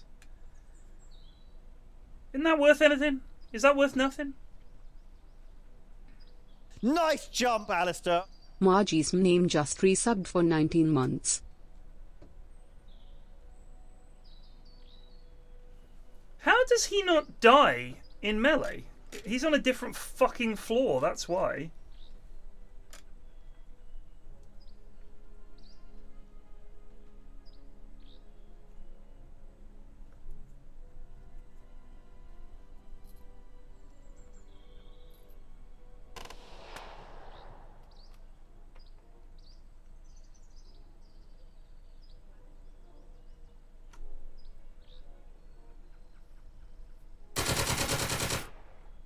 These lads in the open are apparently unkillable. Look at this! How are they doing this? Guys, two tanks and a bunch of lads shoot at them and they're just like, no problems here.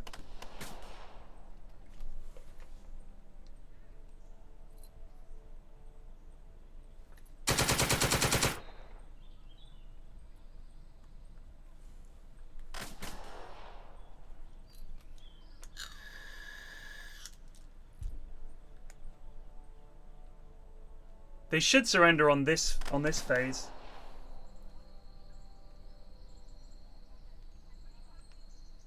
Because they have to rout and there's nowhere to go, right? So we'll see what happens. He's making a fucking play for it now. Here's his fucking truck.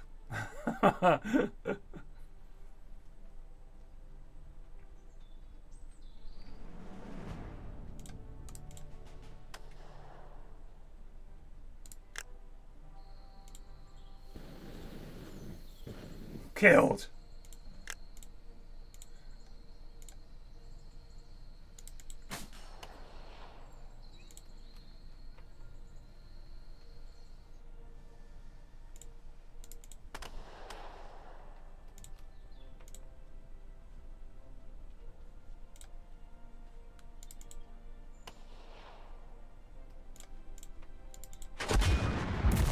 Yeah, that's huge.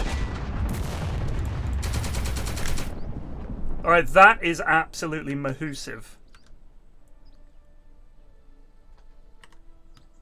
That might mean we can win this.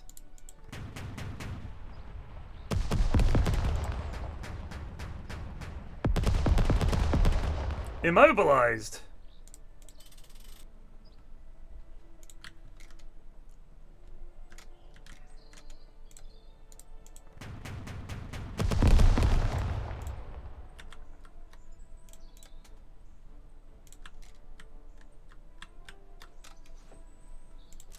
Now they all have to leave, and we can walk into the. We can walk into the point.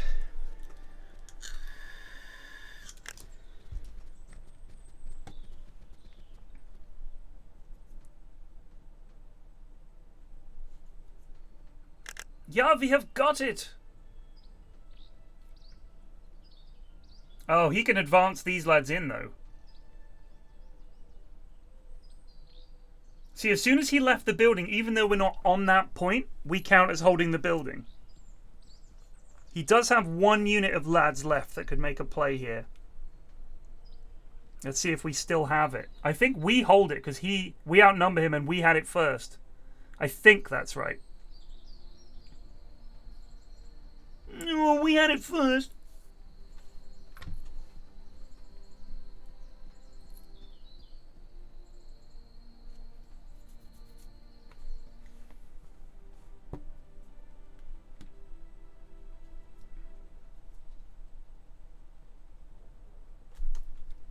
Victoire!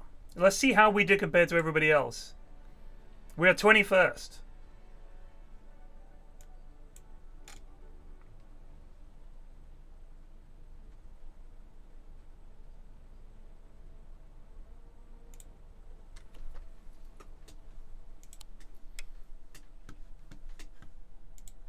So there we go. that is that game.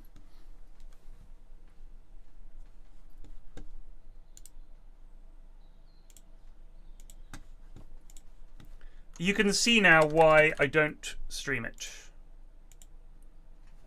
I hope you guys can see why I do not stream that game.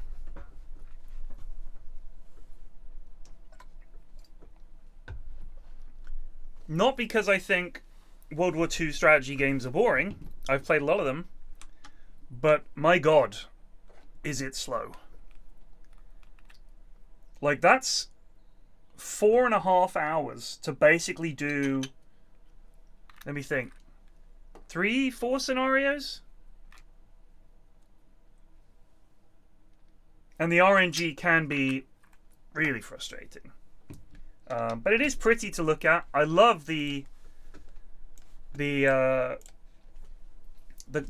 strategy of it. The AI is good. Like, I'm really hopeful for it.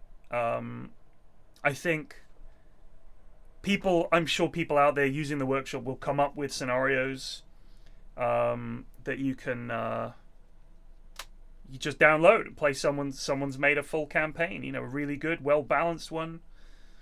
That would be Pog.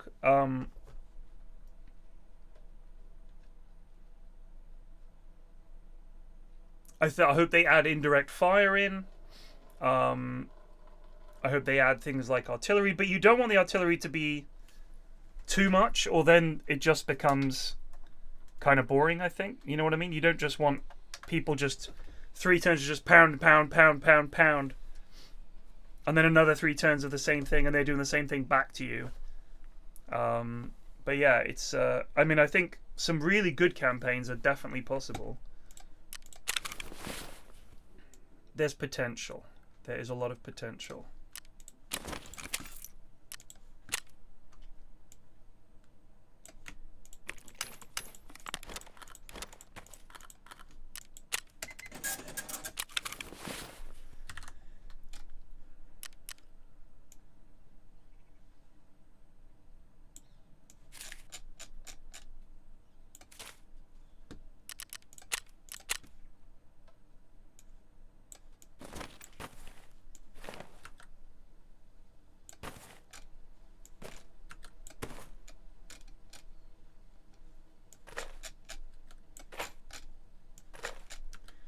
There's a TikToker I watch. He's a chef, and it's just him watching people's dog shit TikToks where they do cooking and losing his mind. It's very good. It's like, all right, let's take a look at this one, and it's, I don't know why people insist on thinking they can cook when they clearly can't, but some of it is just the most horrific thing I've ever seen presented as food.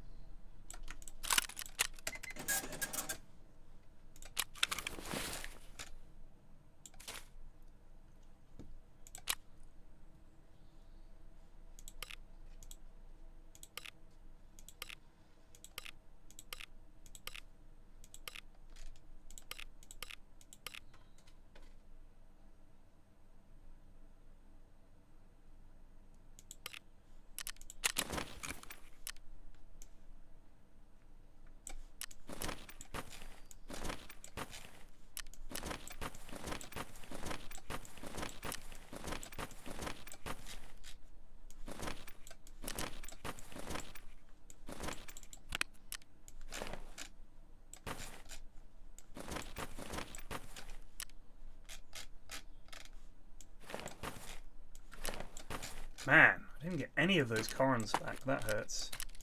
I mean, any of my guns back. Oi, oi, oi.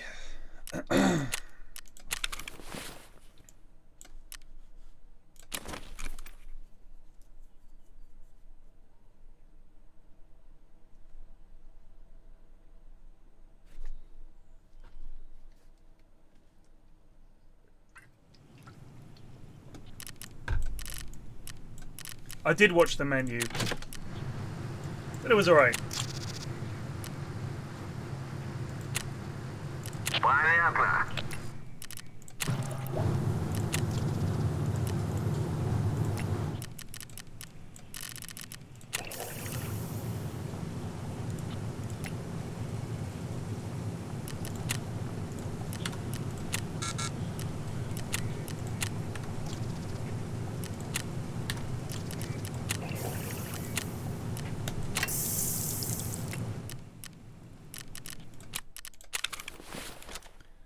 It was a bit silly, wasn't it? In all honesty.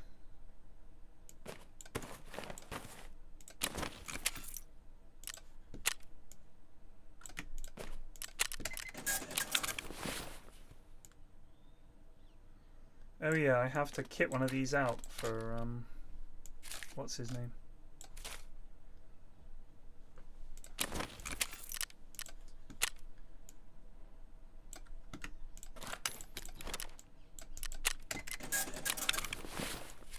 I just felt like yeah,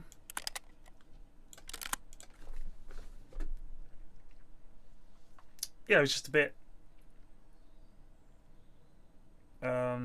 bit daft, I suppose, is how I'd put it.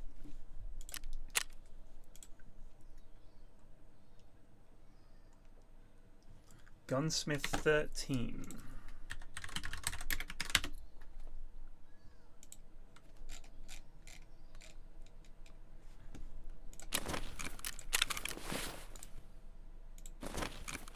So we want the DT hybrid.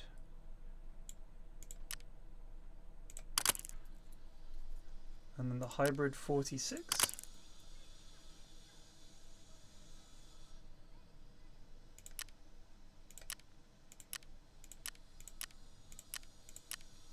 The ROG 4-inch rail with a mod 3. Then the Lobayev 30mm.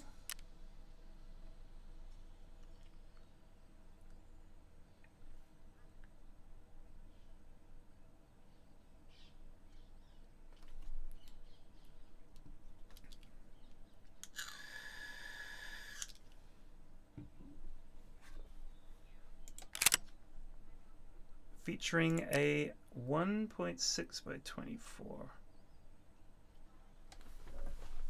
The EOTech Voodoo.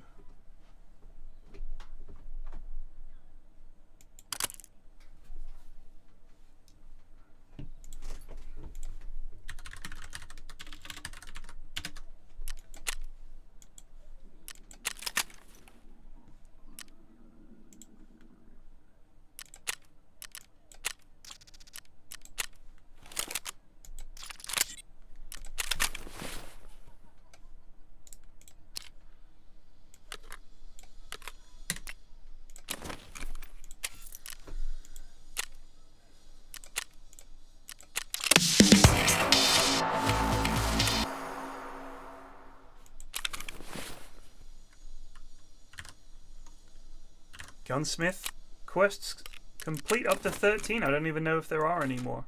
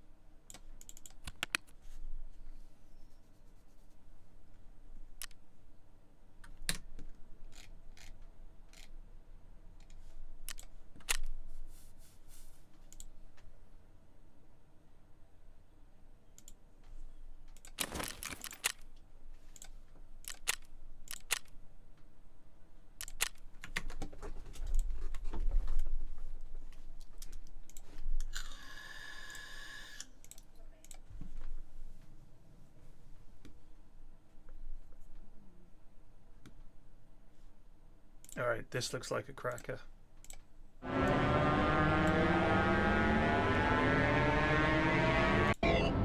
We're discussing Satanism and the occult this morning and some of the dangers that are lurking about. And with me in the studio is the Dark Lord Blood, who is a 7th-generation satanic worshiper. I mean, are all your friends Satanists?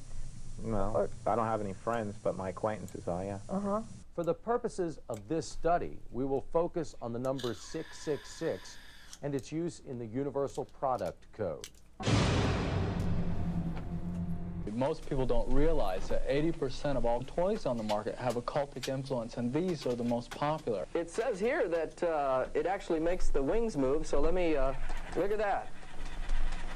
Isn't that amazing? And do you remember those verses in the book of Revelation about the flying beast with the riders on them? This could actually be taken from Revelations. Sure, it looks like it. I dealt with a boy, to abbreviate it, who wanted to kill me. The name of the demon that was inside the young man was named Azrael. I later found out that Azrael was Lucifer's personal death angel. Wow. Fancy that.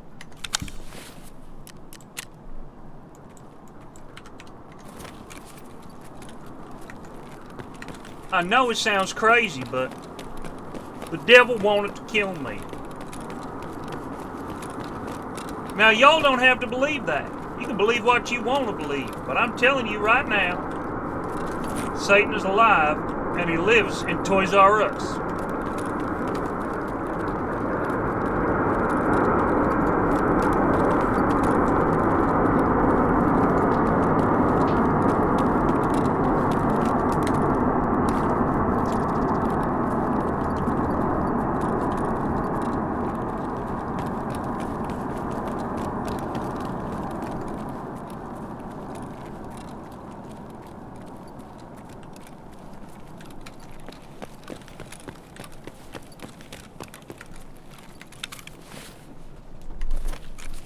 In fact, if you rearrange letters in Toys R Us, you get Berserkjäger, which kind of sounds like a demon's name, don't it?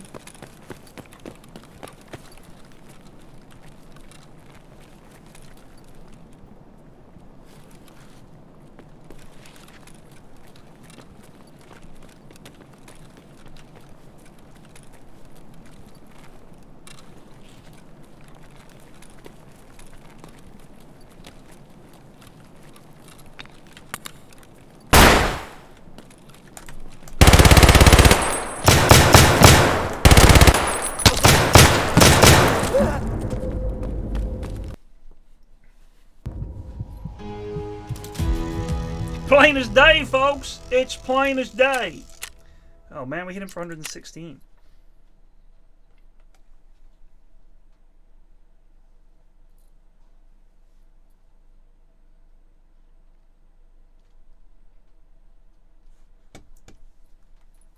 Now listen, I had a boy in here the other week. He said he was possessed by the devil. I said, Nice boy, jump, Alistair. which devil you Pixelated possessed by? Swordsman just resubbed for 9 He months. said Satan. Oof. It's that simple, folks. Satan was in this boy. I have no reason to deny or dispute that fact. That boy was possessed by the devil, and I know it because he played with a He-Man. What does the Bible say about He-Man? It says the man he faces. It sounds like Satan to me. Sounds like the devil to me. I can't abide Satanism, and I do hate demons. It just ain't American.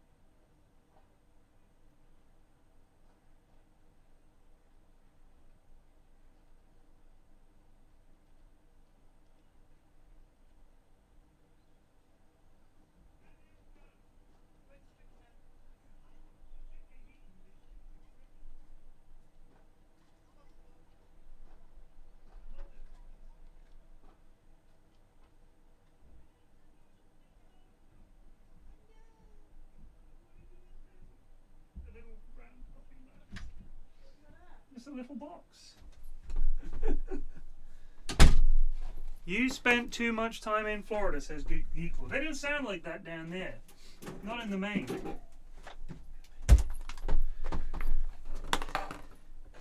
Because most of the people who live on the coast in Florida aren't actually from Florida.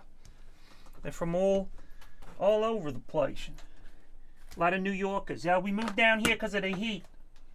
It's too cold in New York. I can't stand it. I can't stand it.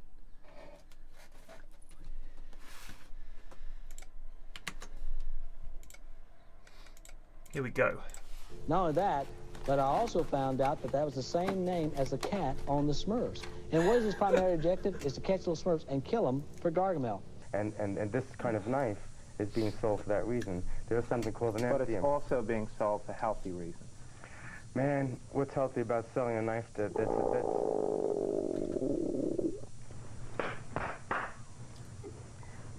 Vicky. Snake Mountain. It's got an interesting little feature here. I'm going to turn it on. What did I just say? I said they were going to come after He-Man. It can actually transform your voice from your regular voice to that of an occultic hero. Is that correct? So let's get a Skeletor type of voice. Let me turn this on here. I think I'm getting it too loud. Skeletor, the master of the universe. I had that. I had that toy. Probably why I'm a Satanist.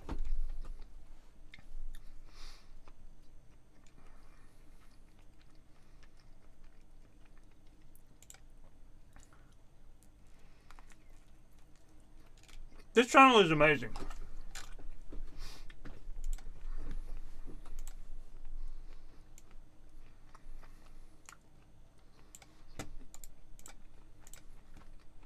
Oh, I don't want to watch the vid.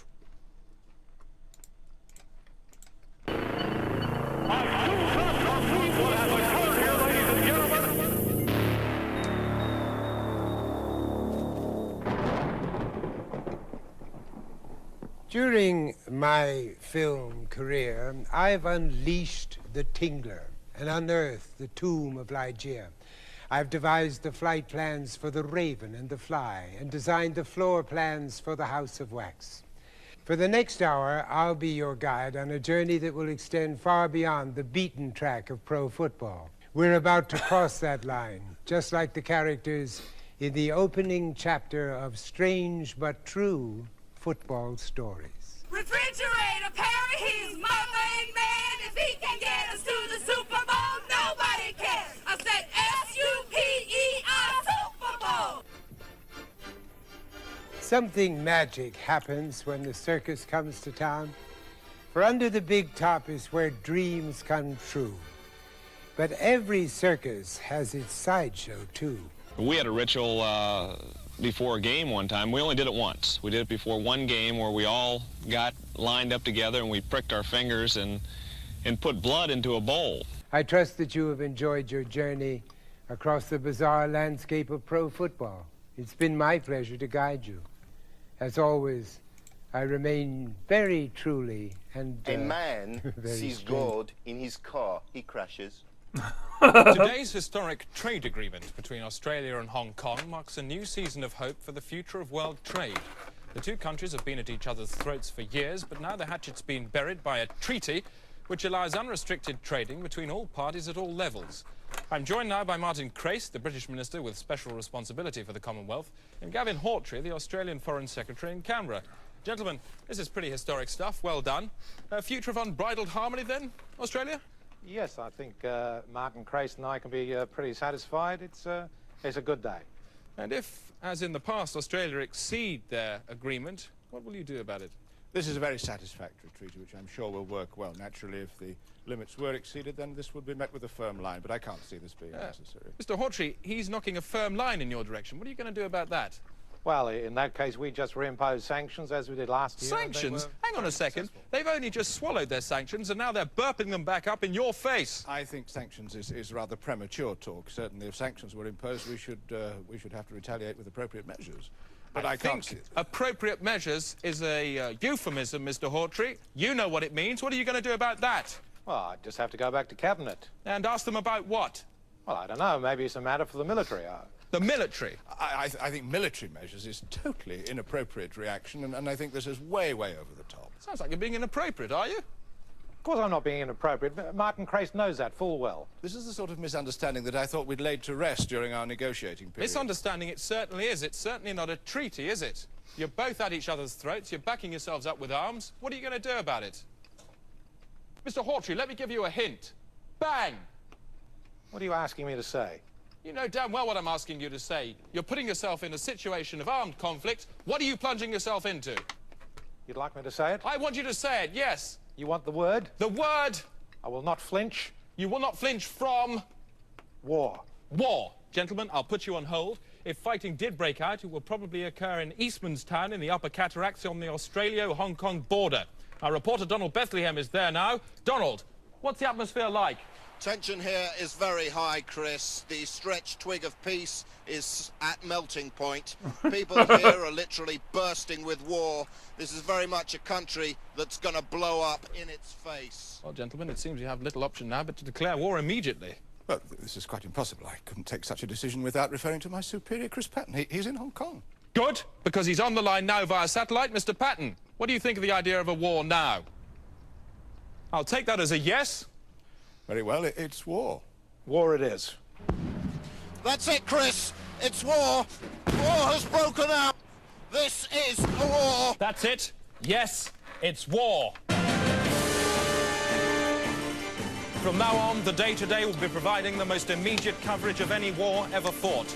On the front line and in your face, Donald Bethlehem. Standing by, Douglas Hurd. The Day-to-Day smart bombs have nose-mounted cameras. This is Smart Bomb Stephen, and that is Susanna Gekkelois. I'll be reporting from inside the fight. Like some crazy Trojan. And keeping an eye on everything that's going on out there at the Day-to-Day news pipe, Douglas Trox. Chris. But first, the weather from Sylvester Stewart. And now the weather, starting in the southeast, where the sun should plop through after a dull start, a bit like having your hand sewn back on after a farming accident. Let's revolve the weather collar now 70 degrees to the Midlands, where I was first bereaved. And there'll be a large cack of heavy cloud covering the area, but it should stay dry enough for you to dance outside until our Lord Beelzebub calls upon us. Now, if we rotate the throat circle back... A classic.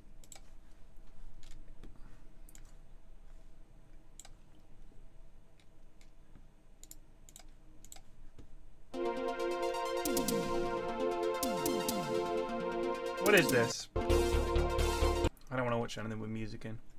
Beaver Felton.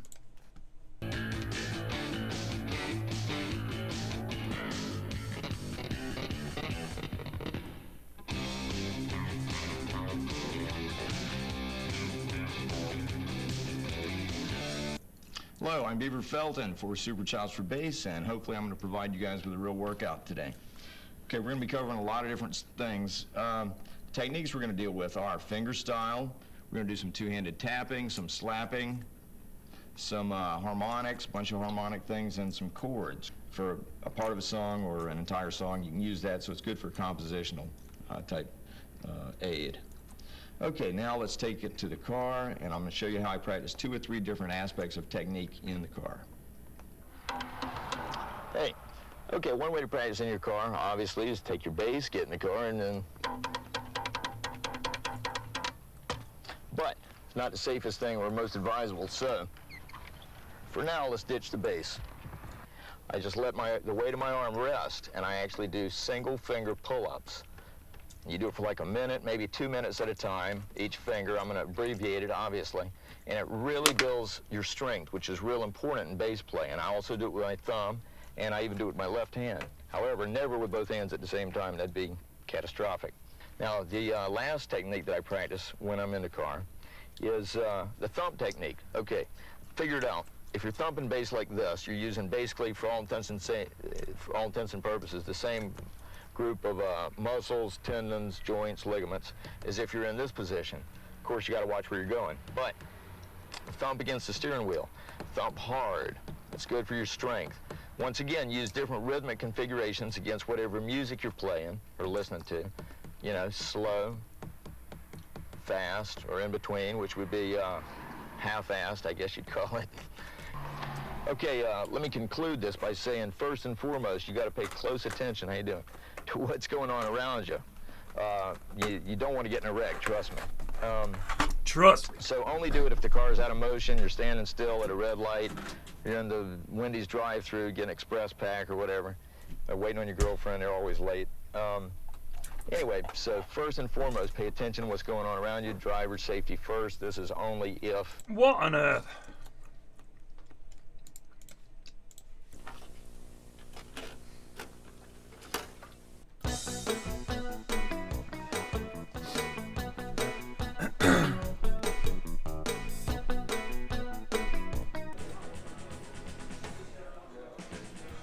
Look at that, it's poo. Really? Is that poop? Us doctors call it stool. Not this stool, this stool. But it's okay if you call it poop. I'll know what you're talking about. We need to be scientifically precise. Not stool, feces. Doo-doo, that's what we call it at home. Duty! I prefer number 2. That's more discreet. Come on now. It's just fecal matter. Tell it like it is. It's taking a dump. You mean having a bowel movement? We all do it. Oh, come on, let's just go ahead and call it. Hey, hey, hey, we cannot say that. One thing I'm definitely sure of, accidents really stink.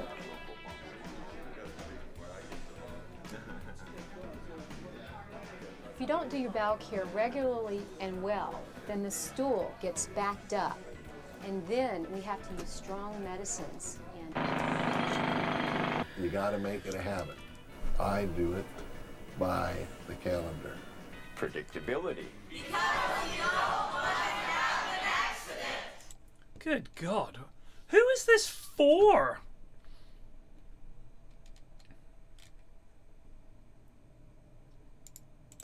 Mom on the run.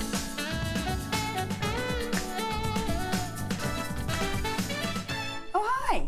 How are you? No, please, please do not get up. In fact, I insist you watch this exercise video sitting down. Really, pour yourself a cup of coffee and get really comfortable. I'm going to. See, I came comfortably, and of course, due to the fact that this is showbiz, got a little decked out for you today. What the heck happened to my life? What the heck happened to my body? Oh, you too. I'll tell you, this gravity thing is no joke. Don't I look angelic here? Aren't I having fun here? Smile, Debbie. Now, you're really tempted to look at yourself in the mirror here. But don't. You can't. Don't look. You don't think that skirt ever fit me before this video, do you? I couldn't even tuck in my shirt before this video. How do you like those fake nails, girls? I hate my feet, by the way. Check out the corns. This is how the women used to wash their clothes in the old days. And the river? Lucky you. Don't have to do this anymore. Too bad you couldn't really read like this, huh? I just want to know, someone has made these, right?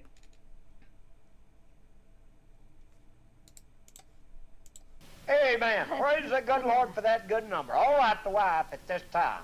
Truly, Jesus is the best friend. Sure he is. And I'd like for all of you that knows the Lord to join us in prayer that the Lord might bless somebody that's on the line today. Amen. Well, he's close by, children. Look up. Put your trust in it, because he cares. All wise and almighty God, in the name of Jesus, as we bow in your presence, Lord, in the studio, just as humble as we know how. Many homes tore up on the count of sin. I pray that you'll be every one of them, Lord. Bless and heal and save, Lord. We ask in your name. Amen. Thank the Lord. Amen and amen. Bless the Lord. And God bless it to your heart as the good singers come back around it. Why does he get to sit behind a judge's panel and she just has to sit here being sad? Time.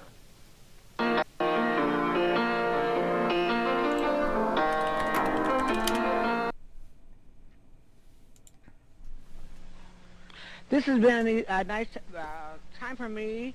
This year I have made 55 years teaching in this town. And for the students on this show tonight, go to the First United Methodist Church. That includes me. I go to First United Methodist Church. Reverend Jones, Bill Jones, opened our show last time, This is and a classic. he's not here tonight. So John Baker's here, Bob Spencer, Michelle Casey, and I all go to First United Methodist Church. So John is going to sing a song that's very popular nowadays, and it's Christ the Lord is risen today, and he's going to do Amora too, okay? My name is John Dacre. Lord is risen today, hallelujah. Sons of men and angels say, hallelujah. To your voice in triumph's high, hallelujah. Sing to your voice in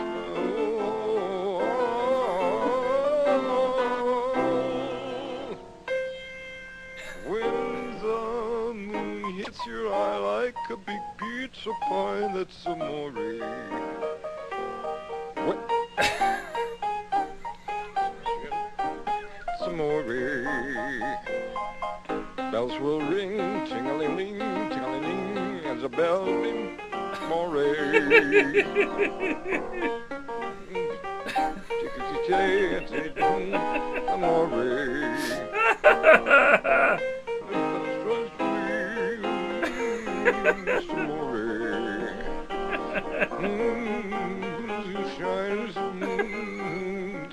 You're in love when you know that you feel some more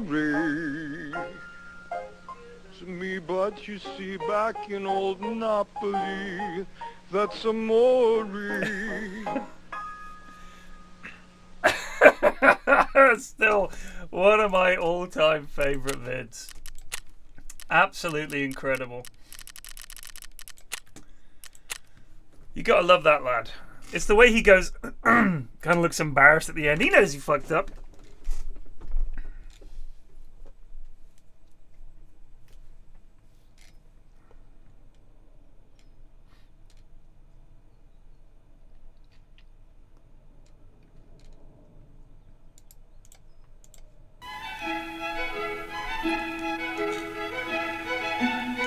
There's boneless ham, and there's ready-to-eat ham, and there's tavern hams, all kinds of hams. There are even hams that aren't hams at all. This is the traditional country ham. Country ham. Country ham's country ham. When you're carving a country ham, the ham bone, Smithfield ham, the ham. Country ham, the granddaddy of all hams. We started this segment talking about how to carve a country ham. I thought we'd end by talking about city hams, what I call city hams, these boneless hams. Really a very nice ham. Ham of ham. City ham. They don't have quite as much character, as far as I'm concerned, as a good old country ham. There you have it, on carving ham. Carving ham. You need a vid to explain how to... And then that wouldn't have been online. That would have been a VHS tape that you would have had to purchase.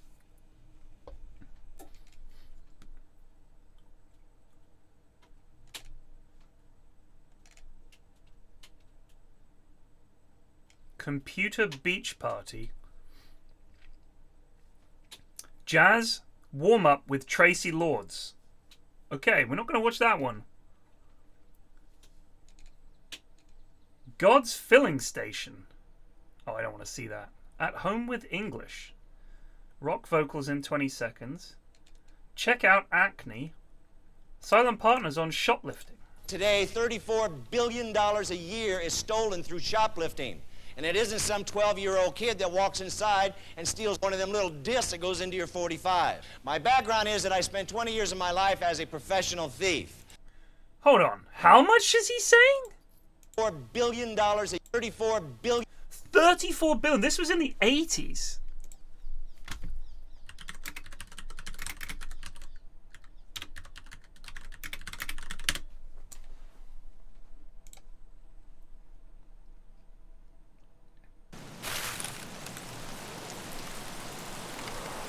Unless it was way worse. There's no way that's true. Nowadays, it's 15 to 20.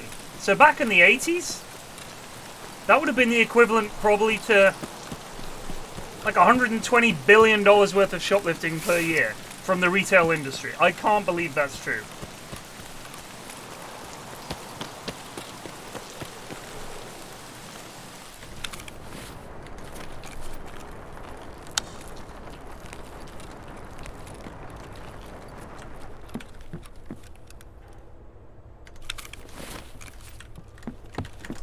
Oh, hello.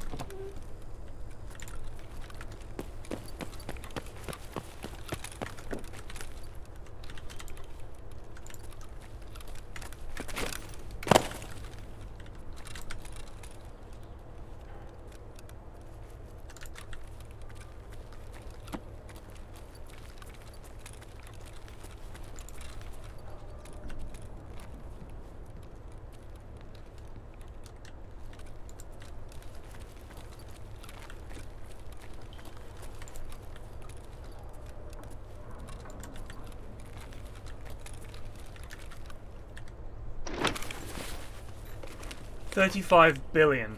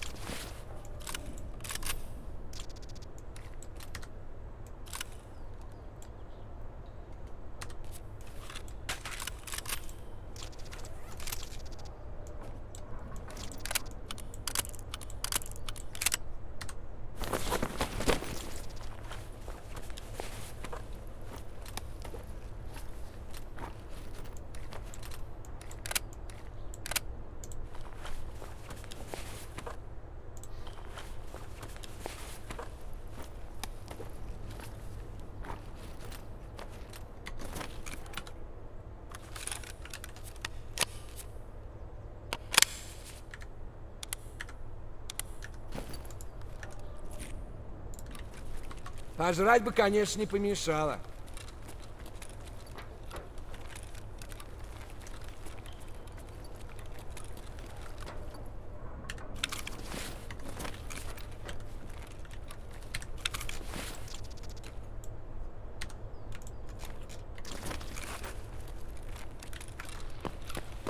Чё тут кто? Нет кого, чё?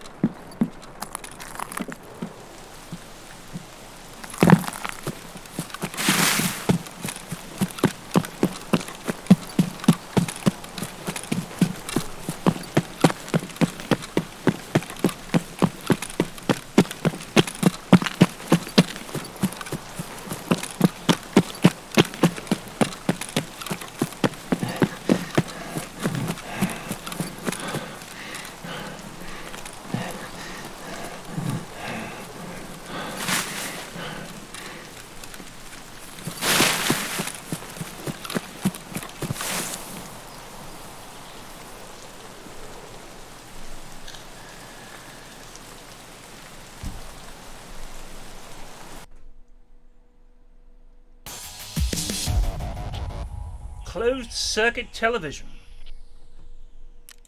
I remember as a kid being absolutely astonished by the movie Octopussy, for the main reason that there are other 00s? Like, I couldn't believe it. I was like, oh my god.